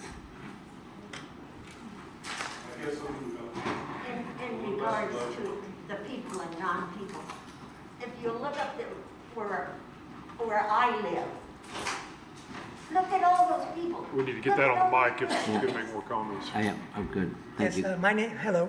My name is Joseph Guzman, and I'll take my hats off for you ladies and gentlemen. I'm a veteran, and I use the area where I live in the Citrix Mobile Park. And you have to excuse me, it's the first time I had such an audience. At any rate, I enjoy my walk around the park, the surrounding around the trails, the mobile homes, and I get a chance to talk to the residents. And I sometimes walk with my fellow comrades, veterans, and we walk around, we talk, and we like the area that's connected to the mobile park, towards the north side, where the cell antenna, whatever you call it, is also the school, and that school there has a park there, like a baseball park. They play sports there, they practice their sport, and they're going to be exposed to all whatever radiation that cell antenna will give. They're going to be exposed to it, and it's a shame. The residents that were here got tired. The presentation took too long that Verizon was doing, and too tiring for residents. My lower back hurts, but I'm still here because I wanted to express my feeling. I wouldn't want to see that ugly monster every time I go take a walk through there.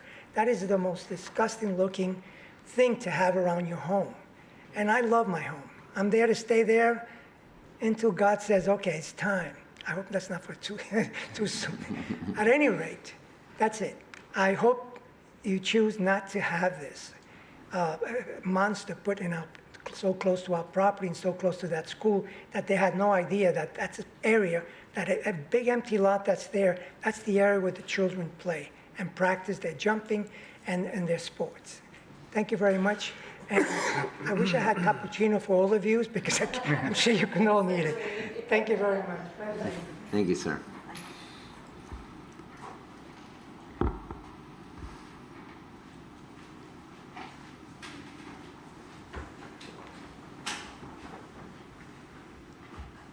Good evening, everyone. Good evening. My name's Nilda Rivera Guzman. I live in Citrus Colony Center. That was my husband and just spoke. Gotcha. Very nice man. I'm not just speaking on behalf of just children. I'm speaking on behalf of a community that's been there for many years. Now we have a community that has all nationalities. We have 50% of that community that is Spanish speaking. I'm here to speak in behalf of them. Unfortunately, they do not speak an ounce of English, and they can't come out because back surgery, diabetes, high blood pressure, whatever the case may be of their illness, they're unable to come. Some are on wheelchairs, can't get out of their homes. I'm here to speak in behalf of them because they cannot come out of their homes to speak for them, and that radiation is just unbearable for them to handle. The radiation emits a high voltage of radiation coming out of there. If you look into scientists and then see that, see yourself as a meteor. Picture yourself a meteor just coming down. That big explosion coming out is exactly what that radiation is that no one sees. And that's my concern for the children and for our residents. And that's all I have to say. Thank you, ma'am. Appreciate it. Yes, sir. Come on down.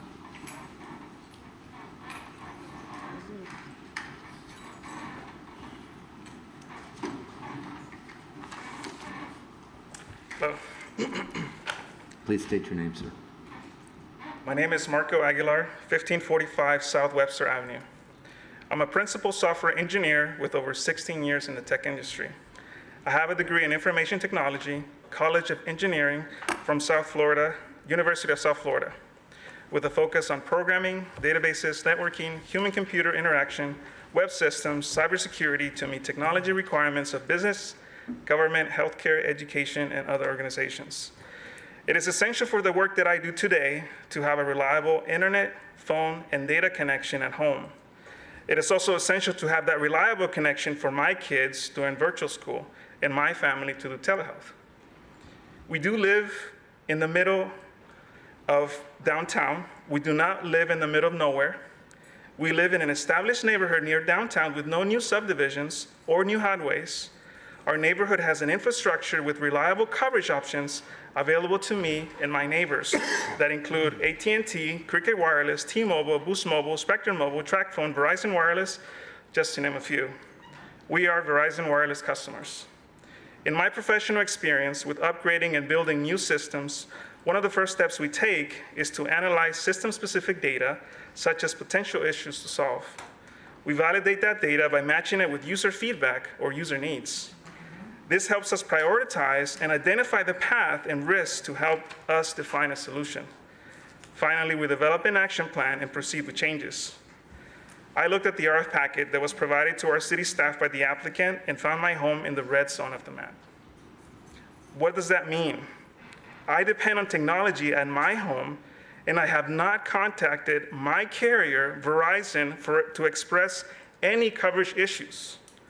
But why is my home in the red? What's the problem? Lakeland leads a responsible technology infrastructure. Technology has become essential nowadays, being compared to water. But water needs to be clean and frequently deemed safe for our health. We need to use it wisely to preserve water quality. We can see it, we can smell it, we can taste the water. However, we cannot see radio waves from these cell towers. Do not contaminate our city with unnecessary radio waves. The more radio waves you put out there, the more they will require power to quote unquote penetrate homes. How would you feel about being penetrated with stronger radio waves through your home's roof and walls to reach you and your family at your sacred place called home, without your consent, because someone made a decision that it was essential? Please make a responsible decision for your city and your residents. Thank you. Thank you, Mr. Aguilar.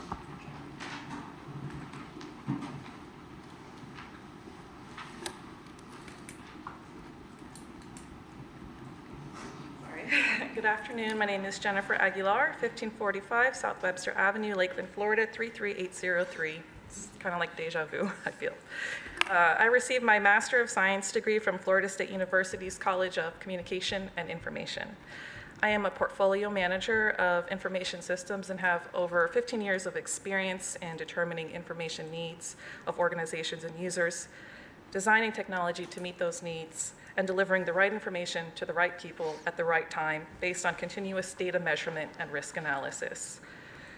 I have reviewed the provider's RF package that was provided, and I did ask a lot of questions. And due to time limits, I will share 3 points of concern with you. The first is determining user need. The package states this new site would improve the customer experience with faster web page downloads and fewer drop calls. However, it does not identify any statistics for whom, the percentage of actual drop calls, or how much faster a web page will download. The packet makes no claim to gap. The word gap is not in that package.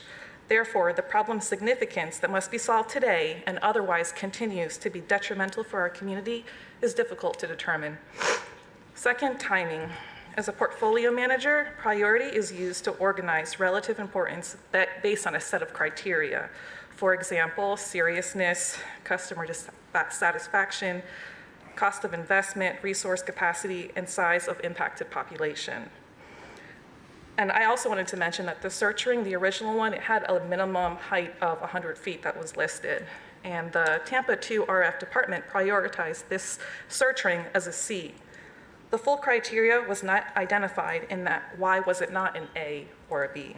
References are also made to future, predicted, and could, but no specific dates are provided. Yes, risk is an event that has not happened but could happen, and identifying risk is typical in project management. But without specific dates, criteria, information, it is difficult to calculate present-day urgency, duration, and priority. And third, measurement. The applicant's map of coverage does not specify a unit of data. There are no numbers, there is no scale. There is no hard data, and we do not know who, if anyone, authenticated it. And I just like to point out that it's Ariana, A-R-I-A-N-A. My daughter's name is Ariana, and you had double A's, just to kind of point that out. But anyways, instead, coverage on these maps is represented binary. It's two colors that you see, red and green. And there is no in between of what is shown. So I'm curious, if I step from red to green, I did not see any reference of what would happen as a significant matter of fact. Like my husband shared, we are Verizon customers. I have stepped from red to green, and I have not noticed a significant difference in my service for Verizon. I do not know what gets turned on and then what gets turned off.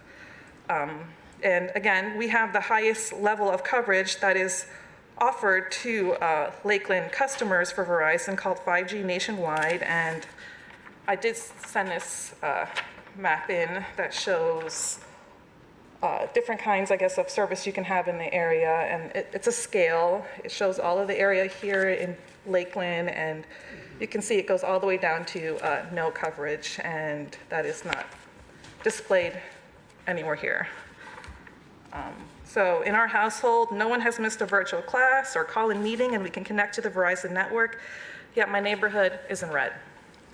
So the critical function of my profession is to pretty much fit human needs to information systems rather than requiring humans to fit information systems. I support responsible and advanced growth of Lakeland's technology infrastructure, but I believe more factual and significant coverage information should have been provided to validate placement of this 11-story tower that planning and zoning staff has described as incompatible, obtrusive, and detrimental. Thank you, ma'am. Any other comments from citizens? Okay. All right, good. You want to make any comments? Sure. Just to, I'm sorry, Commissioner Selge. No, go ahead, Palmer. I have some questions for staff, but I'll wait till you. You know, the nature of this hearing, again, is a review of the Planning and Zoning Board's decision. And in order to overturn the decision, you need to conclude that the Planning and Zoning Board made a mistake. I think Commissioner McLeod touched on the issue.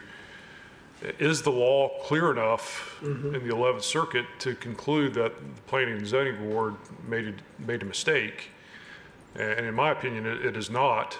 The 11th Circuit has not defined what constitutes a significant gap in coverage, and arguably hasn't even determined that a significant gap in coverage constitutes an effective prohibition under the Federal Telecommunications Act. You know, the applicant's attorney did reference a case in Jacksonville, Middle District case, but that case did not have that issue before it. The Middle District in that case decided that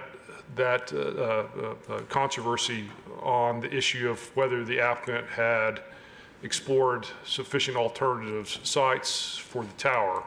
So the issue of whether the jurisdiction that Jacksonville had evidence of a significant gap in coverage was not the litigated issue in that case. It was decided on the availability or lack thereof of adequate alternative sites. So the bottom line is that the 11th Circuit simply has not decided this issue, and if the 11th Circuit has not decided the issue and no, the Middle District has not decided the issue, then how can you conclude that the Planning and Zoning Board made a mistake in applying the law? So that's my opinion on the issue. So the way I'd like to do this is have a motion. Well, before we do that, I think it's appropriate to let the applicant's attorney have rebuttal. Okay. All right. Okay.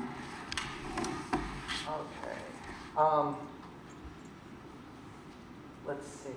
Can I just have a minute to look? We're Sure. No, both take taking a notes, second. so if we can just take a second. That's fine. To get reorganized here. Now we can share those on.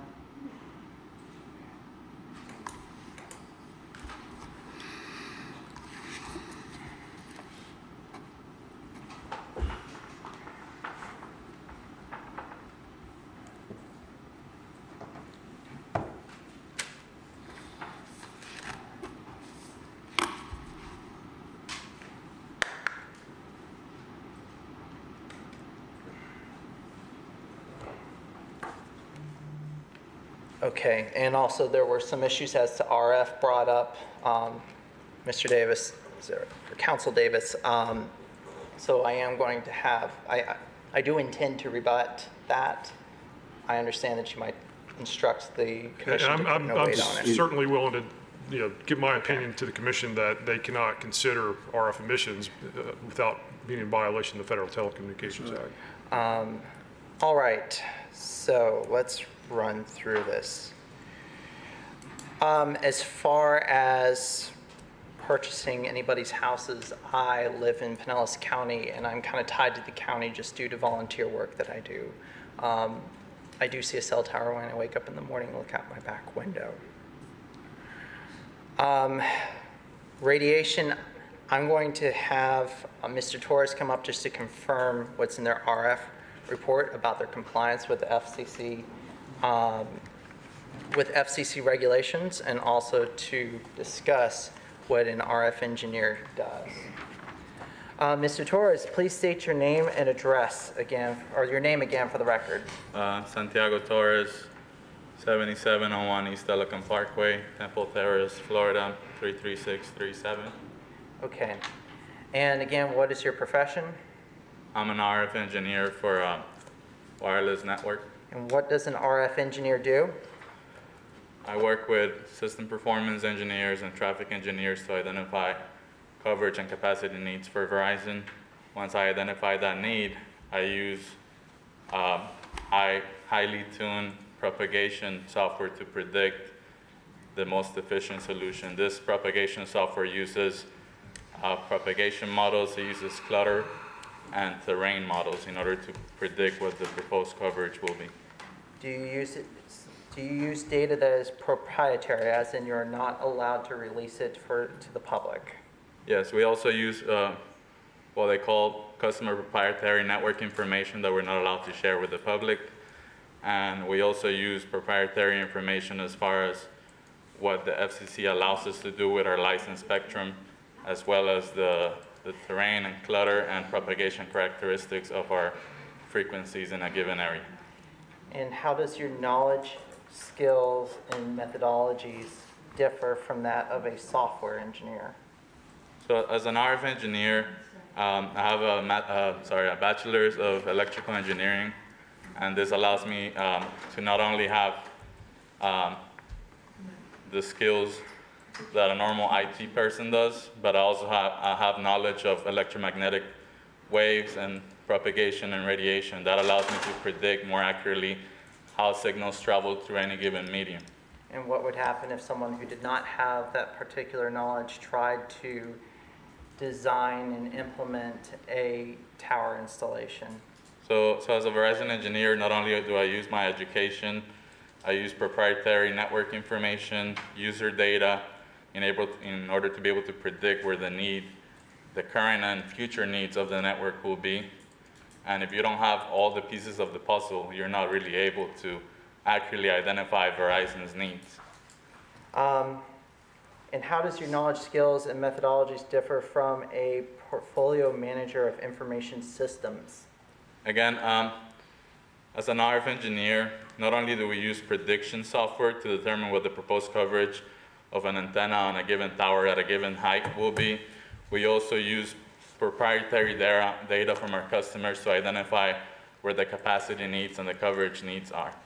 Okay. I know there was some discussion about priority. As this gap sits today, do you have a gap in service? As your coverage sits today, do you have a gap in service? Yes. Do you consider that gap to be significant? Yes. Why? Because we're not able to provide our customers with the quality of service required for different applications. And do you base that on any factors, physical factors of the gap? Physical factors? Yes, things like size, population, build out. Yeah, I mean, we base a gap on what the expected, what we call the downlink throughput, which is the speeds that our users are getting, and uplink throughput. That means the speed that the device can communicate with our network. And if they don't meet certain criteria, we identify these as capacity constrained areas. As far as when you're dealing with a capacity issue, do you, in order to solve a gap in capacity, do you have to work on solving that before the towers are actively failing? Like, So- what trips that? So of course, we use prediction tools not only to solve current coverage issues, but we project when towers are supposed to reach exhaustion. As far as this given area, back in 2016 when we released the Ring, we predicted that in the near future we were going to reach capacity, and I can say that at this point we have actually reached the capacity need that triggers the need for a tower. Okay, final question for you, Mr. Torres. Does Verizon operate and maintain its installations in compliance with federal safety emissions requirements? Yes, as a licensed spectrum holder, Verizon needs to comply with all FCC guidelines when it comes to emissions. And it's very important for us to do so because In order for us to be able to keep our licenses, we need to be in compliance. Thank you, Mr. Torres.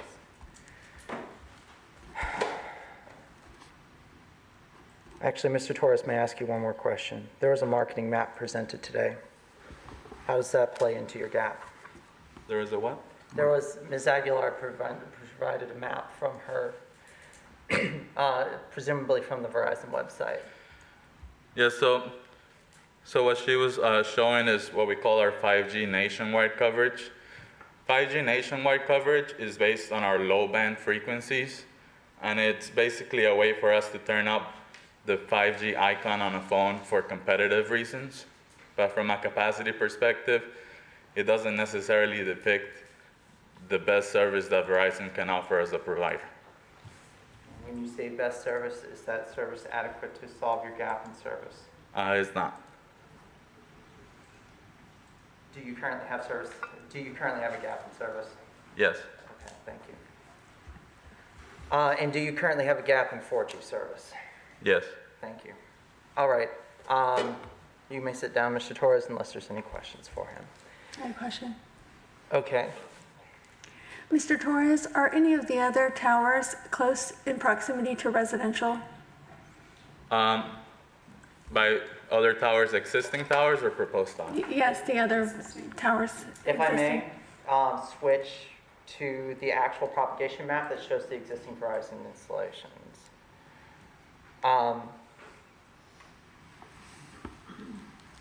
But the answer will be yes. Most of our towers are located near different mixed uses, right? Residential, commercial, because for the tower to work most efficiently, you need to be close to where the users are, right? And our users are in residential homes, they're in commercial areas, they're in industrial areas. So we go where the usage is, and we have high usage in residential areas. And as you can see, most of our towers are near residential areas as well. Have you had any problems with residential people getting sick from being near in close proximity to your towers? Again, that kind of falls outside of the scope. All I can say is that we comply with all the FCC guidelines. It doesn't seem like it's in the paper every day that people are getting sick near the existing towers. Yeah, I would agree with that. And then is the tower on South Florida in the Dixieland area, the big one with right next to the, probably 30 feet from a house? Is that one a Verizon tower? So just to be clear, there's the towers may be owned by different tower owners, but we may have antennas co-located on a given tower. So yeah, if you're referring to what we refer to as ATC Lakeland, which is a very tall lattice structure, yeah, we have antennas on that tower. Would you say that the new proposed model is less obtrusive than the one in Dixieland that's Yes. in close proximity to residents? Yes. Thank you. All right. Let's see what else.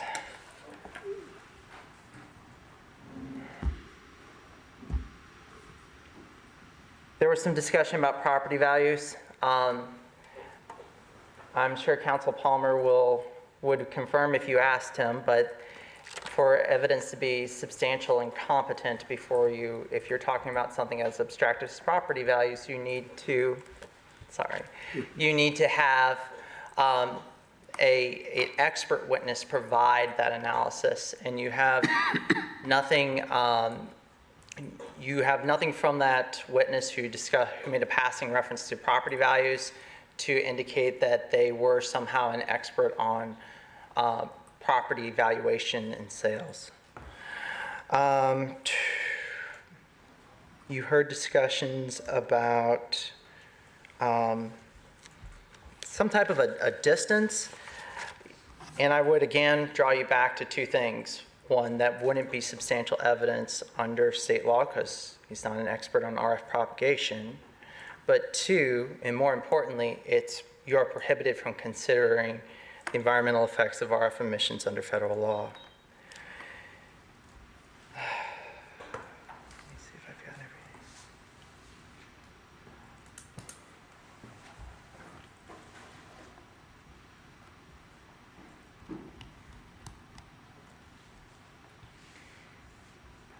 everything. I believe I've touched on everything. May I give a real quick closing? Real quick, sure.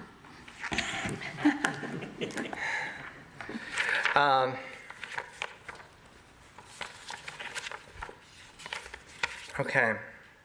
So, well, actually, I'm sorry, I did not discuss the 11th Circuit issue. I would respectfully disagree with Council Palmer on the coverage on the significant gap issue. If you go back and you read Pi Telecom Infrastructure versus City of Jacksonville, you will find that the court says that the City of Jacksonville was actually arguing that the 0.29 square mile gap was a minor dead spot. So they were arguing whether there was a significant gap before them, and the court determined that given the predominant federal law in the country, that there was a significant gap before them. They also based that off of a 2-page RF package that was provided by AT&T.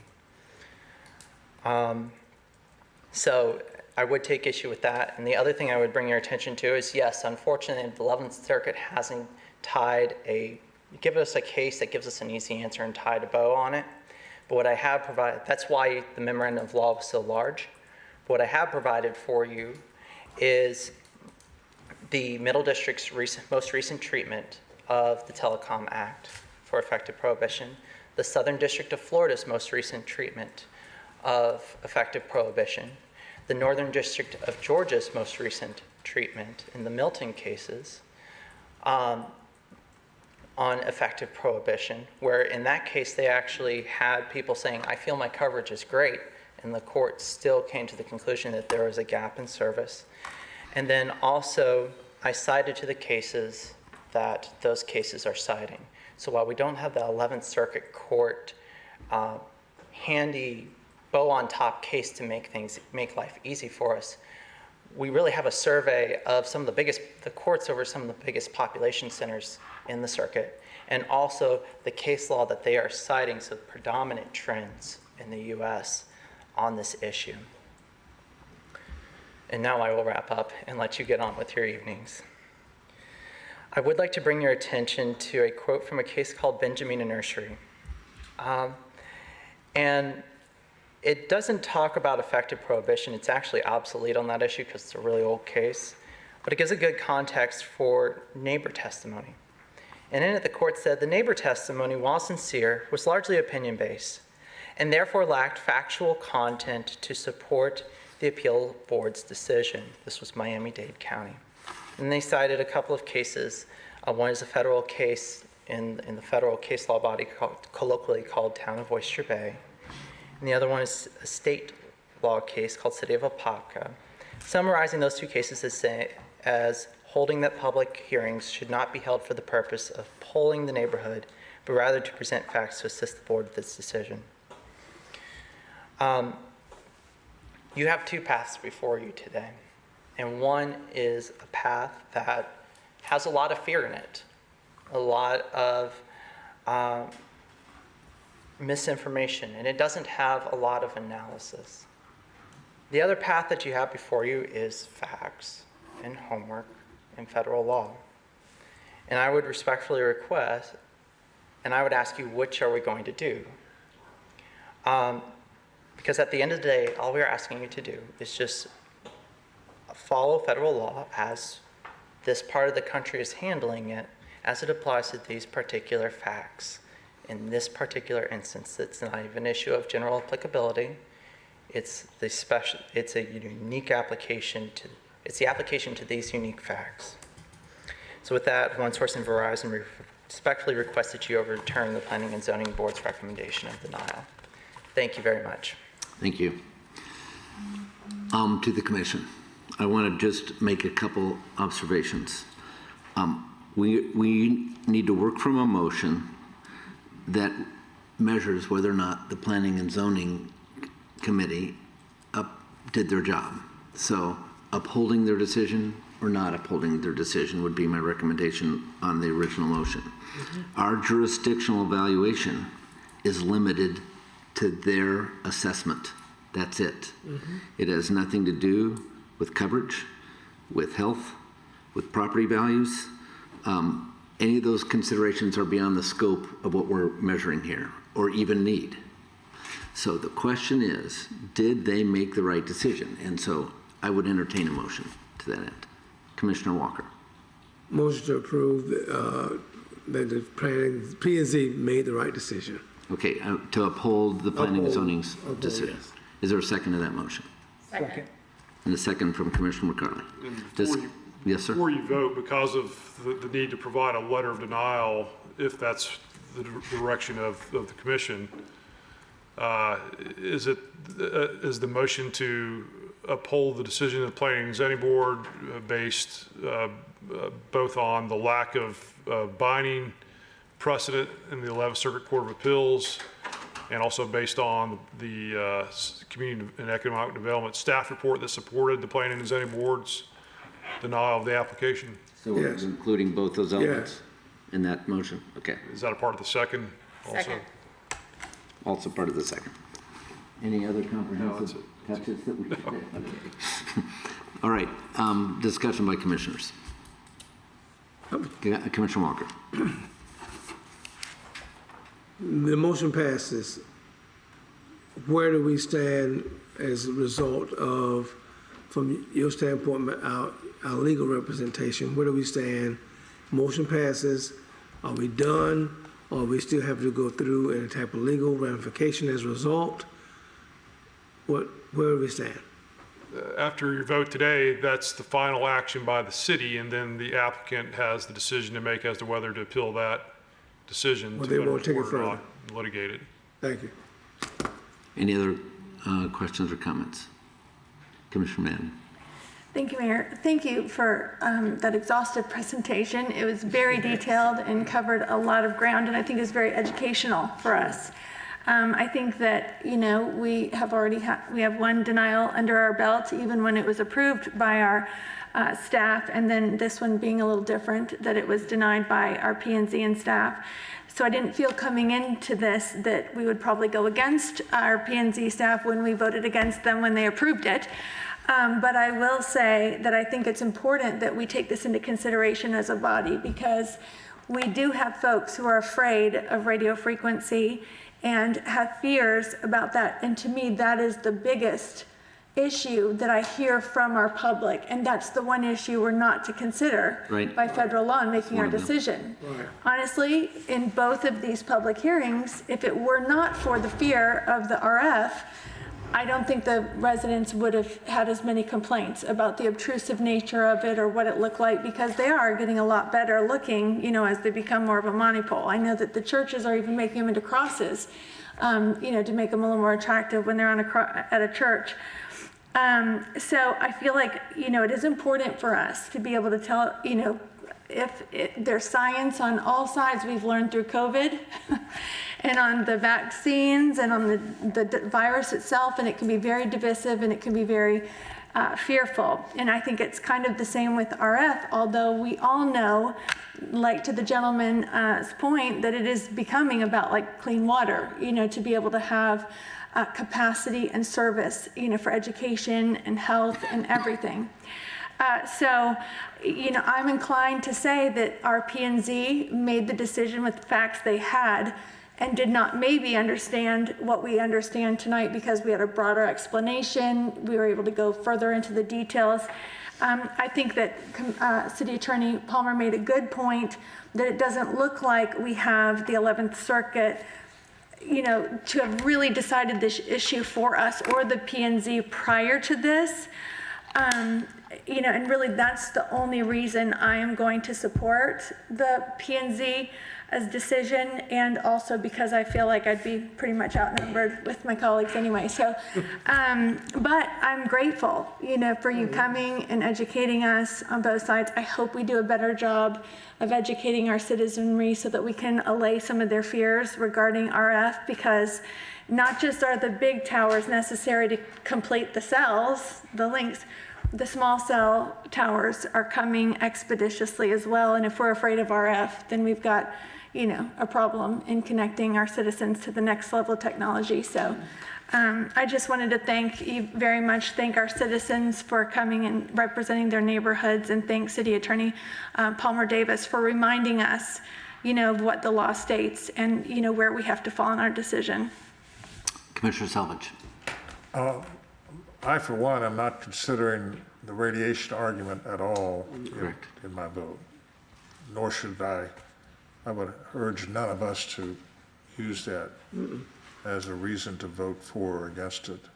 But I want to challenge you, Mayor, in that you said that we should not consider coverage in the Planning and Zoning Board's decision. I'm not sure I understand that. I thought they had to determine as well that there is a need for more capacity, but that was outside their purview?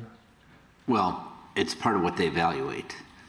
The determination of that needed coverage isn't part of what we can define without lots of data. To look at an exhaustive map, which we have seen, and one source's elimination of points that are viable to accomplish that expressed goal, certainly is an important thing, was included in the information earlier to planning and zoning, and is an important thing to recognize. On the other hand, you have citizens who say we live in the zone of that and we have all the coverage we need and we don't have any issues. So we're not we aren't able to make a qualifying decision on that regard, as we're not property values being affected, as we're not RF issues. But if we're willing to stipulate that Verizon's claim that there is capacity has been reached and that a significant gap will exist in the future, let's stipulate that they're correct. I find it interesting that this issue has been on the dais up here for about, by my count, about 8 months now with both applicants. And in my 4 months here, I've received one email complaining about lack of coverage. And I don't know how the other commissioners have seen that as well. But my point is Verizon saying that there may not be a gap now that customers recognize, but unless we do something, the gentleman said that we're going to exceed capacity and there will be a significant gap in coverage. And don't you think that should be part of our consideration? So let me strike that comment if that is a limiting comment from my recommendation. I guess I don't know that we exhaustively have all the technology that can be applied as a solution in this singular tower need that might be able to be forthcoming. But we're not weighing in on that. We have to, I'm not weighing in on that. I'm weighing in on planning and zoning. Have enough information to make a qualified decision that said, based on what we see in need, this is not something we recommend on a 4-2 vote. Using the land use provisions? Yes. I see. All right. Thank you, sir. Commissioner Walker. And I too, Commissioner Salvage, I'm weighing my decision on RF at all. I don't take that as when I should even have my decision making being one of the priorities. Again, I go with what P&Z had done, said, and even what my legal representation would tell me to base my decision on what I think would be best, not anything else. I'm a technology geek too, so I'm going to defend Commissioner Madden just to a point. I think the mention was parenthetical in light of this conversation. Our parenthetical issue is that we've got to do a good job of educating on this topic as we have needs to grow. Set aside, not as part of this evaluation. Exactly. Commissioner McCarley. So what I heard at the very beginning from our council was that we needed to decide whether or not planning and zoning made a mistake in their decision. Right. And from what I've heard, I don't feel like they made a mistake in their decision. In my parenthetical, I think to concur with Commissioner Madden, is that as a unit, we have to continue to have this discussion, because what we're talking about is bandwidth, like the reality of bandwidth and what we need in the future and what we need.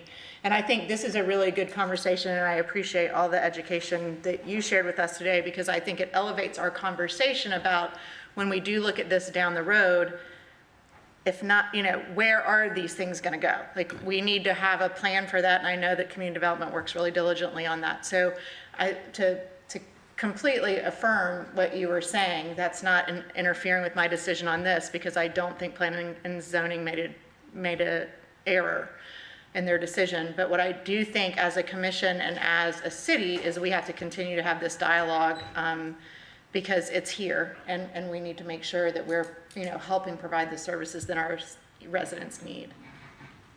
Commissioner Reed. Thank you. There again, I'm a user of Verizon. And you know why?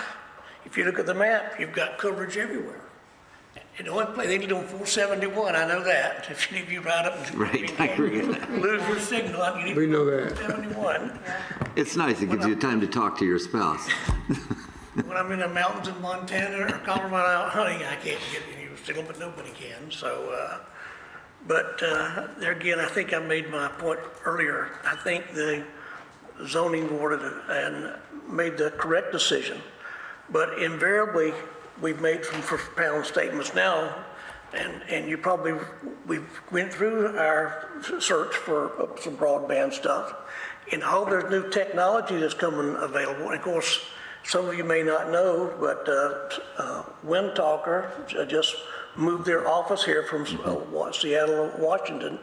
They just leased another 7,000 feet, and they don't need any towers.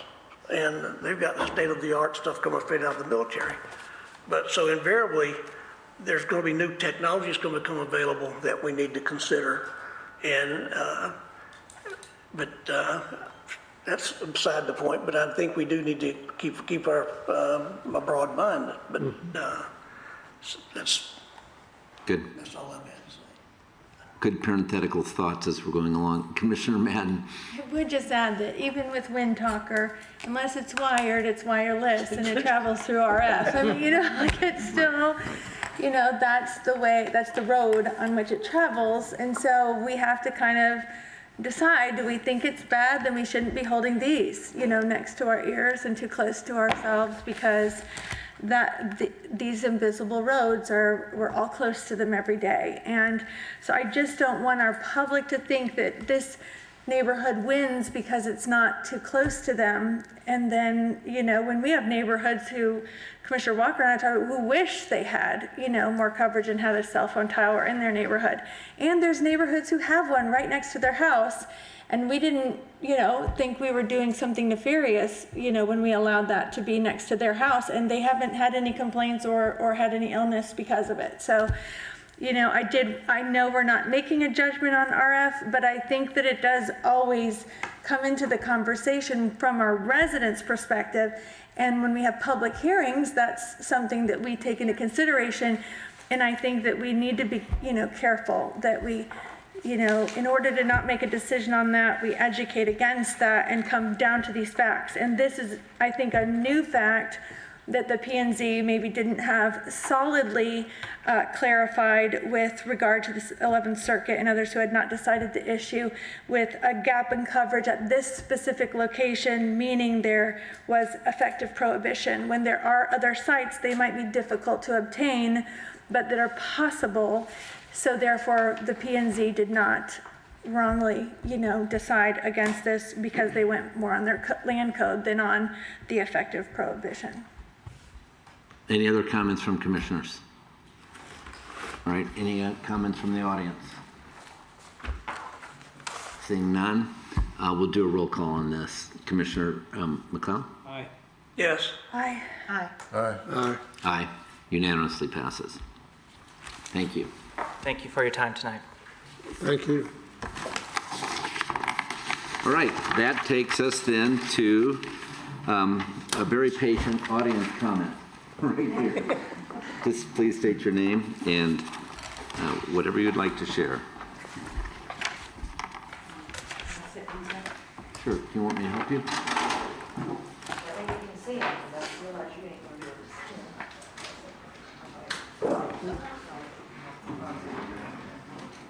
I'm not going to, because I think it'll use up all my time. If they start talking to me, then I will. Okay. Good afternoon, or good evening. Good evening. Soon it'll be good night. My name is Captain Taryn Thomas Wadley, and I'm a generational master of freshwater commercial fisherman of Polk County. I've been born and raised in these lakes, but I fish these lakes right here. Been fishing them since I was a child. With my, Excuse me, ma'am, I'm sorry. Can you state your name again? I didn't catch it, I'm sorry. I'm sorry, it's Captain Taryn Thomas Wadley. Okay, thank you. Okay. And anyways, I'm here today in hopes that the city will give me an opportunity to improve water quality through healthy harvests of rough fish removal in our lakes that are not targeted as the #1 pollutant to our freshwater lakes. As you see in these pictures, that one is fish poop in my net. That's 3 foot deep. That's last year out of Lake Parker. We hit 22,000 pounds one day, and on the bottom, that's the bigger fish poop. And then 2 days later, we went there and we hit 14,000 pounds. But that's 3 foot deep of fish poop right there, and that ain't the fish that I caught. That fish was catfish that was too little, and it got out of our net. That I've been trying to get help in a subsidy or identification or something, you know, to start targeting these fish. These fish are the cause of the poor water quality. They are the cause of your blue-green algae. They are the cause of your high phosphorus, high nitrogen, high ammonia levels. I've been turning these fish loose since the 90s. My parents was turning them loose since the 70s. I've got documentation from 1968 to 1972 where the tilapia were expected to overtake the state of Florida. So to get on anyway, that one picture is 2 of 21 loads of tilapia in the first week of last year in Lake Hancock alone. Now, a lot of them fish ain't but that big. They're overpopulating faster than what we can take them out. I can take out more. I can get permit. FWC's done said they would, but there's one problem. I can't sell them. They're just too little, you know. I can't sell the volume at the rate that they're producing. I can take out 15 million pounds of fish out of Lake Hancock and Lake Banana in 3.5 years if I can get some sort of subsidy for these fish. You know what it's going to do if we get a subsidy for these fish? It's going to give this county a scale to use that the entire U.S. will go by, because the way that they calculate the populations of fish, they don't do it. And when DEP looks at it, they don't, the way that they went and assessed it, they utilized people who did not have the skill set of mine. I mean, I got a video back there I could show you where I went out last year and we did it several times, caught 27,000 pounds of fish in that deep of water, this deep of muck. Now that means I could walk out there and I could catch that fish with my hand. All I gotta do is push him in the mud and he'll go dormant, and I can pick him up. And my kids can do that. I don't know if y'all have ever caught fish with your hands, but so these populations, I'll give you another example. Lake Hunter. Caught 5,000 pounds of bass out of that lake when I first started pulling my Hall seine. I pull a 1,000-yard net with my sons and my husband. That's what we do every day. We caught 5,000 pounds of bass. We had FWC had to come sit in the boat because everybody's like, oh my God, they're catching every bass in the lake. Little old bitty lake. Well, you know what we caught next year? 10,000 pounds of plecos. And we still ain't caught no more bass out of that lake. So, you know, you can't really stock the lakes. I'm against stocking lakes. You know why? You're going to put it in that? You're going to put little bitty baby fish and all that and think it's going to survive? That's not realistic. You're going to turn our lakes into Swiss cheese and suck the muck out, but not address the fish. We're going to spend $140 million to improve Lake Hancock and not address the fish? I mean, that don't sound right, am I right? Now, FWC is willing to back me up. I believe Commissioner Bill Broswell is willing to back us up. But we need help from y'all. I met Governor Ron DeSantis today. I guess after he left y'all, we went to the Eagle 8 Niner And I showed him these pictures. He said, well, ma'am, I've paved the way for you. He said, so go talk to him. So that's what I'm here for. Is my time up? Okay, all right, so anyways, I quit looking at my stuff. One thing this is gonna do, if we target this, it's gonna get all your kids off the streets and off the games and off of the phones, and it's gonna put them in the water. You know why? Because my son, when he was 11 years old, went to Eagle Lake Lake. He made $100 at 12 years old. My other boy, he used to walk around Lake Blue. He'd make $100 at 12 years old, and people come up and buy his fish. You make these fish of value and put a bounty on them. Let me be your bounty hunter.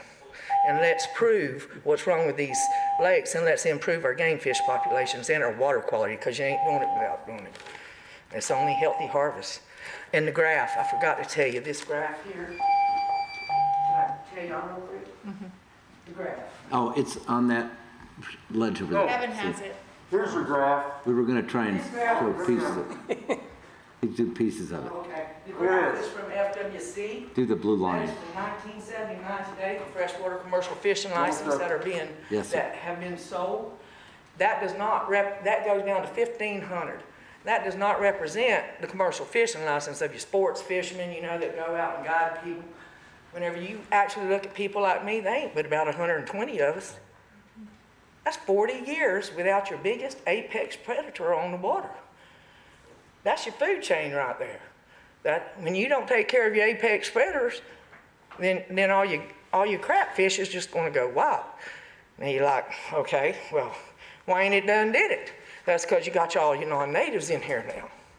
You know, your native fish, they can only live in a certain type of water quality.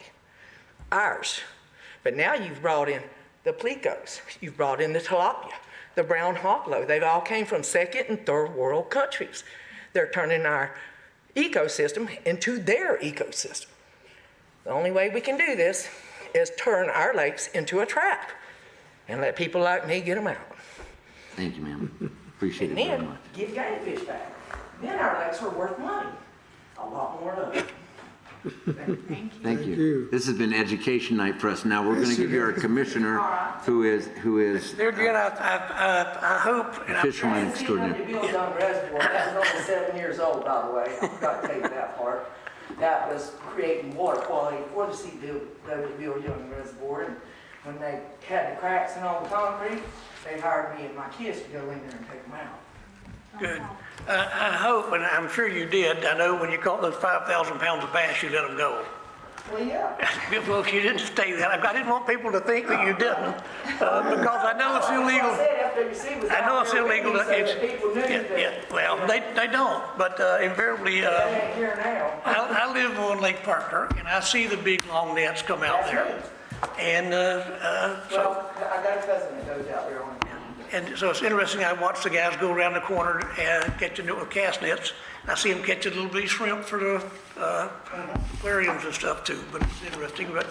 But they have bass tournaments here all the time, and they tell me there's loads of bass, which there are, but I don't seem to catch too many of them. But I will attest there are a lot more tilapia in there than other things. And unfortunately, we don't have the resources to clean all of our lakes the way that they need to be cleaned. No, sir, I'm wanting a project to utilize the number of fish that I catch as the first scale to show just how bad the fish can pollute the water.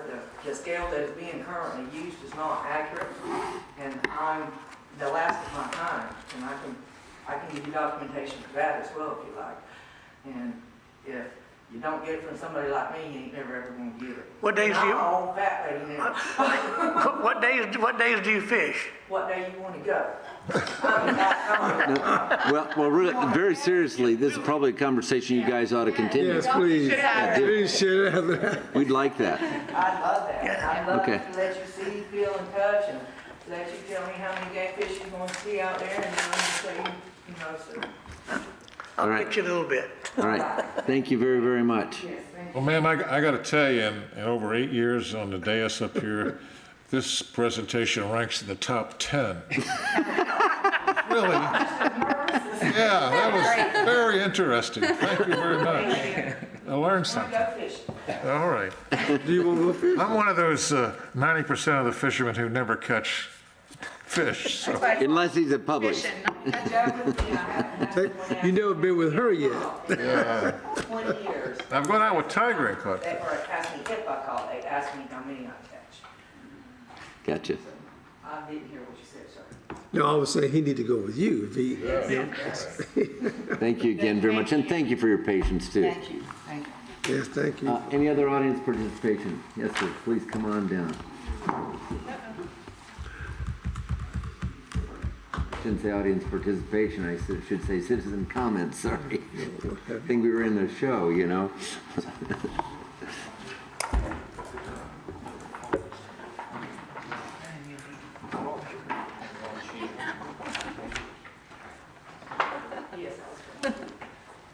Yes, Paul Cunningham with Lakeland. I'm just going to expand on my comment earlier about the evening meetings. I have a list here. I mentioned about the cities in Polk County that have evening meetings. This is a list of all 17 cities. 16 have evening meetings, the dates and the times. Lakeland's at the bottom, of course. I also have a list of 3 cities in the state of Florida, larger cities that also hold evening meetings, which addresses the comment about evening meetings are for smaller towns. Kissimmee, with a population of 74,000, not as big as Lakeland, but it's not a small town, 6 o'clock meetings. Clearwater, Florida, population 118,000, 6 o'clock evening meetings. Fort Lauderdale, Florida, 182,000 population, 6 p.m. meetings. So it's not the size of the city. It's rather the city decides that they want their people to be involved and have access to their meetings. That's the key. You obviously don't, because you are making it as hard as you can for us to attend the meetings. There's no denial, there's no debate about evening meetings being the best for the people. As far as the other excuses that you gave, I want to address those, although I don't feel that they need to be addressed. I'm mainly doing this for the record and for those who may be watching this stream. I don't know if this is still streaming or not, or who will be watching the stream at some later point, who may not know, maybe they didn't catch the news release where I got this information from. So this is for them who don't know what's going on. The reasons are just, like I say, the reasons just show that there's no respect. It's like a 6-year-old gave these reasons. Haven't seen an appreciable difference in attendance even before the pandemic. Well, I discussed that earlier. That's true, and that's by design. There's no difference in a 3 o'clock meeting over a 9 a.m. meeting. People can't come to those meetings. It was just, and I believe it was just designed that way so you could use that as at a later point to do what you're doing now. Well, it didn't work, so we're going to go back to 9 a.m. You know, so that's just not right. Seemed rushed. The commissioners and staff trying to finish before 5. Well, you know, you're watching the clock. We know what that's like to be rushed with this 5-minute time limit we have to try to make some kind of a presentable presentation here, being rushed for 5 minutes. But, you know, it's a meeting. It's a public meeting. You can't just put it in a box and say, here's how long it's going to last. Here's what we're going to do. You try to have an agenda. You try to have it organized, but you don't know who's going to show up always, what they're going to say. You let the meeting go as long as it takes. At a time of day when commissioners and staff aren't as fresh as they would be in the morning, this has to do with going from 3 o'clock to 9 o'clock. That's just, I mean, that's just absurd. Absurd. I can't even comment on that other than just to repeat that as being a reason for eliminating the meetings. It misses the press cycle of getting the information to the news. 16 cities, all the cities across this country that have evening meetings are dealing with this. It's not an issue, it's just a lame excuse. I just can't hardly ever. And as far as videos of meetings make it easy for residents to view the commission discussion like this is streamed, fine, okay. You'll do everything you can to make it easy for people to not come to the meetings. Oh, you can watch it on the streaming. We're not spectators. This is not a TV show or a reality show. It is a reality show, but people need to be here to be involved. And you're doing everything to make it harder for us to come, but yet making it easier for us to stay away, because that's what you want. You don't want our input. You've already made the decisions. So those are the excuses that you gave, and if that's what you're using to base your decisions on, it's really, sorry, but it's really pathetic. Thank you, Mr. Conley. So, thank you. Appreciate it. Were there any other citizen comments? All right, I think that is it. So commissioner comments. Commissioner McCarley. Really quick, I want to say great job to Lori Smith with our Lakes Department and Heath Frederick and Emily Salone. Those three, and I know many more besides them, are actually the staff people who brought $42 million to Lake Bonnet to have it cleaned. $42.9 million. $42.9 million to clean up Lake Bonnet, which is a headwater that goes into the Tampa Bay, into the Hillsborough Bay, or Tampa Bay, and then into the Gulf of Mexico. So I just want to commend them. That was a quick turnaround. For people that don't know, I sit on the board of BSP. That was a very fast turnaround where an engineering consulting company came and said, there's a way that we might be able to get federal funding. And then our staff did that heavy lifting. And I cannot emphasize enough that that was a coup, and that was wonderful, and their hard work and their diligence really pushed it over the finish line. So I just want to commend them. They dealt with a lot of big personalities on the board, and they did a great, superb job. And now if we can just make sure we have our council and the state of Florida's DEO council and everybody sign all the documents and cross T's and dot I's and different things. I'm really, really excited about it. It was a Herculean effort. So I just wanted to commend them publicly. And then I wanted to highlight that we had a great transit, Lakeland Area Mass Transit and Citrus Connection Board retreat this week. And one of the exciting announcements that came out of there, I have to read it so I don't mess it up, is that we are starting the Squeeze, which is in partnership with LDDA. Woo! Another one! That's the best part of the meeting. Exactly. The Squeeze is going to be 2 electric vehicles that are going to be purchased to run routes around downtown Lakeland. So I'm going to read what my person told me to read so I don't mess it up. The pilot program is planned to start July 4th weekend for Red, White, and Kaboom. 6 or 8 passenger carts, that will be 5 riders plus a driver, or 7 riders plus a driver. Limited service weekdays at lunchtime, 11 to 1:30ish. Thursday, Friday, Saturday nights, 5 to 10 or 11. Multiple stops, hopefully 10 to 12 minute frequency. So far, it may go so far as to Swan Brewing, which is over on Lake Wire on the west. What are we calling that, Mr.? Downtown West. Downtown West.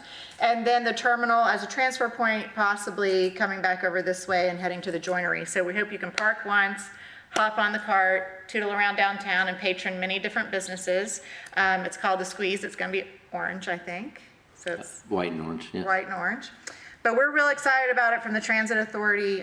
Those are 2 huge wins for this week for the city of Lakeland, and I'm tickled about it. So thank you. Thank you for mentioning them both. It will, they're gonna, that was a good question. Or do you Uber it, request it? Well, they're going to be places that you can QR code it, but you're gonna use the app. We have a Citrus Connection app on your phone. When they see what the numbers are of who's utilizing it where, then there'll be kind of a consistent loop or route. Great question, thank you. Commissioner Selvage. Cheers. Well, I congratulate the Citrus Connection Board. We tried to do this 5 years ago.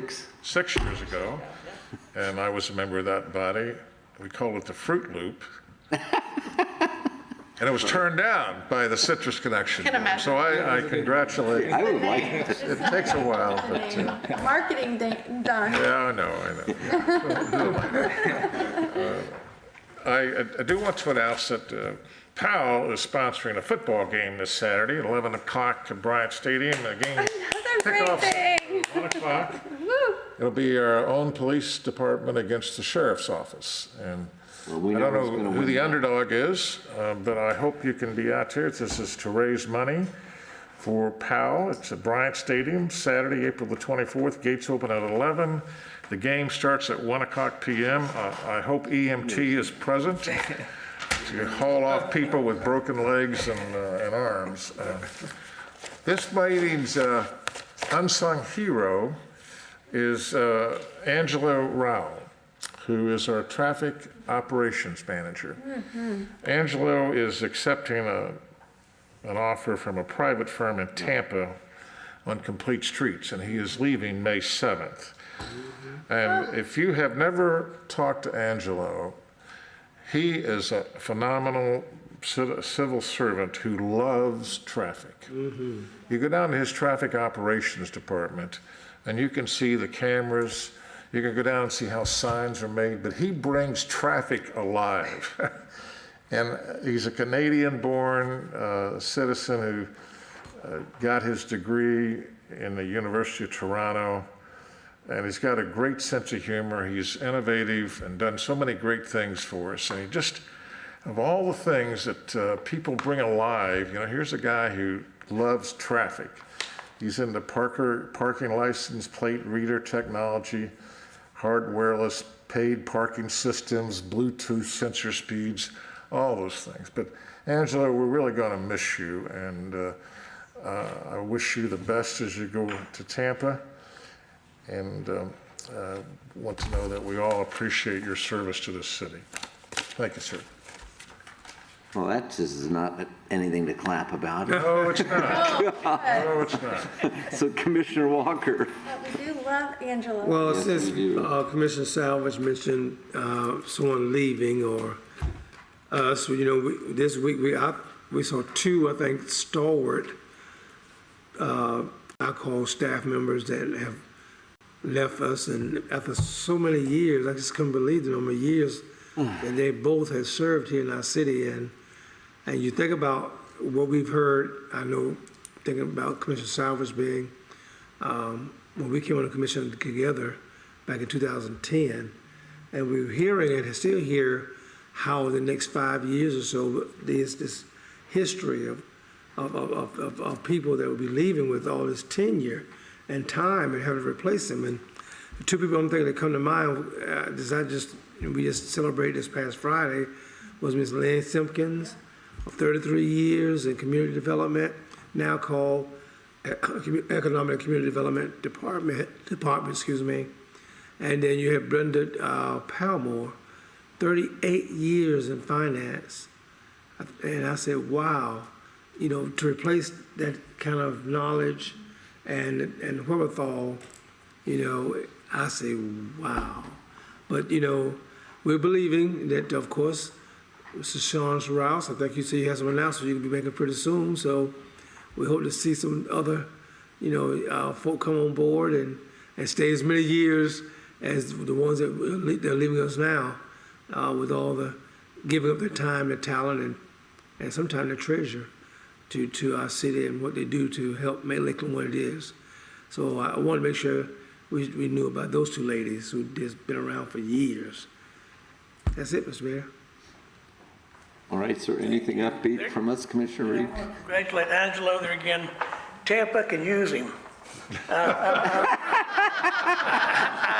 travel to Tampa quite a bit, and I hope he can straighten Tampa out. Okay, I feel better now. And other than that, I just want to reiterate again what Gene Conrad said. I want to thank all the volunteers and the Yes. tremendous job that was done out at the fly in and the sheriff department directing traffic down the one-way street and all the citizens that tolerated the madness that was going on, as well as the hotels full and restaurants packed, and it was a great, and I think, being on what I think I'll have an idea about the 24th, how much we made, and it goes to a great cause, and so I'm pleased. I know that the board is very excited to recoup some of this funds that we've had to spend and stuff, and I hope next year is equally as good, and it's just, I want to thank everybody that came and volunteers again. We had volunteers that have been there 25, 30 years. Oh, yeah. Go around and give out those pins. They're really appreciative. They really are.